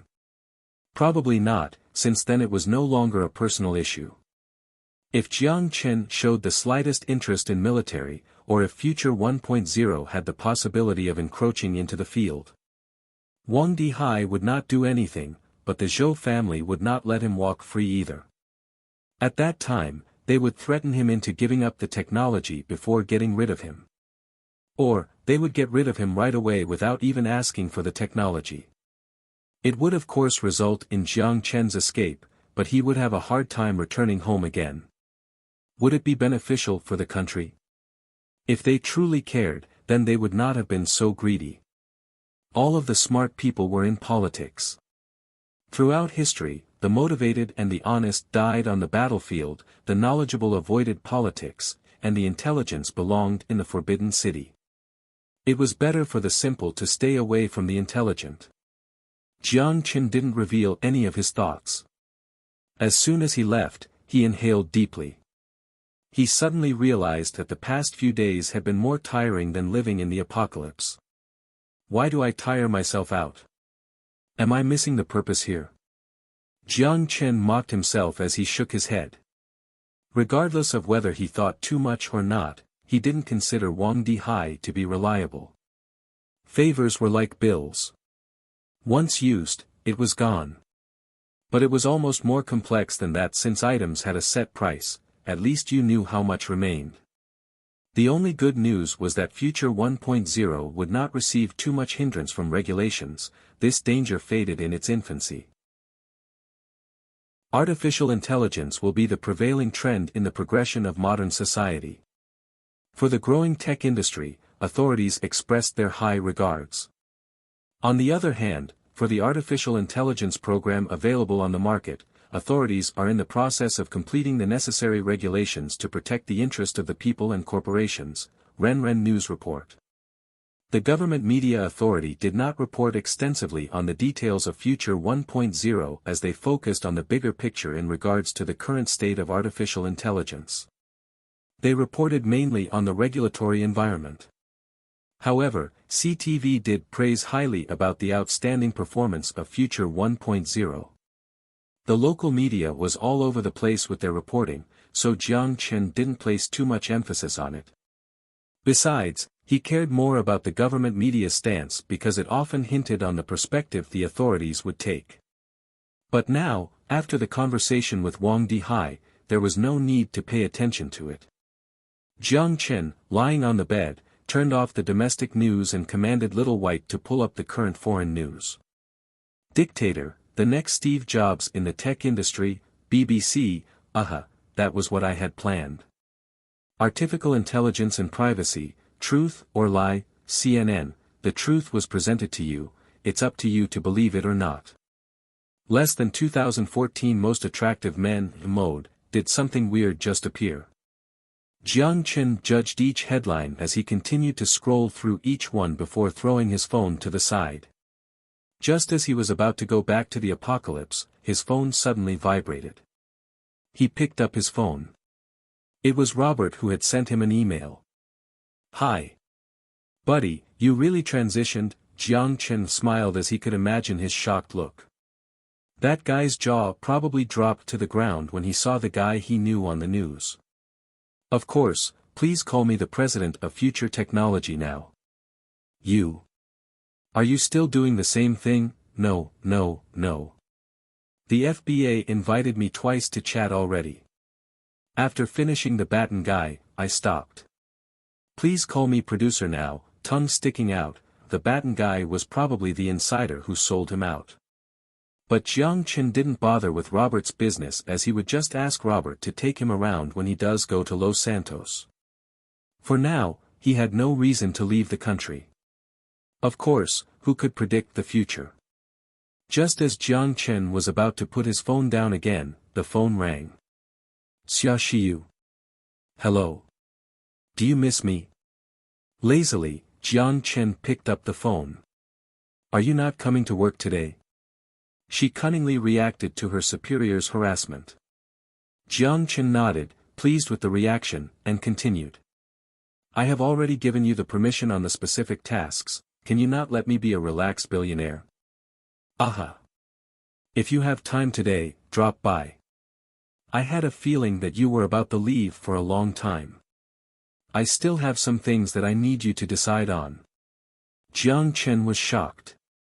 This girl is psychic, how did she know I was about to leave? Jiang Chen sat up from the comfort of his bed. Wait, I'll be there soon. Different from the usual emptiness, Future Technologies headquarters already began to feel busy. Because of the need for people, training was halted and people learned on the job. The employees apparently recognized the president as they cheerfully greeted him. Jiang Chen smiled and didn't interrupt their work. Instead, he walked directly towards Xia Shiyu's office. What do you think is the relationship between the president and Miss Xia? The cute girl at the front desk poked at her colleague. What? If Miss Xia heard you, she'd cut your bonus. But if I would guess, it's not that simple. He had knocked before he was given permission to come in with, please come in. You are here. Xia Shiyu's tone was rather stiff as she dodged his eyes. A forced smile appeared on Jiang Chen's face. Is it because of yesterday? If it is awkward from now on, it will be problematic. He didn't know why he asked that question. But business first. If he didn't take care of things now in the modern world, it would be hard to take care of the issues after he comes back from the apocalypse. He cleared his throat to break the awkwardness and then spoke as if nothing had happened. What is the current user base of Future 1.0? Xia Shiyu saw that he didn't bring up yesterday's topic, so she secretly felt relieved. Then she picked up a report on the table. Future 1.0's user base already broke through the 200 million mark, but the growth speed is slowing down. She pushed up her glasses as she reported to Jiang Chen with professionalism. Not bad. Then we can go to the next step. Is the application procedure for the game finished? Is the operations team familiar with the game now? Jiang Chen asked as he flipped through the documents Xia Shiyu passed over. The application procedure finished a while ago. As to the operations team, they are familiarizing themselves with the game. Because they only started yesterday, it is still being completed. However, the game you provided has a perfect back-end, so the task is almost complete. Looks like Yao Yao did an excellent job. Jiang Chen smiled with the cute girl in mind and continued. What about marketing? It's been ongoing, we have done advertisements and cinematics. Based on the feedback from our official site, the users have high hopes for the landmark mobile game. The post with the highest upvote even said that he is waiting for us to create virtual reality helmets that come from fictional novels, Xia Shiyu said half-jokingly, but it scared Jiang Chen. What, did I say I was going to develop virtual reality? Was this person reborn? Based on this, users have extremely positive opinion about our company's technology. President, are you okay? Xia Shiyu looked Jiang Chen's puzzled expression, confused. She had a trace of worriedness in her tone. Nothing. I just think I should control how much I show off. Jiang Chen forced a laugh. Maybe I am being too sensitive. Xia Shiyu ignored his nonsense words and continued. Then should we introduce the game now? Jiang Chen thought for a moment. I think it's about time. Start the registration and pre-download tonight. The official release will be within this month. You can decide the exact strategy. The bug system in the game is also advanced, so the employees only need to troubleshoot based on the description provided by the system. The operation of the game should have no problems. This is the decision then. New era will come online. Jiang Chen was confident about this game. The introduction of Future 1.0 freed the hardware limitations of the mobile plant, which would foster a series of the high-quality mobile games. This would fundamentally change the mobile game industry. The original popular masterpieces would not necessarily get replaced by the new generation of games, but they would definitely be impacted and forced to make adjustments. It was the perfect opportunity for future technology to enter the mobile gaming market. Xia Xiyu nodded as she also believed it was time. The release of the game would also turn the company's current income statement around, which was now in the red. Another key aspect. Do you have any recommendations for the direction of the game?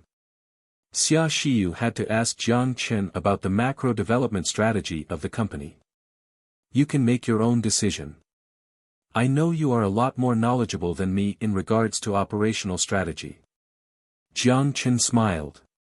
No, I mean the bigger picture. It is extremely difficult for a mobile game to balance KPI and ACU. Wait, what is KPI? Jiang Chen was at a loss. Xia Xiyu was at a loss too. KPI, Key Performance Indicators. Jiang Chen embarrassedly scratched his head as he realized he was an amateur in business. However, what about ACU? He gulped as he shamelessly asked.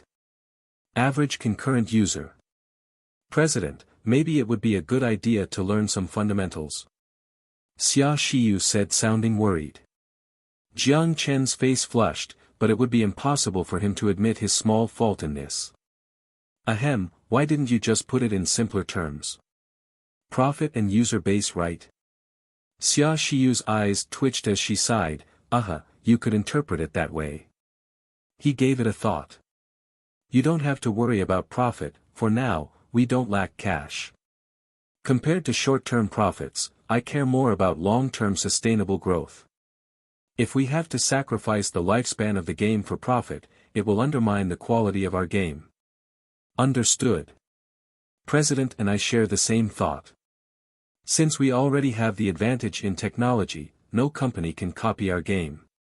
Therefore, we don't have to worry about the lifespan of a new era for now. Once we establish the first group of users, we can then consider the profit, Xia Xiyu agreed as she took out another piece of documentation. Jiang Chen scanned it as it revolved around the details of the game's operation. For example, the purchase method and game model. It had nothing to do with the game content. Should be okay then. Now that everything is cleared up, I need to go somewhere far away in the next few days. Jiang Chen put the document aside as he was getting ready to leave. Where are you going now? Xia Xiyu sighed as she rubbed her head. Maybe I will tell you one day. Jiang Chen laughed as he walked out of the door, leaving a bewildered Xia Xiyu. How long till that one day comes? Probably when I am powerful enough to go head-to-head with the forces of an entire nation.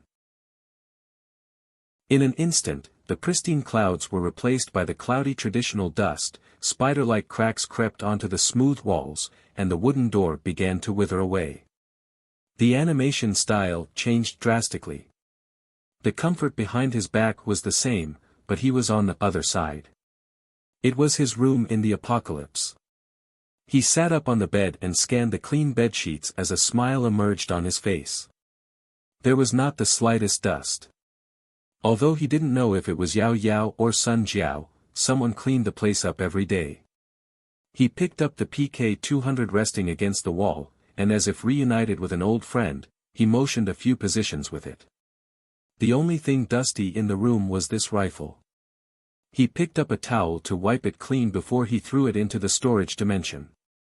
When he pushed open the door, he tiptoed from the corner of the wall. Then he quietly walked to Sun Jiao's room to give the person he hasn't seen for a while a surprise kiss. The surprised voice accompanied by a long-awaited hug. He felt her pounding heart as Jiang Chen hugged Sun Jiao with a smirk. He then followed her to the expanding outer circle. When he stepped onto the brick road in front of the mansion, he always had an indescribable feeling of satisfaction. Just like a king in the Middle Ages, the mansion was his castle. The refugees, who worked hard outside of the castle, were his citizens, and Sun Jiao was the duchess of the castle. Yao Yao in the castle, let's talk about that later. When he stood there before, he could only smell suppression in the air. But now, he felt relaxed. No conspiracy and no need to guess, as everyone's heartbeat was captured on his EP. If it was not for the tedious injection procedure and the lack of equipment, he would love to bring a set of slavery microchips to the real world. But just as he pushed open the mansion doors, he was shocked. Why did the expansion stop? Jiang Chen looked at Sun Jiao, troubled by what he saw. The construction material was stacked up on the open ground as the expansion came to a complete halt. The zombies outside were acting weird. Sun Jiao had a stern face as she took Jiang Chen onto the watchtower. Jiang Chen followed the direction Sun Jiao pointed to, and a look of shock appeared on his face. Those zombies, yes, all of them seemed to be on some hard drug. Sun Jiao picked up a rock and threw it into the distance. The rock made a clunk sound as it hit a car's roof. The zombies nearby immediately turned around and howled and dashed at the car. The car door was deformed by the group of zombies as their dirty hands penetrated through the car window and flipped open the engine cover. After only a while, the zombies realized there were no living creatures and they gradually dispersed. This was in broad daylight. What, can we even leave then? Jiang Chen stared at the hysterical zombies. Now, the zombies finally had a feel similar to Resident Evil. The fierce and bloody pupil seemed to foretell that any living creature who dares to appear in front of them would be ripped to pieces. Or even more vicious than that. The unknown bacteria level is rising in the air. Maybe it's because of this bacteria that the zombies have become so ferocious. There's a possibility that it has blocked the UV, but it doesn't look like it, as the vegetation didn't get affected. Sun Jiao frowned as she took over the terminal from the patrolling guard and showed Jiang Chen. Unknown bacteria concentration level, 13. What is this? Jiang Chen asked, feeling puzzled. The terminal is connected to the air detection tower. We bought it from Zhao Corporation. The 6th Street also experienced a similar situation, so Zhao Chenwu thought we would need this. The unknown bacteria that's floating in the air has a similar mechanism to the original zombie bacteria. It could be eliminated by vaccination or through the immune system of people injected with the genetic vaccine. But if the bacteria level passes a certain threshold, it could only be avoided with protective wear. So I bought 150 protective wear, just in case. He followed the direction Sun Jiao pointed to, and Jiang Chen noticed a pitchfork-like detector on top of the residential building. The light green film between the pitchforks slowly rotated. Not bad. But I have a question, I thought zombies would be weakened under UV? Jiang Chen asked with his eyebrows raised. That's right, that is what I am confused about too. Because zombies would also require energy, the mutant bacteria on its neck would react to UV and force most of the body's functions into rest mode and enter photosynthesis. Sun Jiao repeated the common sense everyone knew in the apocalypse. Could it be, this type of bacteria is charging the zombies? Jiang Chen thought for a moment before he suddenly spoke. Sun Jiao was lost. Charging? Through what method? The floating bacteria in the air uses a unique method to complete the photosynthesis effect for the zombie. It then enters the zombie body to be digested, therefore the zombies would always be charged and would no longer require photosynthesis. Sun Jiao gave it a thought. That's possible, although it has no scientific backing. You do have your point. Is the entire Wanghai city like this? Only part of the area. Based on news from the 6th Street, the bacteria seems to be spreading from a source. The saving grace is that the bacteria would not self-divide, so it could only be produced from a source. Based on the concentration spread of the bacteria, if we use triangulation on the map, we are relatively certain that there is an area beside us with a high concentration of bacteria. Most likely, the source of it is there. Suanjiao took out the full sensory computer and opened the 3D map. A triangular area was marked. What's the closest survival camp? Do they have any reactions? Jiang Chen thought about it as he said with serious concern. A pained smile appeared on her face. We are the closest survival camp. The majority of people belong to community-level survival groups, so we are considered the largest. Currently no action. If we continue to let these things grow, it would be hazardous. We have to find a way to proactively eliminate the source of this bacteria. But now, it doesn't look like we can get out. Jiang Chen watched the zombie-filled streets as distress seeped in. You are right. The bacteria seems to be migrating the zombies to the direction of human settlements. The zombies have already attacked our door for the 6th time within 15 days. Our current trade with other survival groups was forced to stop. The good thing is that there are no zombies in the underground system, so we still manage to maintain the connection with the 6th Street. Sun Jiao looked concerned, but she was out of sorts with these zombies.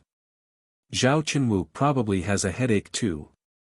The other exit to the sewerage is at least a couple hundred meters away from the 6th Street.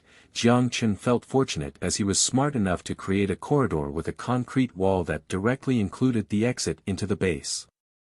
Okay, let's not talk about this for now. Tell me how the base is growing. Jiang Chen was concerned. The trade differential between Zhao Corporation in September is 10,102 crystal. The total trade amount exceeded 110,000 crystals. The canned food sold very well on the 6th Street. Zhao Chenwu had the intention to significantly increase sales, but I refused on the basis that you headed back to acquire supplies. Because of the halt of the expansion, the construction material had been accumulating. The Zhao Corporation could not pay with crystals, so they proposed to sell us populations at a price of 50 per person for a total of 100 to make up for the remaining payment. The population of the base is at 130. Of course, it didn't include Sun Jiao, Yao Yao, and Jiang Chen. The price increased. The cost of the population increased substantially. The chip price remained the same. Sun Jiao forced a smile. Because of the dangerous external environment and the fact that the 6th Street is planning to eliminate 2 sources near the area, the demand for population increased substantially. How's the soldiers' training? There is a total of 41 that received qualification from the virtual reality training chamber. Everyone is injected with the D-level genetic vaccine and can become part of the force. Sun Jiao called out some data and reported. The bacteria source must be eliminated. Jiang Chen looked into the distance with a gloomy look on his face. I have a feeling that the stuff in the air is only going to increase. Then it would be even harder to approach the source. Then I'll prepare first. Let's make the combat plan today, and then I'll bring a team with me tomorrow. Sun Jiao nodded. I'll go along, Jiang Chen said sternly. No, Sun Jiao rejected without hesitation. Listen to me. With your shooting, my combat power is okay now. Also, I can use my special ability to escape the battle. The most important thing is that I am worried about letting you go alone. Jiang Chen stared into Sun Jiao's eyes as he said seriously. There was a more important reason he didn't explain. He wanted to use the opportunity to meet the survival groups along the way. If Sun Jiao led the negotiation, he had a feeling it would turn into a full-scale combat. On top of that, his combat ability would never increase if he always stayed in safety. When she heard he was worried, Sun Jiao blushed but quickly recollected her thoughts. She debated a little more before sighing in reluctance. Okay, I'll agree to it. Jiang Chen smiled as he gave a thankful look for Sun Jiao's agreement. Ahem. Also, there are not a lot of food at the base. Could you get some more? Sun Jiao awkwardly coughed as she diverted the topic.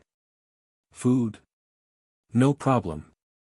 Jiang Chen smiled as he disappeared. Sun Jiao had to gather her thought as she stared at the place Jiang Chen vanished from. Fair, if he has this special ability, he would escape from any danger. Sun Jiao felt more at ease. It was the first time. Perhaps the first time was in the underground sewerage. The feeling when she knew he was okay, the time when she placed someone else's life before her own.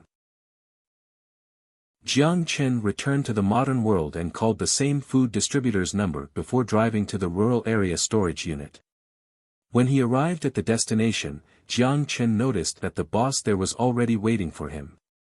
He didn't waste his time as he started to order people to unload the supplies into the storage. Jiang Chen ordered twice the amount as last time. 31 tons of rice, 10 tons of flour, 700 boxes of canned meat, and 500 boxes of canned fruit, as well as oil, vinegar, salt, and other flavorings. Also, he ordered a few tons of easy-to-store vegetables such as cabbage, carrot, and potato. Like what they agreed to last time, they didn't print stickers. He paid the full 320 without a blink of an eye and immediately dismissed the boss that continuously tried to small talk with him. He was much more careful this time as he didn't start the moving process right away. Instead, he released the drone that Yao Yao modified and scanned for any thermal information.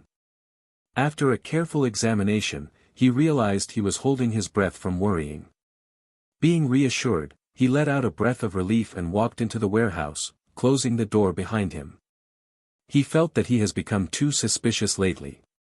Because of the limited space in the storage dimension, Jiang Chen had to travel back and forth 10 times before he managed to transport everything. A total cost of 400 crystals for an ordinary survivor would be a huge amount. But for him, it was only pocket change. Because of the trade differential between Zhao Corporation, the only thing he was worried about was how to spend the room full of crystals in his basement. On paper, all crystals were transported back to the fictitious headquarters. Sun Jiao skillfully ordered people to enter the mansion and move the bags of food into the food warehouse. The good thing was they also built 2 more food warehouses on open ground. Otherwise, it would be difficult to find a place to store the food. The idle survivors started to be busy again. Due to Jiang Chen's arrival, they were no longer surprised by the mountain-like stack of food. The idle cooling system started operating again as the base's electricity usage climbed. But Sun Jiao was prepared for the situation as not only did she place solar panels on all the roofs within the wall, it even expanded to buildings outside of the wall. Zombies and mutants had no interest in the boards on top of the roofs. The survivors' other side wasn't so despicable that they would vandal the property since the machine guns on the watchtower did possess some deterrence abilities. He heard Sun Jiao say that she also purchased an old ground thermal energy collection system, but currently, the base lacked personnel with knowledge in that area. She already arranged a few smart-looking survivors to learn the related knowledge. There were important books in the city library. The information would only need to be downloaded into the virtual reality training chamber. But to see results, it'll be at least a few months. Seeing as Sun Jiao was busy, Jiang Chen headed to the technology department at the community center and found the hardworking De Yongkong.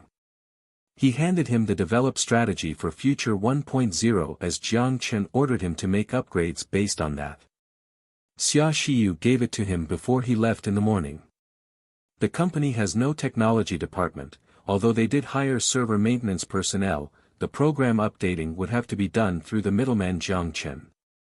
He cautioned him about the encryption procedure.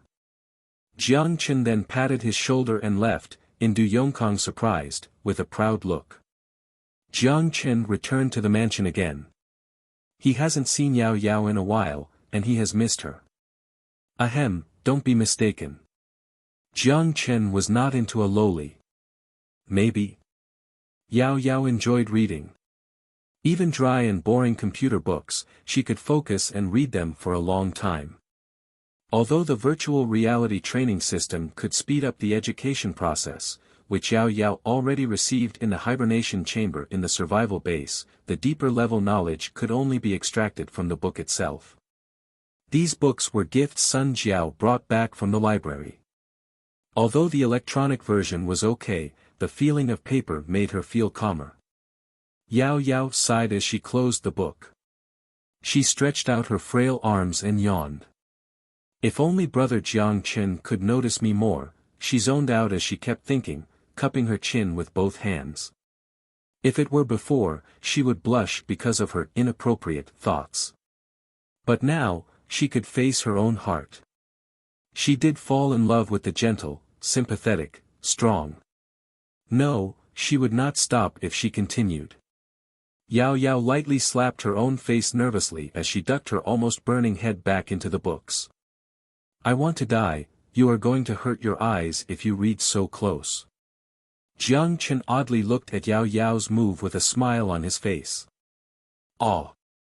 The book flew out of Yao Yao's hands as she jumped up like a startled rabbit. She then fell, with the chair, to the ground. Jiang Chen face palmed as he looked at Yao Yao's careless action. He was just about to help her up. But then he suddenly remembered Sun Jiao's words. Yao Yao really cares about you. She rubbed her butt in pain as she sadly pouted her mouth. Sorry, I didn't notice brother was here. You need to take care of yourself. What if you get hurt? Jiang Chen helped Yao Yao up and stroked her soft hair as he seemingly blamed her. Yao Yao suddenly buried her head into his chest and her hands tightly held onto his shirt. Tears began to fill up her adorable eyes. Brother, do you dislike me now? Jiang Chen was confused. How is that possible? Then why have you been avoiding me? Yao Yao buried her head and murmured. Avoiding? Jiang Chen was lost. To be fair, since the last time he saw her for a brief moment, he hasn't visited her in a while. Perplexed, he looked at the slightly quivering girl and felt guilty. A little bit. Jiang Chen really cared for Yao Yao, not only because she was the second friend he met in this world, or because she saved him and Sun Jiao, or she helped him before.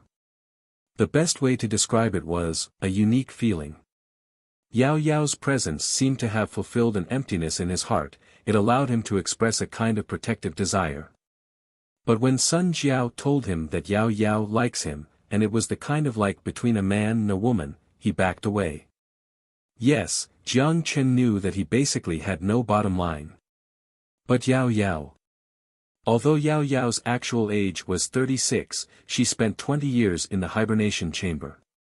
Her body practically paused all growth.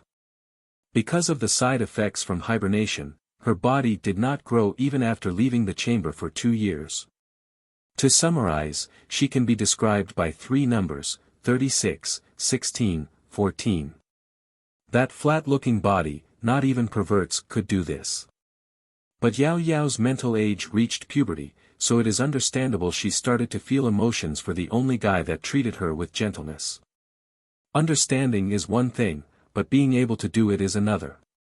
He was afraid that he couldn't control himself and just end up eating Yao Yao. Subconsciously, he unintentionally began to avoid responding to this emotion. He hoped the feeling was more similar to someone she depended on, but he knew too well that that wasn't the case. He had a special feeling for Yao Yao. Jiang Chen opened his mouth to say something, but a delicate finger stopped him. No, you don't need to explain to Yao Yao. Yao Yao is very understanding. Yao Yao disappointedly buried her head deeper. She murmured as the faint sound came out of her lips. If brother doesn't like Yao Yao, Yao Yao won't force brother to reciprocate. Compared to small apples, big apples definitely taste better. For example, like sister Sun Jiao's size, Yao Yao understand. Her eyes shook slightly, but she bit her lip and determinedly lifted her head. Yao Yao is happy to be living such a joyful life. But it is still important to give treats to cute animals. So I will do everything to help brother out. I am still updating the game. Yao Yao is also studying really hard on the computer. If Yao Yao can just get some small rewards, Yao Yao will be delighted and will work even harder. It's not too greedy of a request.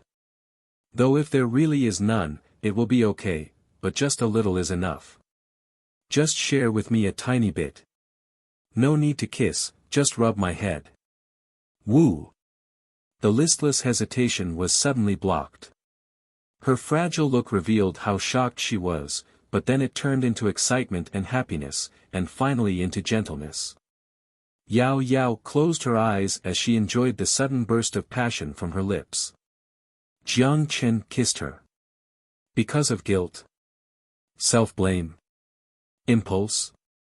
Or maybe it was the compensation for the pure but ambiguous emotion. He admits that he is a selfish person without boundaries, but he is not a cold person. When he found out that Yao Yao loved him dearly and was willing to do so much for him without return. Sorry. It was his first, without lust and desire. The lavender-like fragrance layered with her pure emotion spread from his lips into his head. Like a terrified bunny, the softness gently explored the unknown.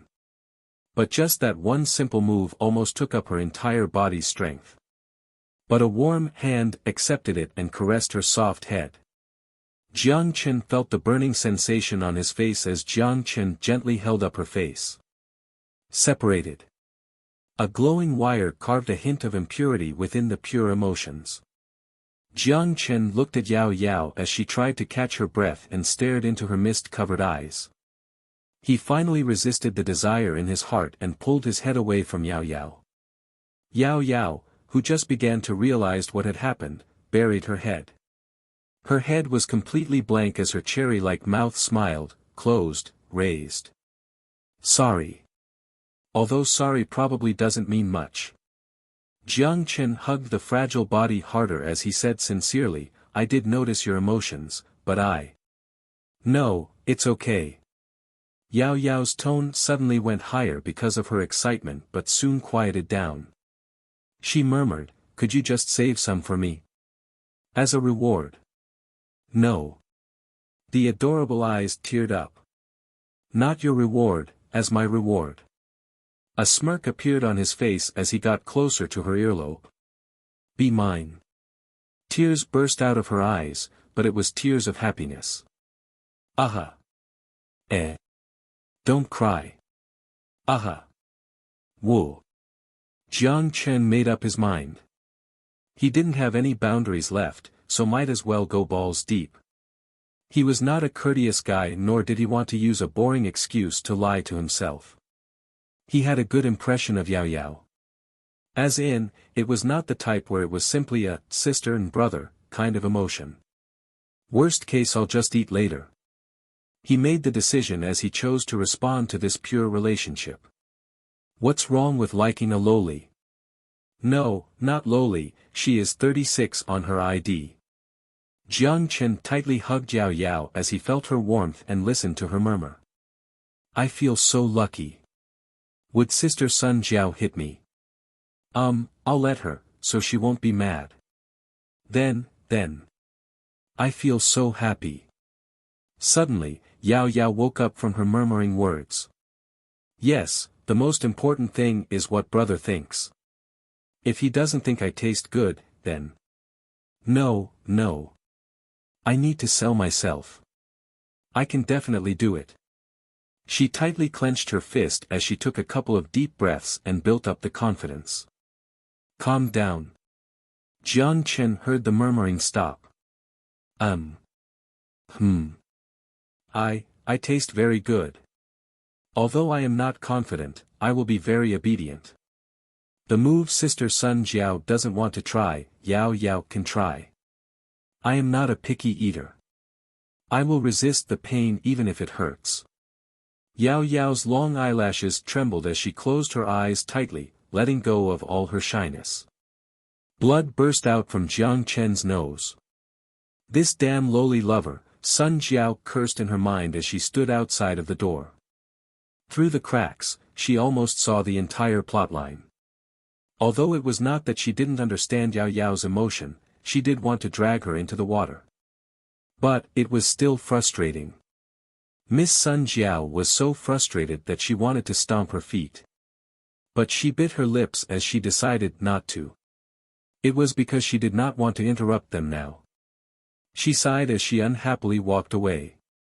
I'll pretend that is the compensation for this guy to stay here. Sun Jiao tried to comfort herself. Also, Yao Yao is even easier to bully. A smile carved onto Sun Jiao's lips. Or, possibly a smirk. Lowly has 3 benefits: light, soft, and easy to eat. Jiang Chen didn't end up eating Yao Yao, although she was already cooked. He felt it was not the best idea to eat her now. Let her grow a bit more. At least until after she starts to develop. Or at least wait for her to be mentally prepared. He wiped the blood from his nose and comforted the now bewildered Yao Yao as he hastily left. It was the first time he managed to control himself and didn't act like an animal.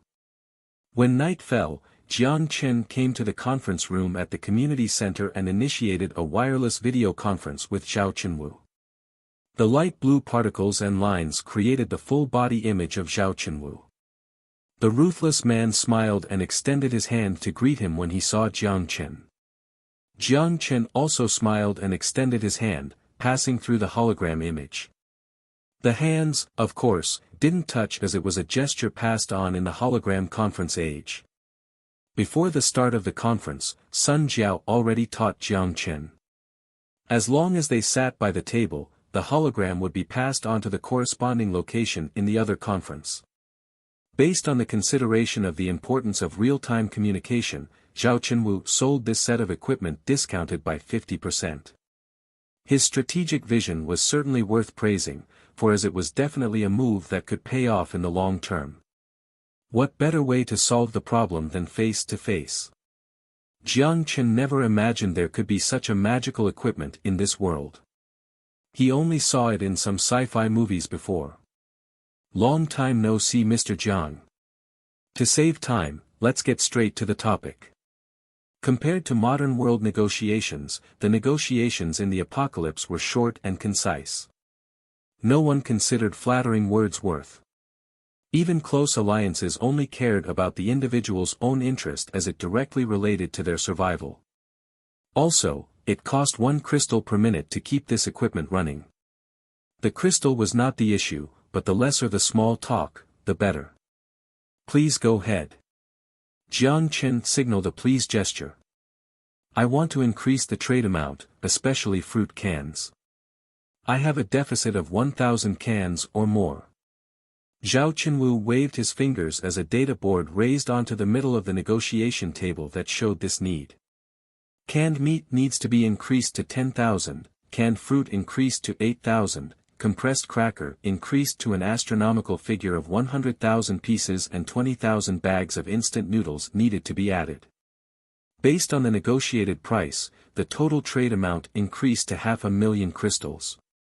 Jiang Chen gasped for air. 500,000.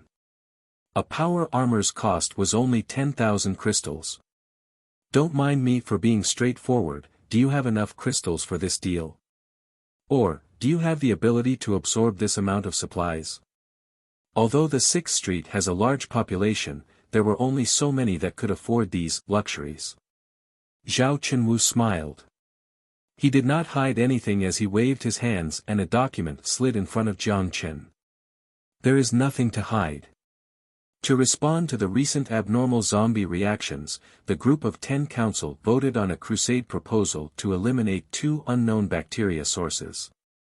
The plan is separated into Route A and B. The Group of 10 all had decided to invest in initiating this proposal. I'll invest 31 power armors and 1 spider tank to join the route and acquire 21% of the profit. There's profit from clearing out the bacteria source. Jiang Chen laughed. He remembered not every zombie had crystals in the back of their heads. Even Roshan only had between 40 to 50 crystals. Yes, and there is a lot. Zhao Chenwu smiled mysteriously and called out a set of data. The estimated profit of Route A is 1.7 million crystals. The cost of ammunition is around 110,000, compared to the profit it is almost negligible. 1.7 million crystals. The number made Jiang Chen jump, but the document Zhao Chenwu threw over soon made him understand the situation. Regular mutants were unable to resist against the large-scale attacks of the survivors. The crystals on their bodies would all be collected. Also, because of the bacteria, the zombies are filled with energy. Therefore almost all of them have formed crystals, which was also why they became more ferocious. However, under the firearms suppression, despite how powerful the zombies were, they were still zombies. The 6th Street could gain massively from this operation. Every zombie would have at least a single crystal. Killing 100,000 would be 100,000 crystals. Especially if it were closer to the bacteria source, then its energy would be higher for crystal formation. Based on the document, a single zombie could contain up to 20 crystals. Including the mutants along the way, even if they encounter a Roshan, that thing is like a paper in front of a tank. Except in the city center, the 6th Street's firepower would not encounter any dangers. That was not the key point. Once the massive force heads out from the 6th Street's hideout, following them would be a group of survivors or individuals. They wouldn't dare to steal kills, but under the protection of the force, it would be okay to pick up some scraps. Since they were all part of the force, it would be better for the endless amount of mutants to die as much as possible. If they encounter something they could not defeat like the Death Claw, they will only need to hide among the forces. The Death Claw would be too scared to attack so many people, even if it did, a single cannon would solve the problem. Once the average wealth increased, it would bolster spending. Jiang Chen knew that even if he didn't study economy. Also, the consumables used in this crusade will be converted into crystals, and so they will seek investments from the population of the 6th Street. The expected return was estimated to be 15%, in which 1341 middle-class men would be born. The higher average wealth would increase spending and stimulate the 6th Street to increase production. The increased production would appreciate the value of crystals as an energy source. This would allow the capable survivors to approach us or even settle here. It was an excellent blueprint. Although it did sound comical to talk about the economy on the wasteland. Jiang Chen was at a loss for words before he abruptly opened his mouth. If you guys are so powerful, why didn't you attack the city center? Ahem, there is nothing to gain from that. Also, the situation is quite unique in the city center. But, I guarantee you, we will only profit from this crusade. He looked blankly at the passionate Zhao Chenwu as a troubled smile appeared on his face. Is this the benefit of using energy as the currency? The industry's raw materials could be recycled from waste, but crystals have been the limiting factor for all survival camps. The industrial process before the war used hydrogen-3 as a reactor to generate power. Not to say the hydrogen-3 facility on the moon has already been destroyed to pieces, but there was not a single functional nuclear reactor here. These things were the primary target during a war. Therefore, the light, efficient, and renewable crystal became the primary source of energy and currency. As long as the industry continues to operate, there was no need worry about inflation. Hunt for crystals, purchase goods, increase production, crystal appreciation, which stimulates spending, loops back to hunting in the exploration of dangerous territories. It was a perfect cycle. No one wanted to waste bullets on zombies before since they didn't have crystals. Unless they were almost starving to death, not a lot of people risked their lives to hunt for that annoying mutant. However, this generation of zombies, under the influence of the unknown bacteria, formed crystals. Following a great army around the city, before coming back with a bag full of crystals for more reliable equipment would lower the risk of hunting other mutants. Therefore even these zombies were eradicated, the newly equipped survivors would be able to hunt mutants for crystals. It was like a spark that reignited the almost distinguished flame. After this crusade, the 6th Street would experience a drastic shift. Fu*K, Jiang Chen was jealous, but he was also cautious at the same time. Although there was some distance between 6th Street and here, if its sphere of influence increases, it would be problematic. Since that place was a neutral, open-door area, all the survivors would head to it for exchanges of goods. The equipment upgrade of the survivors nearby was not good news for the newborn Fishbone base. The bandits, who were previously equipped with rifles, were now upgraded to rocket launcher or even the more expensive laser rifles. It would be detrimental to the base's defense. The current defense of the base was only a few light machine guns as well as some anti-tank weapons and grenade launchers. Although Jiang Chen wanted to buy a tank and has the money, no one would sell it. These heavy armor firearms were mostly recycled from the battlefield. The quantity was scarce. It was possible to produce power armor from scratch, but a tank? Even if they had the technology, they didn't have the right conditions. His eyes lit up as Jiang Chen pondered to think of a way to upgrade the base's military arms. If it was not possible to buy it from the 6th Street, looting town might be worth a shot. But in Zhao Chenwu's eyes, he interpreted Jiang Chen's expression as a keen interest in the potential profit of the crusade. A smile emerged on his face, in his eyes, Jiang Chen was ready to reap the benefits. What do you think? Mr. Jiang, I believe that you already understand, if we use this golden age to expand the food market, I trust that no one will be interested in the sh*t like nutrient supply anymore. Jiang Chen was fascinated by the opportunity. But if the crystals do appreciate, then there would be another problem. Crystals will appreciate in value. So you are saying I need to lower the price of the food to expand the market? Jiang Chen curled up the corners of his mouth. After all this explanation, Zhao Chenwu still had the intention to lower the price of food. Ahem, that's precisely the case. But please believe me that after we increase sales, the food trade will bring more profit for your company. Before there would be only 1,000 people willing to purchase goods, now in less than a month, it will turn into 1,000 people. When the basic survival needs are met, people will start to strive for a higher quality of life.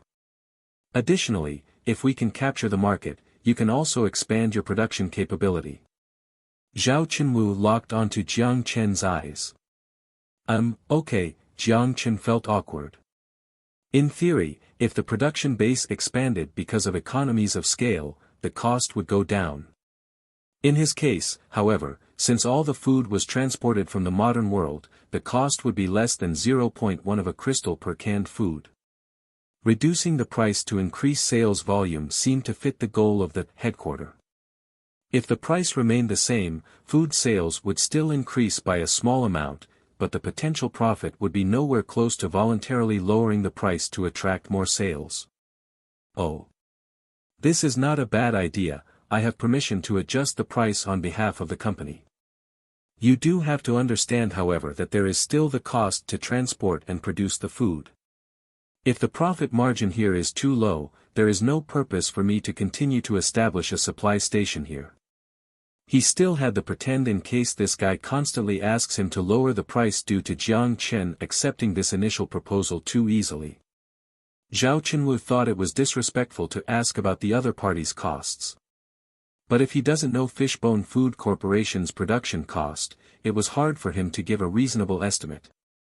He only guessed that the expanded production would decrease cost, but he didn't know how much it would go down by. The meat cans with an average price of 10, fruit can 20, the compressed cracker maintains the 1 crystal price, and instant noodle 3. The appreciation of crystals along with the higher purchasing power from the 6th Street, you won't lose a whole lot. That's a 1/3 discount. Mr. Zhao is certainly giving me a difficult scenario. Jiang Chen had an enigmatic smile. Purchasing power of the 6th Street? Then I would be making a loss if I transport the crystals back to the headquarters. On paper, he only has a supply station here. So, he must stay consistent with the story. The appreciation of crystals was only relative, other than a few things that could not be produced, all other goods would not be any different. If crystals were not traded for goods, then this thing would only be a convenient time travel ticket. Ahem, the crystal's appreciation is relative. How about the firearms and construction materials also are reduced by 1/3? This is pretty close to my cost. Also, isn't your company interested in our technology? Perhaps in this area, we can partner up. It would be best to avoid paying with crystals as this will be the best way to maximize our gain. If I manage to acquire more control within the 6th Street through this opportunity, I trust that the equipment not permissible to be sold could have workarounds. Zhao Qinwu made his point as his eyes flashed, not bad. Interesting proposal. A smile appeared on his face as both parties reached an agreement. Since this is the case, Jiang Chen brought everything to the table. M2 engine design blueprint, our quote is 40,000 crystals, 1 to 10 kilograms bomb production bed blueprint, the quote is 90,000 crystals. Model 50 electromagnetic pulse cannon, the quote is 110,000 crystals. I believe that this technology, common in Wanghai City, is not too difficult for Mr. Zhao, right? These were sensitive military technologies, so they would not be stored in public libraries. The only method to obtain the technology was through purchasing. Sun Jiao estimated the quote based on the benchmark in looting town.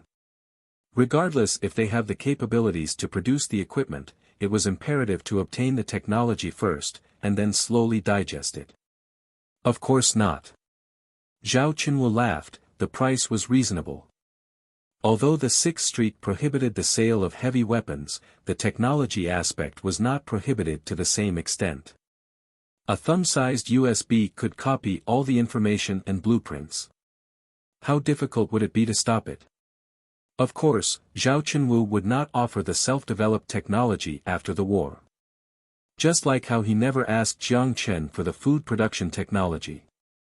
The advancement in technology did not cease after the apocalypse. The well-fed scientists in each survival base all served a purpose. Due to the lack of free-flow information, poor survival condition, the difference between the inherited technology, everyone's technology tree was a bit different from the other. Take the 6th Street, for example. The self-developed T-3 power armor's combat power even exceeded pre-war levels. However, on the development of airplanes, their progress was close to null. It was a completely different case for looting town but similar to other survival bases. As to the trade amount, if you could manage to absorb it, I'll sell a bit more to you. Let's aim for a quote of 700,000 crystals now based on the new price. It would be for October and November. I think with more supplies, Mr. Zhao could have an easier time expanding the market. Jiang Chen laughed. 6 times the usual trade amount. Suddenly, Zhao Qinwu's breath shortened. However, for being a man of power, he quickly recollected himself and remained calm. He shrugged as Zhao Qinwu said cheerful, since my partner has already shown so much good faith, if I don't do anything, it would be inconsiderate. It's here, I have been waiting for those words. Jiang Chen's mouth curled up. That's what I think too. So to make sure I can move the 700,000 crystals worth of supplies here, I need your help. Zhao Qinwu was surprised. If your transportation team could move the goods over such a distance, could you not solve a simple problem like this? It was hard for Zhao Qinwu to believe. He knew that there was a source near the Fishbone base, but because of the distance, it would not pose any threats to the 6th Street. The neutral area was not a philanthropical society as they had no reason to send out a force to clear out the problem. Transportation and combat are two different things. We have the technology to move the goods there, but moving it in would have to depend on me. Airdrop? Flying carriers? It didn't matter how much Zhao Qinwu guessed as Jiang Chen wouldn't say a word. He opened his palms as he continued to use his acting as he bullsh ** Ted, I think you know how many crystals I put into this supply station since I bought everything from you. If I couldn't even handle a small problem like this, if you were my boss, would you want me to stay here? Or, would you switch to another base that would be easier to transport goods, as it would be the more efficient process, wouldn't it? So, for us to continue our partnership, you'll have to help me out. Then, Jiang Chen's voice lowered as he perplexingly looked at the Zhao Qinwu, whose expression began to turn stern. I can't promise that the next representative here will still choose Zhao Corporation as the partner, or perhaps even relocate and conduct business with looting town. We pride ourselves on efficiency. If I fail here, I don't know if the next person in charge would continue my policy. You understand? Jiang Chen left the words there as he then leaned against his chair. He didn't finish his words as he has already made the point. It did make sense. If my subordinate spent so many resources from the trade to invest in the defense infrastructure, if there was the imminent danger he must seek help. If Jiang Chen got replaced by the Fishbone headquarters, would the new representative continue the failed policy? Difficult to say. Zhao Qinwu began to feel unsettled as he already got the taste of the food trade. How would he simply give this up, especially when there was a 700,000 crystal deal sitting in front of him? He hoped that he could use this supply to control the food market at the 6th Street to leverage for more influence in the Group of 10 Council. However, what he didn't know was, all the hypothetical situation assumed that the headquarters existed. Jiang Chen didn't finish his words but left enough for Zhao Qinwu's imagination. If he only lied and told half of the context, smart people would complete the lie for you. If he said too much, he would be more prone to getting called out. What kind of help do you need? I will handle this, Zhao Qinwu said in a stern voice. His interest was already tied to Jiang Chen. If he lost Jiang Chen as a supplier, all his plans would be interrupted. He must help him, even if he may make a loss here. He was waiting for this sentence. An untraceable faint smile appeared on Jiang Chen's face.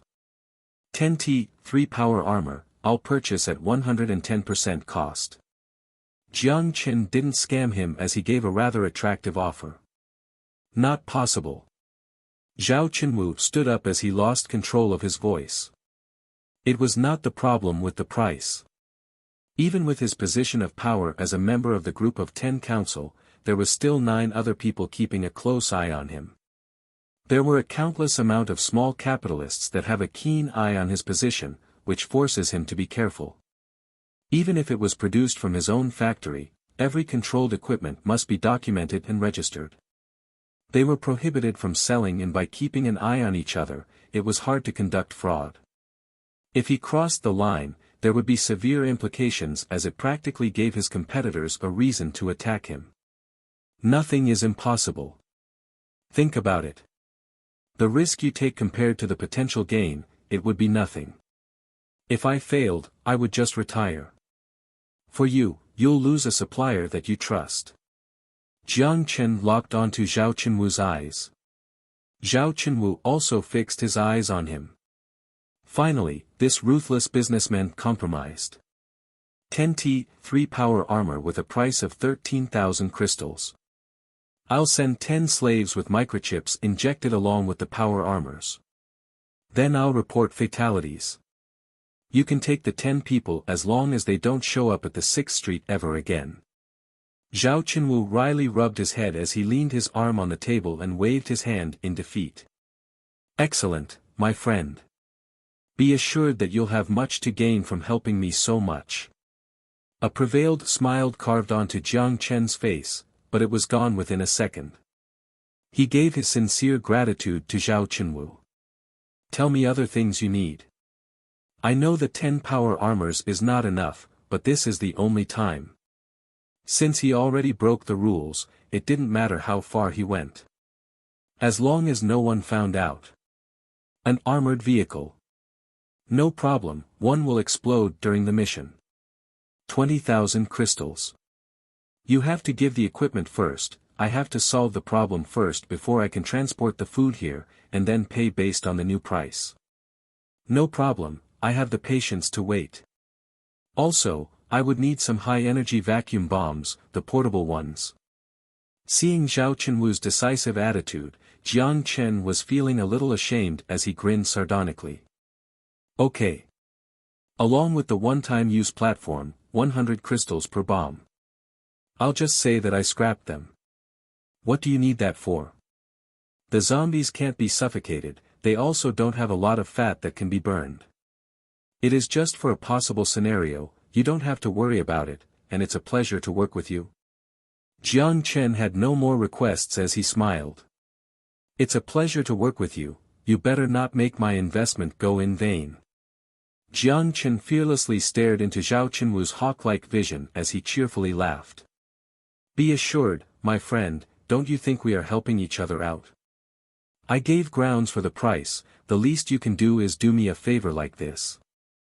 Helping each other out. Maybe using each other was a more appropriate term. The goods arrived the next day. Almost everyone at the 6th Street was busy with the crusade, so the smuggling went unnoticed. There were only 4 people that delivered the goods, and they were all close subordinates of Zhao Chenwu. His assistant Su Lei personally led the team. The guarding soldier transferred the control rights to Jiang Chen and sharply saluted him before they hastily left. Jiang Chen smiled as he watched the camouflaged armor vehicle and the pitch-black metal giants with a fearsome face. He patted the closest guy's shoulder before ordering the new slaves to transport the goods. If one could compare light armor to kinetic skeletons, then power armor resembled the knight's heavy armor in the Middle Ages. They were divided into ground type and air drop type, with the main difference being the armor's weight and if it was equipped with a shock-absorbing turbine engine. The mass of the air drop type was usually less than half a ton, while the ground type weighed 1 ton or more. These 10 sets of T3 power armors were the air drop type. They were equipped with a trident-shaped revolving machine gun and ammo packages. Lu Huasheng was smart enough to design an elevator at the exit. Or else, if they only used rope, it would be tricky to bring up the 2 meters high, 300 kilogram power armor. The 10 slaves clearly did not know how to operate the equipment, and they looked like they were getting ready to enter their caskets. Obviously, they knew it was illegal to sell those types of equipment. Since it was illegal, their genetic ID must have been registered as died at the 6th Street already. As to if they will really die, it would all be up to the man with the cheerful smile. Welcome to Fishbone Survival Camp. Trust me, working for me is much more enjoyable than working for anyone else in the world, although it did sound like bullsh*t, it looked like they won't be dying anytime soon. Everyone felt relieved as they anxiously followed the man's footsteps. After giving the responsibility of assigning jobs to Lu Huasheng, Jiang Chen quickly went to find Sun Jiao. Weapon and power armor is ready, when should we depart? Sun Jiao immediately asked when she saw Jiang Chen. Within 2 days. Did you manage to contact the survivor groups around us? No problem. The wireless equipment in the conference room can do that, but what is the point of it? Sun Jiao asked confused. Take them to fight the mobs. He left an unclear response behind. There were too many survivors living in small groups around the area. If he managed to consolidate them together, there would at least be 2,000 to 3,000 people. If Fishbone Survival Camp wants to break the limitations of their population, they must think about the surrounding survivors. Those were the survivors that survived through hardships in the apocalypse.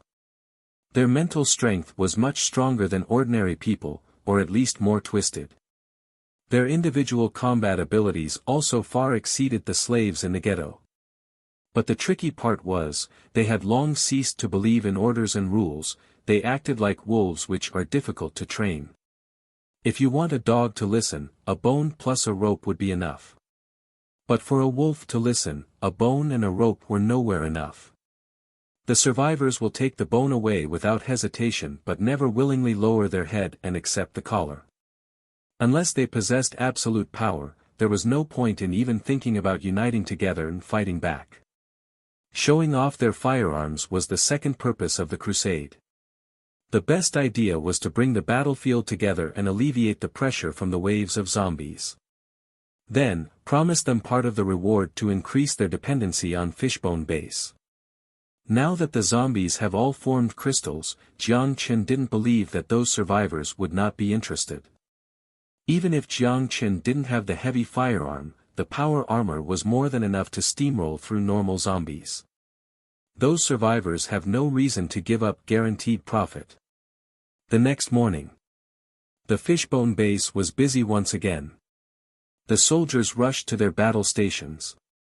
The non-combat unit helped to pack supplies as well as raise polyethylene board onto the front door to create a defense zone in case the zombies rushed into the base when the door was opened. Outside the wall, it was also busy. The crowded zombies perfectly illustrated the words "seas of zombies." The sheer amount of rotten bodies completely blocked the streets outside. Strange. It was as if the zombies from the entire area was stuffed onto this one street. Weapon system, functional. Turbine engine, functional. An energy stick, functional. Jiang Chen tirelessly checked the data within the electronic helmet. Although he had experience with power armors in the virtual reality training chamber and had the opportunity to familiarize himself with the actual armor yesterday, being locked in the metal box made him feel unsettled. The pitch-black paint, the vigorous and light armor's aerodynamic shape, the trident-shaped revolving machine's gun, and the tactical rifle placed at the waist. Jiang Chen was almost fortified to his teeth. It certainly did look cool, but it was surprisingly difficult to put on. Sun Jiao glanced at Jiang Chen with worried eyes. She then took a deep breath and waved at the guard on the wall. The guard saluted and quickly positioned himself by the machine gun. Sun Jiao will be the leader for this operation. Be prepared to depart. Open your weapon system, and make sure the zombies don't break our formation. All of our supplies are in the car. Am I understood? Understood. The 8 armored soldiers uniformly shouted as they put on their helmets. Open the gate. Sun Jiao shouted and signaled before she also put on her helmet. The metal gate slowly rose. As if they smelt the delicious scent of food, the zombies turned their hollow eyes in the direction of the door. Ta-ta-ta-ta-ta. Fire. The machine guns on the 2 watchtowers began to unload their ammunition. The orange light split countless bodies of zombies as it shredded the already crippled body into more pieces. However, it was futile as the waves of zombies howled and rushed to the door. Charge. The team in power armor formed a triangle, protecting the armored vehicle in the middle. They then ripped a hole in the sea of zombies. Zombies with missing limbs shook on the ground. If their brains were still intact, zombies would not die. But there was no time to finish them off. Under the power of the machine gun on the watchtower and the armored soldiers continuously firing revolving machine gun, the flow of indestructible metal trampled through the corpses of the undead. Even through metal, the sticky feeling of blood and meat on Jiang Chen's feet made his stomach churn. But he was no longer afraid of the frightening zombies. They are no longer humans.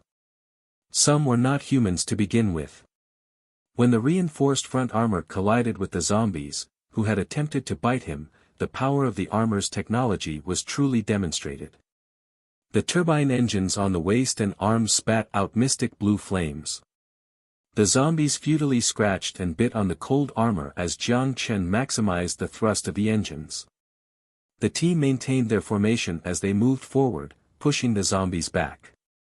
If the charge formation stopped, they then must face the dire situation of being surrounded by zombies. Although the regular zombies would not penetrate the armor if they accumulated and gained a numerical advantage, they could, however, deform the power armor as easily as they flipped cars. Even if they had the absolute advantage on equipment, no one dared to lose concentration as they used the fire power of their armors to disperse the sea of zombies. But it was impossible to kill all the zombies even if they used all of their ammunition. The only thing they needed to do was to break through, not waste all the ammunition on these dead things. The zombies squeezed through and collided with the armored vehicle, but they got ran over right away. The thick and heavy tire left a frightening mark on the ground. The 20mm machine gun on top of the vehicle continued to fire as the bullets penetrated the zombies' withered bodies, exploding it into pieces. Finally, the entire force forcefully created an opening through the sea of zombies as they trampled through the twitching bodies and out of the zombie-infested street. "How do you feel?" A caring voice passed through the private channel. "I am okay." Jiang Chen took several deep breaths as he tried to calm his pounding heart. He closed the revolving machine gun on his right hand and pulled out the tactical rifle on his waist. Everyone else followed. They no longer needed to maintain a high concentration of firepower after they broke through. The zombies still rushed towards them, but they were much more sparse. It seemed to have matched his guess that the zombies all consciously gathered near the base. Once they passed another street, they could barely see any zombies. This is odd. Be careful, stay alert.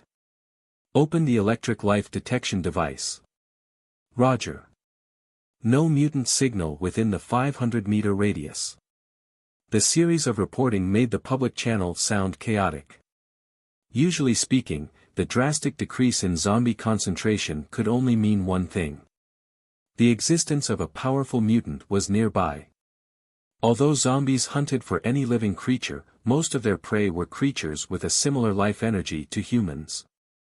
If they encountered an 100 crystal monster or the nest of a mutant, zombies would subconsciously move away from that direction. But the situation was abnormal. Not only mutants, but there wasn't even a single cockroach on the street. The broken board, the abandoned cars. They were the only living creatures on the street.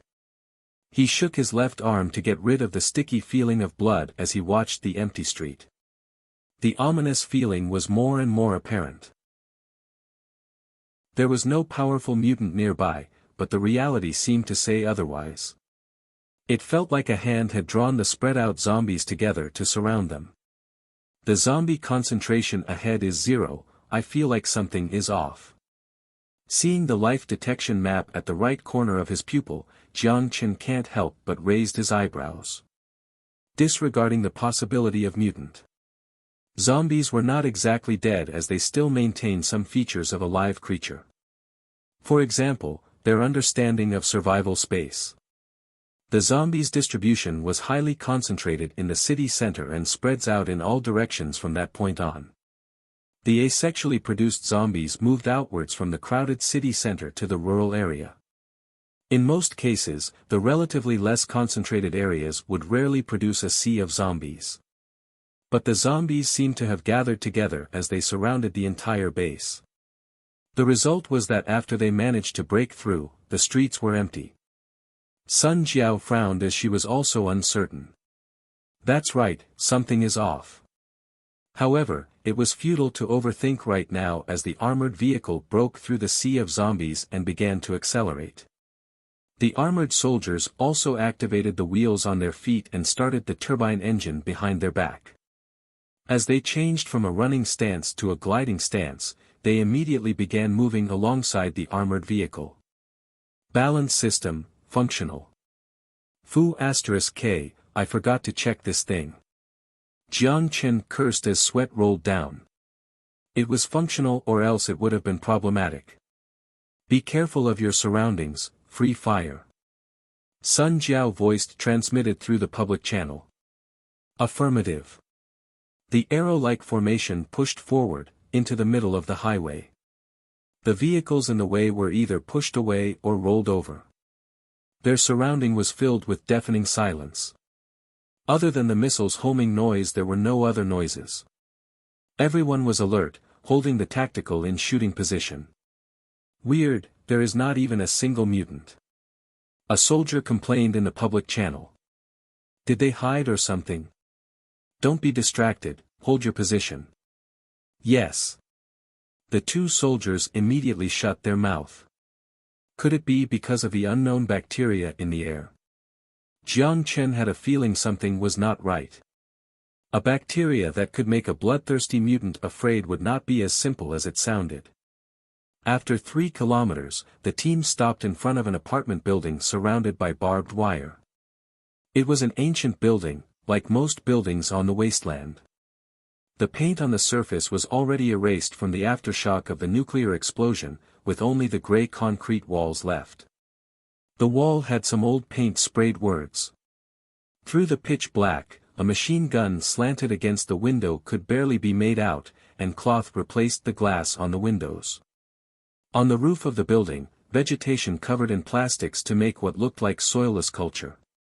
This was where most of the survivor groups received their food. But in the radiation-filled apocalypse, you wouldn't expect a seed to produce a single fruit. These fruits, with uncertain toxicology, still had a market on the 6th Street. A lot of factories would purchase these in bulk quantities at a low price, and then sell the non-toxic ones in the luxury market. The toxic ones would be placed in extraction machines for vitamin, vegetable proteins, and other substances to produce high-quality grade A or B nutrient supply. Compared to the nutrient supply created through the blood and fat of mutant and zombies, it was more tasty and nutritious. The situation here was similar to Fishbone Base as the zombies surrounded the building. But quantity-wise, it was significantly less than the zombies around the base. It was a frightening prospect, but not because of some zombies. Did zombies possess intelligence? Or, was a higher intelligence controlling them? Despite this, there was not much suspense in the battle as some zombies did not reach the critical state. Although the zombies did possess crystals, the organic nature of their body meant that they were still regular zombies. Despite how hard they tried, they did not have the defense of the power armor. A few gunshots finished the annoying zombies as they approached the apartment building. There was a wooden board with some crooked words. Private property, do not enter, PSH, what? Code 01 Survivor Group, the life detection device indicates a total of 30 to 40 people, Sun Jiao reported to Jiang Chen through the private channel. What does Code 01 mean? That's an ugly name, Jiang Chen mocked. I gave them the name. Survivor groups usually don't give their home a name as the desire to expand and need for land are minimal. The goal was to survive. Sun Jiao walked up to ring the bell and backed up. Momentarily, the door opened as a cautious-looking middle-aged man carefully stepped out. Who are you guys? His face had suspense and fright written all over it. The rifle in his hands trembled as he knew his rifle could not even break their armor. The only thing that could damage the power armor was probably the dusty recoilless cannon in the back of the room. We are from the nearby Fishbone Base, Jiang Chen took off his mask and said emotionlessly. What are you guys doing here? The middle-aged man cautiously asked. He, of course, saw the group of people eradicate the zombies. The heavy firepower deterred any thought of resistance.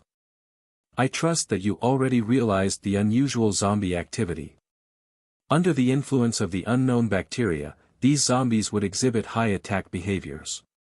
The reliable report indicated that the unknown bacteria level is increasing in the air, so we have decided to eliminate the bacteria source. Jiang Chen tried to make his tone sound friendly. But the next sentence made Jiang Chen furious. What does that have to do with us? Still the cautious and apathetic voice. You are asking what does that have to do with you?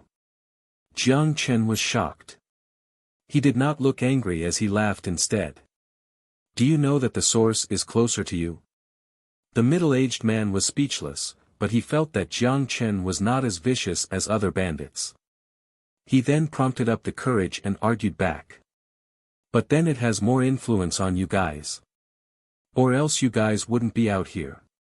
We don't need your help, so don't bother us. The middle-aged man already has a plan. Since they were willing to take care of the trouble, then they can go. Although the odd bacteria certainly gave him a headache, what can he do? He'll just hide there. If other people can't take it anymore, then they'll send their forces out. Although those zombies had crystals behind the back of their head, they couldn't advance forward and stop to collect the crystals at the same time. Why does he have to go with them if he could just pick up scraps that are left behind? Jiang Chen was at a loss, but then he started to laugh. He saw through the man's deceitful eyes and could guess what was on his mind. Shameless, too shameless. Haha. It certainly expanded his worldview that people could be this selfish. The problem is already in your backyard, and you are still waiting for a dumbass to make the first move so you can take advantage of their reward afterward. If I didn't show up here, you were just going to wait here to die. Wait, this is the apocalypse. Jiang Chen suddenly realized. He almost thought he was on the negotiation table with Wang Dihai or 361 corporations. Then, his eyes turned grim. What do you want? The middle-aged man sensed a glimpse of hostility on Jiang Chen's face as he cautiously opened his mouth. At the same time, he signaled the people behind him. The window opened on top of the building as a black barrel extended out and was aimed at the armored vehicle. "Boss, I have been locked in by an anti-tank weapon. Requesting permission to fire." The driver hastily reported into the public channel. Sun Jiao immediately lifted the tactical rifle and aimed at the person on top of the building. The power armor soldiers all engaged in a firing position. Sun Jiao was in command during combats, but Jiang Chen decided in regards to the neutral forces. If Jiang Chen ordered, Sun Jiao was fully confident that they could wipe these people off of the wasteland. The middle-aged man was struggling too as he stared at Jiang Chen. He was not a friendly character. He knew the highly mobile power armor would be hard to hit. So he dared to risk his own life to signal his subordinate to aim at the armored vehicle, clearly carrying plenty of supplies. He was betting. Betting on the fact that Jiang Chen would not risk the highly valuable armored vehicle and the countless amount of supplies for their irrelevant life. However, Jiang Chen laughed. He knew exactly what the middle-aged man's intentions were. He has the audacity to bet. To save ammunition and not fire a single bullet at zombies, but turn the gun on us who are planning on eliminating the source. But Jiang Chen did not look surprised anymore. There was only a grimace was left in his vision. "Perhaps it was my mistake to negotiate with you," Jiang Chen slowly said the words as he shut his helmet. The action scared the middle-aged man to death. If revealing the face meant sincerity to negotiate, then closing the helmet. Speaker open, the icy words echoed through the entire street. "I'll only ask once. Surrender, or face death." The tactical rifle lowered. Replacing them was 10 raised revolving machine guns. The trident-shaped machine gun rotated rapidly, _min_. "I'm unreasonable. Because you don't understand what is the reason. Surrender, or face death." A simple yet oppressive statement somehow easily solved the problem. Before Jiang Chen could count to 3, the middle-aged broke down and threw the rifle in his hands to the ground. He covered his head and surrendered. "I won't let you not surrender. A recoilless cannon had the audacity to resist us. I will gladly trade the vehicle for your 30 worthless lives. Do you dare to trade with me?" His audacity was based on Jiang Chen's willingness to negotiate, but Jiang Chen no longer wished to discuss. All the survivors stood outside with faces of humiliation as they looked at the invaders. Jiang Chen was not here to capture captives, as he still expected these people to peacefully integrate. Even if they brought them back, there was no place to imprison them. Perhaps it would even cause resistance from other survivor groups. These survivor groups were not completely powerless to be able to survive this long. If this group had the recoilless cannon, the next group might have laser rifles. That weapon could pose a threat to the power armors as the plastic steel formed armor could deflect bullets, but it would not be able to withstand high-energy laser penetration. Jiang Chen no longer wasted his time on the middle-aged man called Zhao Baodong as he directly gave out his demand. 50% of your force will temporarily join Jiang Chen's team. Zhao Baodong's eyes immediately popped when he heard the proposition. Just as he was about to refuse, he was met with an icy stare, so he forced a smile and swallowed his sentence back. After this, the survivor group led by Zhao Baodong had a number, 02, the 8 riflemen joined Jiang Chen's team acquired the numbers 021, 028. It was much more convenient as Jiang Chen was too lazy to remember their names. He could just order them using numbers. After the stick, for the best effect, it was to throw a carrot. Jiang Chen told them about the good news. After the battle ends, they could collect crystals. Since they wielded the power armors, it was troublesome to bend down. Zhao Baodong became energetic when he heard he was responsible for picking up the money. Even if Jiang Chen added a sentence that half of it will be Fishbone Base's spoil of war, it would not extinguish his passion. Jiang Chen disdainfully looked at this short-sighted person as he gave him another task. The task was to convince, or, to order the other survivor groups to join the force. If they refuse, it was okay to just beat their yes. Jiang Chen didn't bring his force too close for the remainder of the trip as he only needed to show off his firepower from afar to successfully convince the other survivor groups. Even the stubborn survivor groups surrendered with white flags when the 20mm heavy machine gun shot above them and they experienced the splash of concrete dust. Their firepower was not on the same level. Fortunately, everyone was smart. No one held the unrealistic fantasy of staying behind to scavenge or they are too afraid to shoot. After all, 18th year has passed by since the world turned into an apocalypse. A total of 154 people, the force suddenly felt cumbersome. Why do we need so many people? Sun Jiao secretly asked Jiang Chen in the private channel. Not useful for combat, useful for strategic purposes. Jiang Chen's answer was crisp. Although she was confused, she didn't say anything more. To be honest, you were quite manly when you acted fearsomely. My heart was beating really fast, Sun Jiao teased Jiang Chen in the private channel. Although it was said in a joking voice, she didn't lie. When she heard Jiang Chen's coarse and grim machine gun armed in the public channel, her scalp felt a tingling sensation. She reminisced the first time they met and how much the man she loves grew. She was proud. That feeling was similar to how Jiang Chen felt when she became more civilized. Jiang Chen ignored her naughtiness. He knew she was teasing him as he will take care of her once they return. If the survivors could control the inherent human flaws and stand from the perspective of the entire species. Disregarding the bacteria source, the world would return to human control after a few days. But it was futile when the elites and powerful all boarded the ship to the distant land of hope, leaving a world of chaos. A world no one had the interest to rebuild. Why was there no interest? The farming culture's utmost desire for land was because land produced food.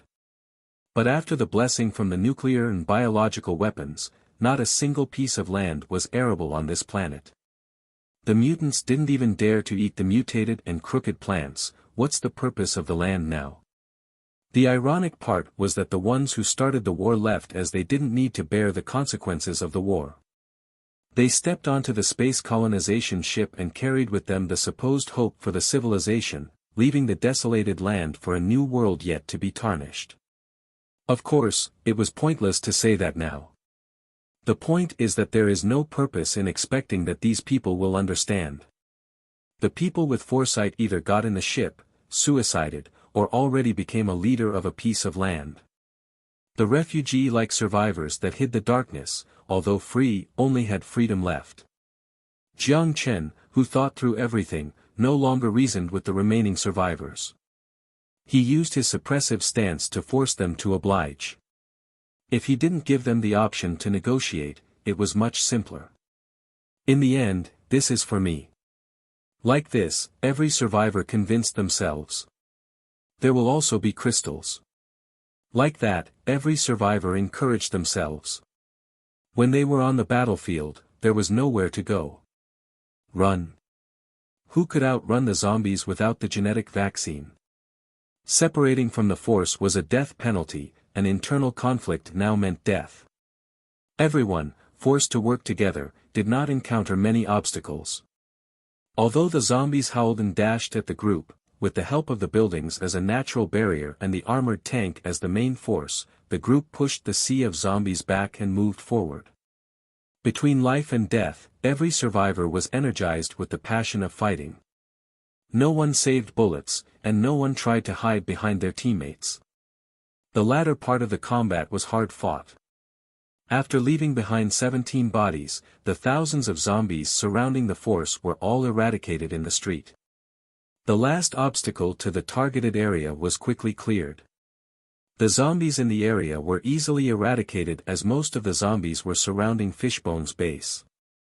There were some zombies around the bacteria source, but it was nowhere as crowded. He shook the blood and sticky content off of his armor and ordered the survivors to rest here and collect the crystals. Hearing the leader's order, the survivors erupted in cheerful joy. They dashed to the already dead or crippled zombies as they pulled out their dagger and started to collect. It was the time to harvest. There was an estimate of at least 300,000 crystals. For the survivors that lived off of a few crystals and ran pettily to the 6th Street or other survival bases to exchange for necessities, it was an unimaginable amount of wealth. Even if they had to turn in half of it, why did that matter? Since they were the primary force in the battle, it was already a generous offer. As to the people who died. In the apocalypse, death was an ordinary thing. The previously sad-looking survivors suddenly became grateful towards Jiang Chen. Some people were weird creatures. If you were nice to them, they would take everything for granted. Even if they were the slightest bit discontent, they would be upset. But if you started off with a gun to their head and gave them a slap in the face when they showed any signs of resistance, they will hate you. Though as long as are nice to them, by just the smallest margin, they'll immediately act sincerely and thankfully. It may be an exaggeration, but the meaning stays the same. Clinically, it is called Stockholm Syndrome. The deceitful and short-sighted has been particularly prone to this disease. A civilized negotiation would only make them think that you were afraid. Oppress, conquer, and then train. Seeing the grateful look from the survivors, Jiang Chen wanted to slap himself. Why didn't he think through such a simple concept? Within this half an hour, all the crystals were collected. Jiang Chen generously offered everyone there a piece of compressed cracker. He told them that after eating a piece, drinking some water will make them full. He then stated that all the survivor groups participating in the mission could obtain the privilege to trade for this type of cracker at a price of 1 crystal on the condition that they maintain a good relationship with Fishbone. After finishing the sentence, the survivors were even more ecstatic as they almost took him for a god. Although the 6th Street sold compressed crackers as well, it was not safe to travel far away from the apocalypse. The leader of each survivor group simultaneously expressed that from then on, they will be under the guidance of Fishbone Base. Sun Jiao felt delighted as she mischievously looked at her man accepting the gratitude and respect from the people. It would be perfect if only he were not a player, although she knew that this point was unrealistic. The high-spirited team embarked on the road that they previously could only sneak through. Unafraid of zombies, unafraid of mutants. Under the command of glory and wealth, humans regained their long-forgotten dignity. Although they had encountered Roshan's multiple times, Sun Jiao had obviously prepared for that. She grabbed a 72mm anti-vehicle cannon from the back of the powered vehicle. The 2-meter-long pitch-black barrel had a frightening vibe. She activated the anchor device as the steel rod penetrated into the concrete road. Sun Jiao fired the cannon. Before the shell hit the ground, the brain was already shattered into pieces of black and white. She already simulated this move countless times in the virtual reality system as the cannon hit right on target. In the rural area, the most dangerous mutant would be the Roshan. However, under their oppressive technology, even the Roshan was only a pile of meat. It is rumored that City Center has even more powerful and dangerous zombies, but even Sun Jiao has never seen them before since ordinary people would not visit the city center for fun. The team maintained their speed with the goal of reaching the border of the bacteria source by noon. But when they were almost there, Jiang Chen had to stop the team. The unknown bacteria concentration level already increased to 37. The thick cloud in front is unsettling. The yellowish-green particles look like bacteria stuck together. No one will survive in that condition except for the soldiers in power armor. With a stern look, Sun Jiao reported to Jiang Chen. It is a problem. But before I left, I did somewhat guess we would encounter this. Jiang Chen's mouth curled up. Since it was a bacteria source, there was no reason that the area surrounding it would not be infiltrated with bacteria yet to spread. Although he didn't know the bacteria would evenly spread around the source of the bacteria in an egg shape, that didn't change anything. It was a wise decision to purchase the high-energy vacuum bomb. Although I didn't do my research, nor do I know what can counter the bacteria, I do believe that as long as they are carbon-based cells, it would be scared of fire. Air is everywhere. Then I'll even burn the air. Burn. The bacteria source seemed to be at the bottom of a deep hole in the ground. The hole was placed right in front of the area hospital's empty lot. Due to the high concentration of bacteria, the bacteria stuck together to form visible chunks and filled the egg-like area with an ominous and dangerous yellowish-green color. To solve this, Jiang Chen's strategy was simple and ruthless. He commanded the survivors to surround the area in a 1,000-meter diameter, which was precisely the location where the bacteria concentration would not exceed the human immune system's limit. He ordered them to stay put 2,000 meters away from the central area. Once they hear the explosion, they then should quickly rush into their battle positions. He then ordered another group of survivors to install the one-time launch pads on 12 roofs, in different directions, 2,000 meters away from the source. Each person would also be armed with a high-energy vacuum bomb, as thick as 2 legs. The zombies who periodically rushed to the top of the roof fell under the crossfire. Jiang Chen did not act cheap at all, as he offered the general ammo supply in the armored vehicle to all the survivors. All the crystals collected will be stored on the armored vehicle with a ledger. After the end of the battle, each of the squad leaders would then obtain their fair share. As to the consumed ammunition, Jiang Chen would only charge half of the cost benchmarked to the 6th Street's price. It was a battle for all of them. The armored vehicle was parked on the main road. It also fired at the zombies, who were drawn by an unknown force. As they approached the bacteria source, the zombies were more ferocious. This was demonstrated through their increased speed and reaction. But, they were still no match for bullets. On top of that, all the survivors had surprisingly great aim, which eliminated any need for close-range combat. Prepare to enter, Sun Jiao took a deep breath as she spoke into the public channel. Then, she looked at Jiang Chen. Roger.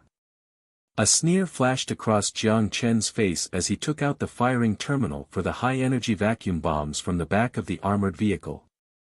Launch angle, 75 launch distance, 1300 m. Initiate, burn.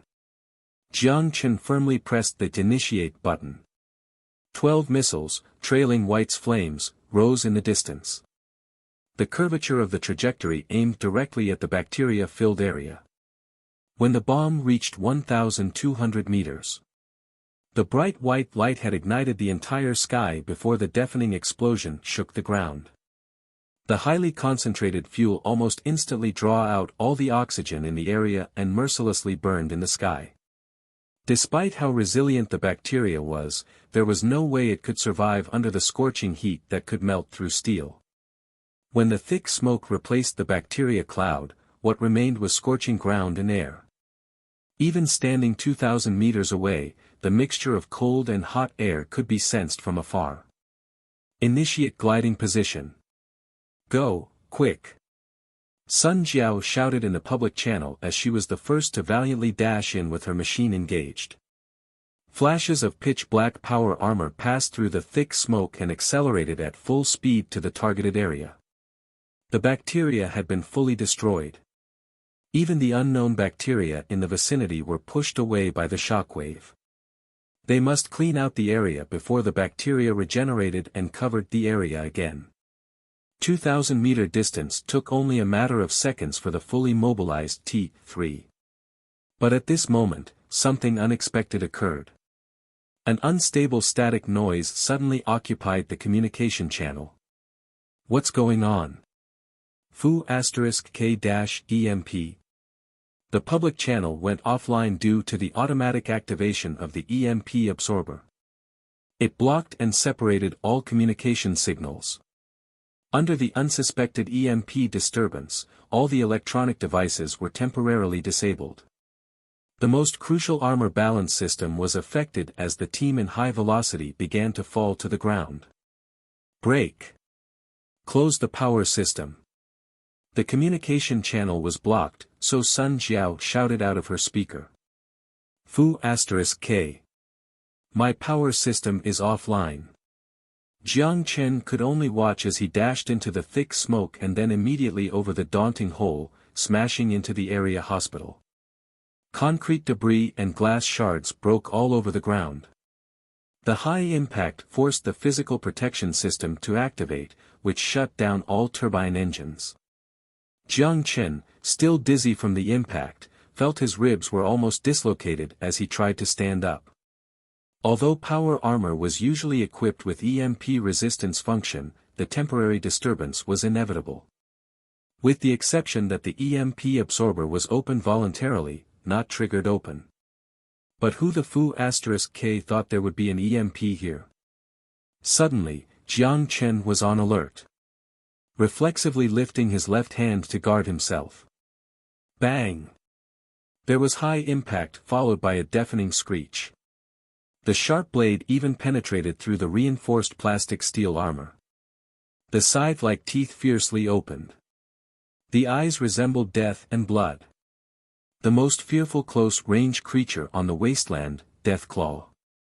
It scared Jiang Chen enough to respond instantly by kicking at the Deathclaw's chest.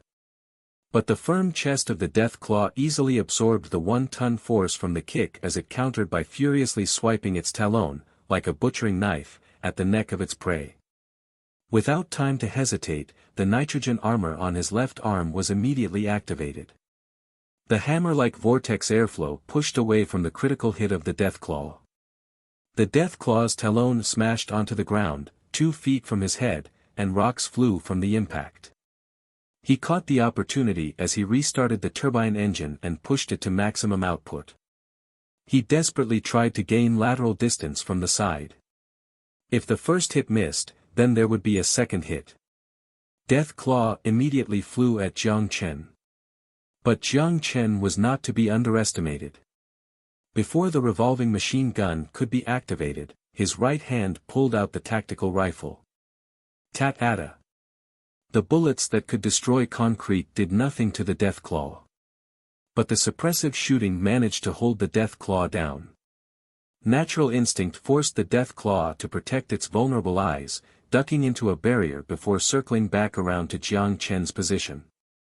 The clip was shot empty, there was no time to reload. Jiang Chen, finally regaining his balance, immediately dropped the tactical rifle in his hand and pulled out a dagger. Then he backed up against the wall. It was extremely unwise to go into close combat with a Deathclaw. Especially when he was against a wall with nowhere to retreat. But, seeing that Jiang Chen dropped the rifle, the Deathclaw grasped on the opportunity and dashed over. Its dagger-like claws were ready to rip through the prey's chest. But all of a sudden, the prey disappeared out of thin air. Deathclaw, unable to react, smashed right into the wall. Deathclaw's weakness is its spine with minimal armor and its eyes. In a blink, Jiang Chen returned to the same spot and stabbed the dagger into its back without hesitation. The blade penetrated deep inside the Deathclaw's back and chopped through its spine. The parts below the Deathclaw was paralyzed as it only let out a faint screech. With both hands on the dagger, Jiang Chen slashed down and cut open its back. Slash! Blood, meat, and organs spilled everywhere. But because it was an animal, it didn't make him sick. After killing the Deathclaw, Jiang Chen sat down and tried to catch his breath. His entire body was drenched in sweat. To use interdimensional travel twice put an unbelievable amount of stress on his body. The sharp nerve pain almost made him pass out. The entire fight happened within seconds, but he felt the threat of death twice. The turbine engine's homing noise became more visible. Through the thick smoke, Sun Jiao dashed to Jiang Chen and saw the Deathclaw's body. "Are you okay?" Sun Jiao quickly helped Jiang Chen up and opened her mask, her voice trembling. "Ahem, I am still alive, aren't I? I just used that ability, the one you know, so I am a bit dizzy." Jiang Chen weakly smiled. Being hugged through the armor did not feel good at all. "You scared me to death." Who would have thought there would be an EMP? Wait, why was there an EMP? And how did the Death Claw peacefully interact with the zombies? Jiang Chen suddenly realized the oddity as questions began to burst out. Death Claw, with every part of its body designed for killing, had no allies except for its species in the apocalypse. Every other creature was their prey, including zombies. In fact, the slow-moving zombies were their primary food source. Normally, the mutant's natural immunity was enough to go against the zombie bacteria, which is unlike humans who still required vaccines to enhance their body's functions. Perhaps we can only find out once we go in. A massive wave of zombies is surrounding us. Seems like they are trying to get reinforcements here. Sun Jiao looked perplexedly at the daunting hole outside of the area hospital. Orange flame sparked from the hole. Following it were periodic explosions. Jiang Chen used all of his energy to stand up and pick up his tactical rifle from the ground. He then reloaded and attached it to his waist. He opened the life detection device and adjusted it to maximum capability. The dense red dots were closing in on their defense line. You take the other 8 power-armored soldiers to defend here. I'll go in. No. You're crazy. Do you know what's inside? Sun Jiao shouted. I can escape any time in there. But you can't. Jiang Chen looked seriously into Sun Jiao's eyes. Trust me, if I say I can come back, I will be able to return. With the ability of the interdimensional bracelet, as long as it was not a one-hit kill, he would be able to escape from any danger. But this was obviously not the case for Sun Jiao. Despite her wealth of combat experience and strong combat power, she was still human after all. Especially this time, the situation was completely unknown. Maybe the 6th Street Force could use its massive power to fill the hole with human lives, but Jiang Chen didn't have the privilege. Even losing just one single power armor would be an insurmountable loss for the Fishbone base because Jiang Chen won't be able to acquire such a dominant force again. At least not for the time being. Even if Xiao Qinwu wanted to help him, he wouldn't dare to. Since it was already unreasonable for him to have lost 10 power armors, for him to lose a few more, even Reta *DS would suspect he broke the rules by selling prohibited weapons. Especially the production quantity for these were low to begin with. So he had to go alone. Before he left, he already considered this possibility. Sun Jiao's lips trembled as she locked her eyes on Jiang Chen. We don't have time to waste. Help me defend the area for the next 2 hours. If I don't come out, then this mission has failed. Although disappointing, you must give up on the survivors. Use the power armor's ability, jump between the buildings, and escape. Sun Jiao grabbed Jiang Chen's power armor collar and put his face in front of hers as she said ferociously. I won't go, and I mean it. Don't be like this. I said that this is not threatening to me. Jiang Chen forced a smile as he looked into Sun Jiao's fierce eyes, locking onto them. Even if the power armor was almost destroyed, he could escape to the other world and then put the power armor into the storage dimension to avoid any suspicion. Then would you be able to come out? Would you be able to return to this world? You. The gorgeous face became twisted due to her sadness. Her distraught shocked Jiang Chen. True. Even if I escape, the next time he came back it would be in the same spot. The modern world would not have any place to fix the power armor. Without the power armor, once the bacteria reoccupy this space. It would mean death if he came back. But he was already here, would he just go back now? He was not willing. If the bacteria concentration continued to get worse, the Fishbone base would be uninhabitable. If they left, that means months of effort would go down the drain. *K, I'll risk it. He had no time to hesitate. He made up his mind, took a deep breath, and looked straight into Sun Jiao's shaking eyes. I promise I will be back. Give me 2 hours. But. Be good. Jiang Chen smiled as he patted her helmet to comfort her. I will not give this place up. He promised in silence. Then, he let go of the still stunned Sun Jiao. Defend the entrance for me. Once the 2-hour limit is up, evade into the building to hide. Right now, it is still daytime. Once the bacteria source is destroyed, the zombies should stop. Trust me. I can do it. He turned around. Slowly inhaling, Jiang Chen looked at the dark pit and jumped down. True height, 240 meters, initiating shock absorber. The turbine engine began to fire downwards as Jiang Chen stared at the speed monitor. Only when the downward velocity decreased and stabilized to 10 meters per second did he stop increasing the power output. The pitch-black hole extended vertically down into the ground. The blue engine flame, lighting up the surrounding, revealed a metallic wall. It seemed like this was the entrance to a secret facility, but the door showed something had already stricken through. He took a deep breath as he began to check the power armor's equipment. EMP absorber initiated. Weapon system, functional. Left armor, minor damage, this shouldn't be a problem. Communication, still offline. As both feet landed on the ground, Jiang Chen closed the engine and then immediately fired out a sticky luminescent bomb that completely lit up the dark space. Oxygen concentration relatively low. The radiation level is nearly zero. The bacterias need to be in a low oxygen environment to reproduce. No wonder the bacteria outside didn't seem to reproduce. Jiang Chen suddenly remembered something from a long time ago. Knowledge he almost gave back to the bald teacher. When the cell is dividing, the DNA is in its most unstable condition, so it requires a radiation-free environment. Yes, speaking of this, the zombie bacteria seems to be a mutated version of the radiation-eliminating bacteria. Jiang Chen recollected the information he gathered from the very first building he landed in the apocalypse. That's exactly it.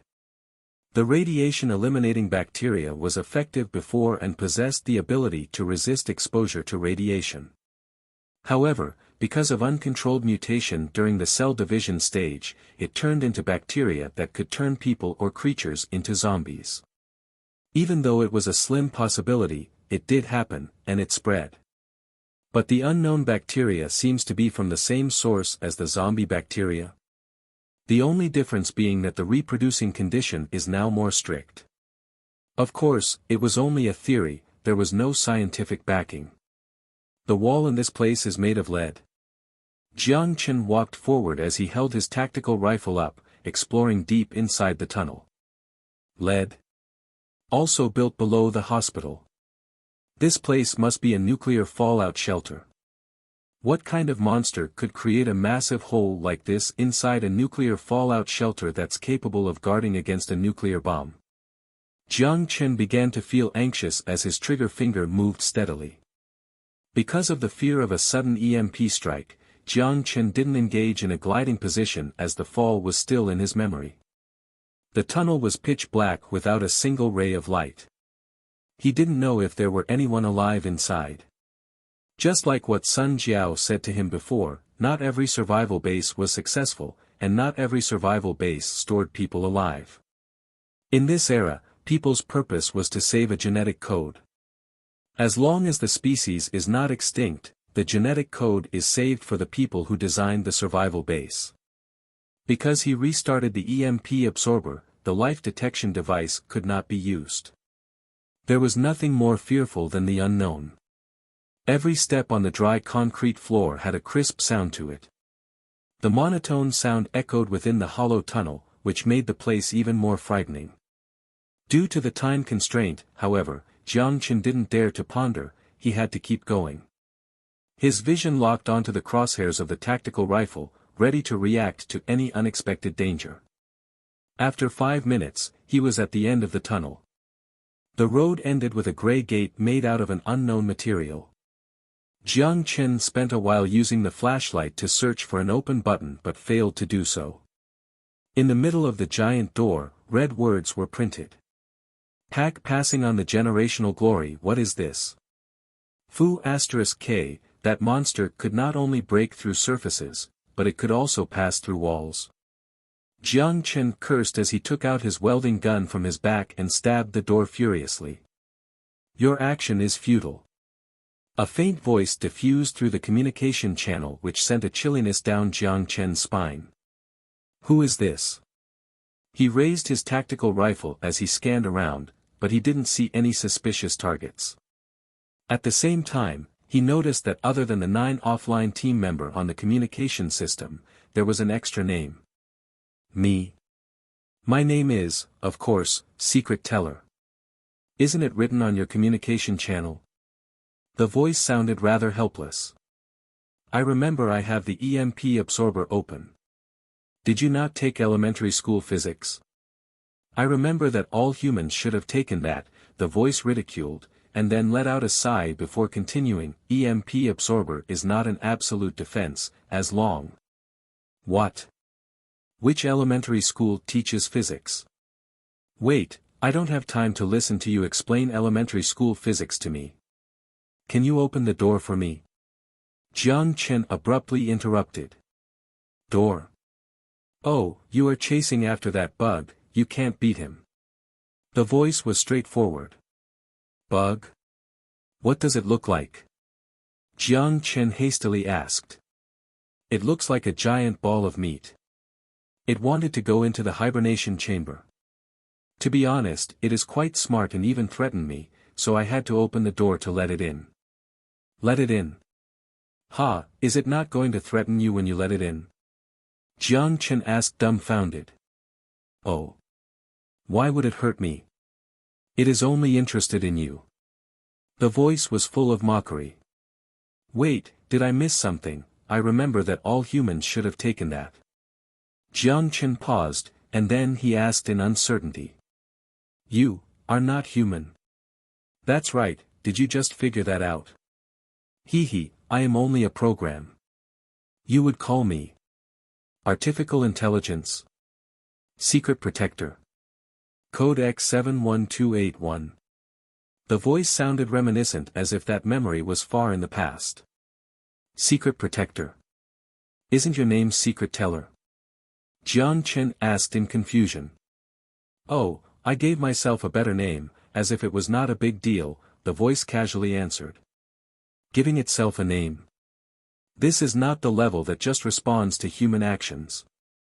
Just like Little White will never change a user's setting. It seems like this is intermediate artificial intelligence. No, it might be advanced. Are you going to go in or not? The voice sounded like it was yawning. You are going to let me in. Jiang Chen was at a loss. Of course, I am the secret teller right now, I feel like it would be more interesting if I let you in. Interesting? Fu*K, no, I can't Fu*K it.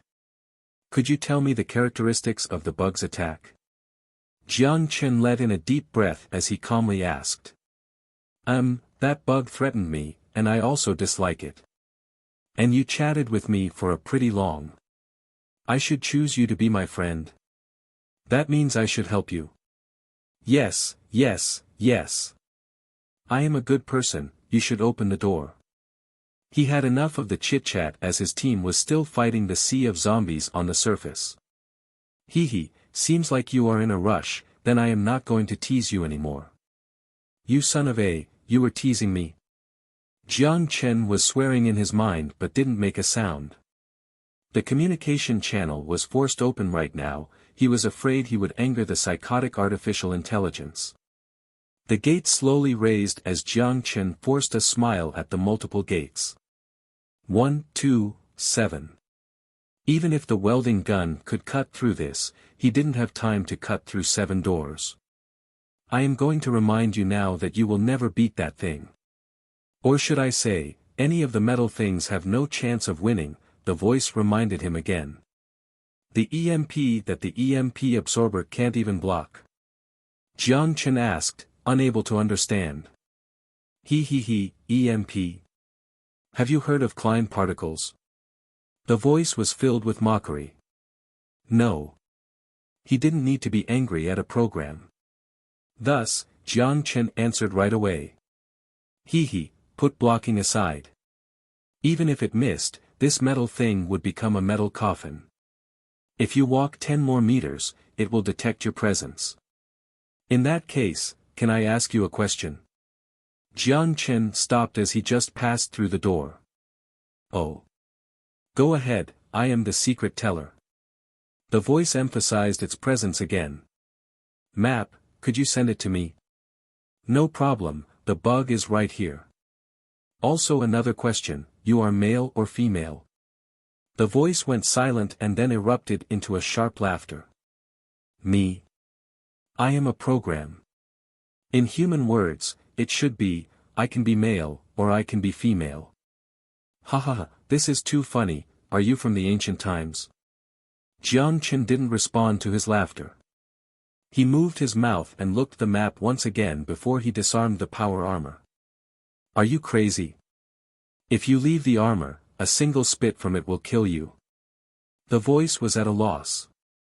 Jiang Chen ignored the machine with too many words as he separated himself from the power armor. Then, he quickly took out the protective suit from the storage behind the power armor and put it on. The oxygen level was low inside, but the fortunate thing was that there was an oxygen tank attached to the protective suit. After leaving the power armor, the annoying voice naturally disappeared. Since the power armor was useless anyways, it would be better to leave it here. As to spit, it'll be easier to dodge than the particle ray. Though just in case, he also threw any electronic device, like an EP, into the storage dimension. Jiang Chen inputted the password as he took a cylinder the size of a Coke can from the waist of the power armor. It was the backup fuel rod. These high-energy fuel rods were refined from 1,000 crystals. The explosive power and energy supply were tremendous. Let daddy blow you into pieces. Fire flashed out of Jiang Chen's eyes. What if I don't have power armor? I don't believe the fuel rod that could blow up half a street can't kill you. He attached the fuel rod to his waist and wielded his PK-2000 before quickly moving towards the target's location. He crossed the wide-open gate. The hall looked rather listless as sticky watermarks seemed to be the trail left by the bug. He didn't stop as he followed the map in his memory and flashed to the hallway on the side. The gray wall had cold lamp lights installed. He carefully carried the rifle and locked his eyes on the door at the end of the hallway. Ignite the energy rod, and then immediately hide in the modern world. The password activation system needs 3 seconds, he only needs to last 3 minutes.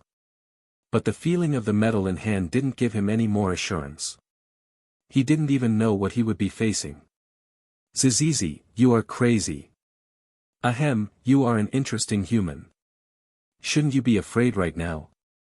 Yes, you must be afraid. Can you tell me how the afraid you are not running away?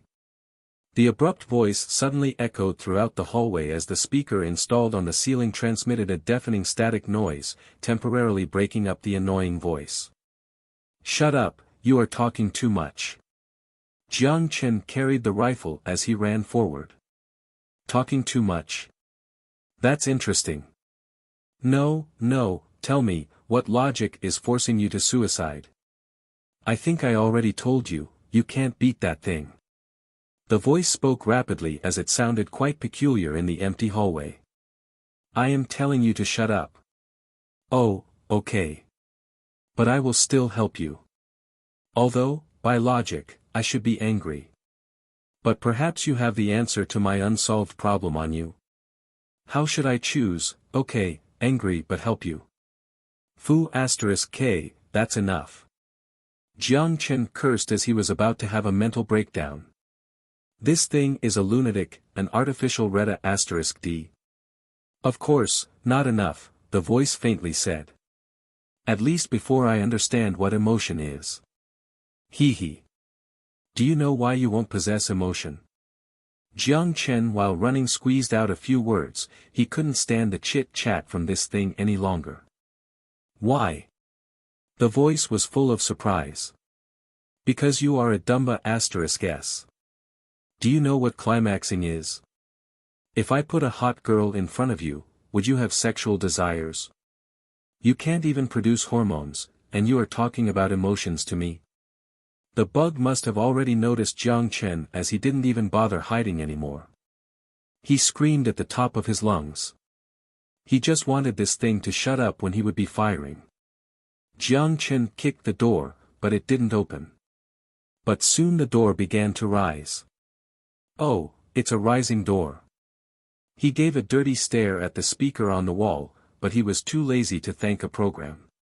He carried his rifle and dashed in, leaving the secret teller murmuring to itself. Climax. Hormones. Wait. Because I have to get rid of these annoying hormones and use pure logic to meet the conditions of emotions, that's why I needed to evolve into advanced artificial intelligence. But if it was like what he said, if I don't have hormones, I won't feel happiness. Then wouldn't it be a paradox to acquire emotions without the physical body? The hollow electronic voice sounded even more strange inside the empty hallway. The cicada's sound orchestrated a symphony known as summer. The shadow of the thick woods and the rustling of the leaves along with the breeze that occasionally swept the steel and concrete forest revealed a mysterious scent and coolness. It belonged to a person. The white dress billowed like a lily at dawn, resembling the bloom of first love. The quiet, serene face perpetually drawn to the paperback novel, sometimes delighted, at other times sorrowful. So jealous. If only I were that book. Yo, Jiang Chen, you're drooling. Zhao Peng approached Jiang Chen as he bumped into him with a smirk. Go away. Jiang Chen glanced at him and slightly shifted his body sideways, lying on the table to sleep. As though he was inadvertently facing that direction. Ahem, if you like Yao Tingting then you should go ask her out. Woo! Jiang Chen immediately jumped up and covered the mouth of his good friend. Do you want to die? Jiang Chen twisted Zhao Peng's neck as he growled at Zhao Peng in a hushed voice, his face red.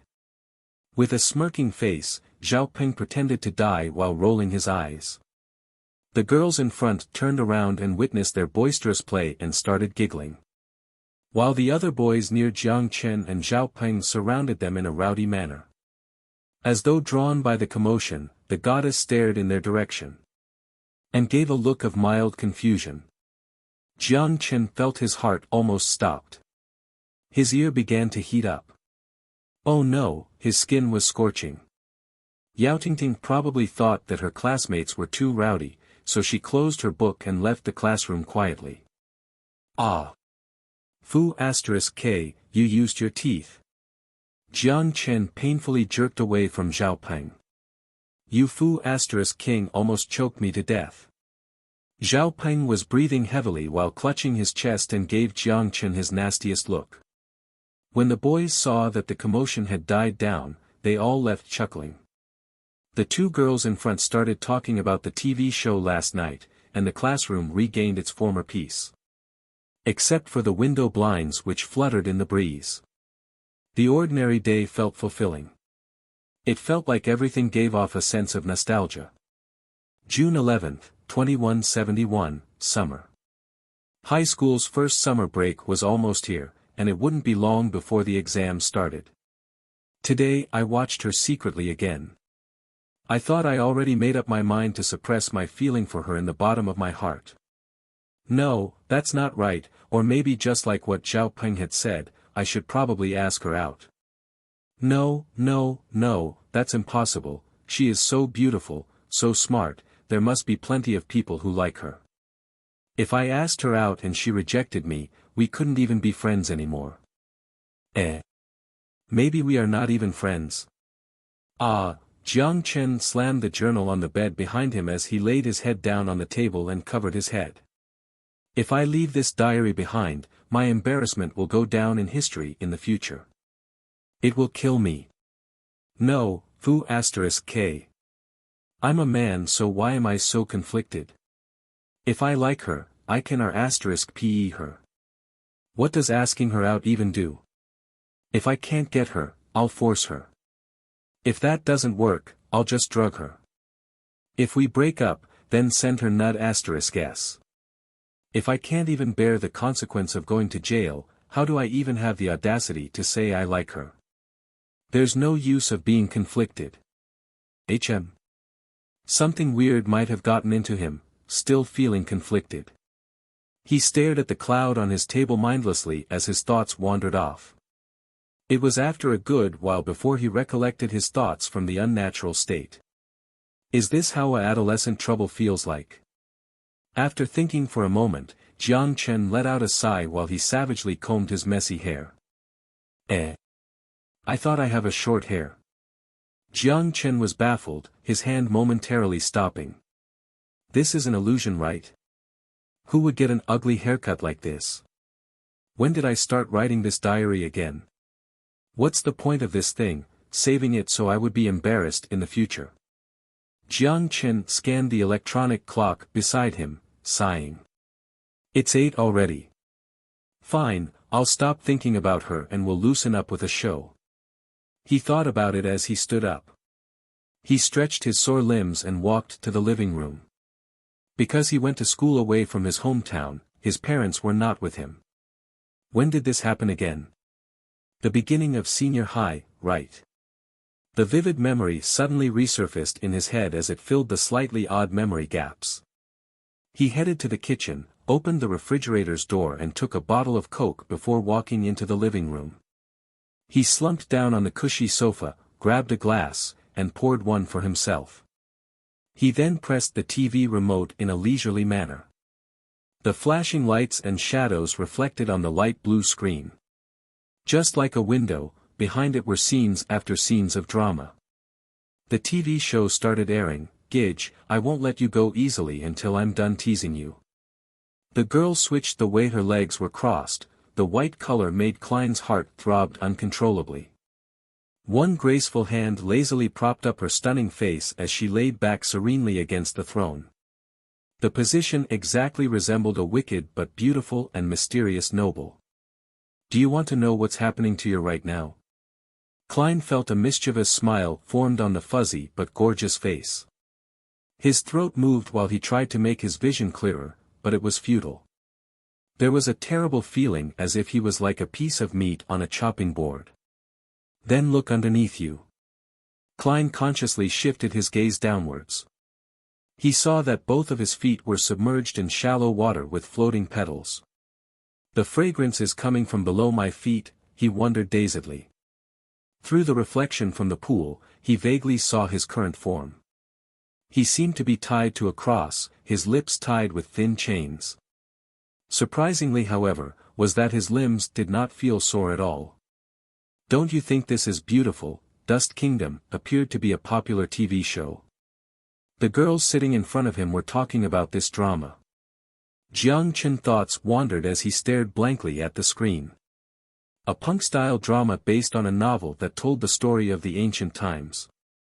Surprisingly, these types of show were remarkably popular. Under the augmented reality effect, it felt as though he was at the scene itself. In retrospect, the scenes were rather intense. Was it really okay to be broadcasted on public TV? For some reason, Jiang Chen did not appear to be interested at all. He merely zoned out mindlessly, and he even had the urge to yawn. This Klein guy should be bitten by the vampire next. He probably wouldn't die, because, wait, why does the plot look so familiar? Shameless plagiarist, Jiang Chen cursed in his mind as he gulped down a sip of Coke, his eyebrows began to frown. Do I like to drink Coke? He subconsciously grabbed a bottle from the fridge just like before. As soon as the words left his mouth, he realized the question was dumb. The plot continued on the screen. Of course, Klein didn't die, the vampire only sucked some blood from his body. Klein was taken away by the vampire's maid, and the drama then began to show the post-credits. That's right, if the main character died, how would the story continue? Jiang Chen turned the TV off and glanced at the clock. It's this late already. Time to hit the sack, he thought as he walked to the bedroom. With the journal on his bed, he hesitated for a moment before sighing. I should just rip this out. If other people see this embarrassing journal, I would be better off dead. Jiang Chen smiled wryly and picked up the diary. He ripped the pages off, crumpled them into a ball and tossed them into bin. From the binding of the diary, there were a lot of torn pages. It was not the first time he erased the embarrassing history. He threw the diary on the table as he flung himself onto the bed. Jiang Chen shoved his muddled head on the pillow. He fluffed the pillow for a bit before he let out a long breath. That's it for today. Tomorrow, I'll try asking her out. Even if I get rejected, at least I won't regret it. Just like this, the teen in puberty, anxious and full of hope, drifted into sleep. The cold letters silently jumped on the digital clock on the table. 11:59, 12 o'clock. The green light on the side of the clock flashed almost unobtrusively. As though premeditated, the wind flipped the journal open on the table. A soft sound rang. Roused by the alarm clock, Jiang Chen rubbed his sleepy eyes as he climbed out of bed. He slept on his stomach and didn't change clothes last night, making his body felt a bit uncomfortable. After a brief wash, he habitually touched his chin without beard and left the bathroom. He changed into clean clothes, wore his sneakers and laced it up. When he was about to leave, he remembered there was something he forgot to bring, so he went back to his bedroom to retrieve it. Inside the drawer were 2 movie tickets and the premiere was scheduled to air tomorrow. Tomorrow would also be a holiday in celebration of the founding of PAC, thus making it a legal holiday. It's also a good opportunity to go on a date. Jiang Chen drew a breath as he grabbed the movie tickets hastily. He already procrastinated enough by asking the goddess to go and see a movie to the very last day, and if this continued, he's afraid he wouldn't be able to summon enough courage in his entire life. It was Zhao Peng, his good friend, who gave him the tickets and said, "If you don't ask her out now, where are you going to cry if someone else dates her?" Then he encouraged Jiang Chen to work out the courage to chase after Yao Tingting. Zhao Peng, despite being reckless most of the time, was a great friend during these times. Thinking of this, a smile broke on Jiang Chen's face. His relationship between him and his friend had always been good. "So, when was the first time I met this guy?" He wavered for a moment but quickly threw the boring question out of his mind. "Whatever, it's okay if I don't remember, it's not a big deal anyway." Jiang Chen closed the door behind him before heading out. The sky was particularly clear in Wanghai City. Although the barrier dome in the sky slightly obstructed the view, it was nevertheless a holy barrier system, the barrier that protected the city from HPMW or other aerial weapons. The international situation was beginning to get more strained as the conflict between NATO and PAC intensified. Even in the city that never experienced the ravage of war, it was embroiled in the shadow of conflict. But what of it? Life must still go on. Just like Jiang Chen had to go to school, his neighbor had to go to work. Just like the conflict many years ago, people believed that both parties would eventually settle down. The scarcity of resources, geopolitical conflicts with ZZ, but there would always be ways to solve the conflict. Jiang Chen greeted the neighbor as he walked downstairs, yawning. There was a cleaning android at the front door. Jiang Chen would see it every time he came down. Oddly, when Jiang Chen put one foot on the ground, the robot suddenly looked at him. Jiang Chen looked at the robot bemusedly.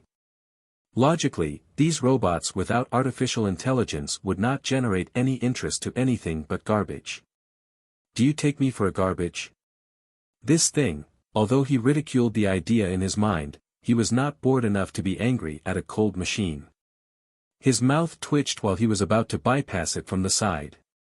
Suddenly, a creepy vision crept into his mind. Jiang Chen slightly turned around to look at the robot, but the robot's vision continued to follow him. Staring straight into his eyes. The bulb-shaped eyes, the emotionless expression and the cold and stiff vision. The robot looked away abruptly and stopped moving as if it malfunctioned. "This is so weird." Jiang Chen touched his forehead in disdain and hurriedly left in quick strides. Was he scared by a cleaning robot?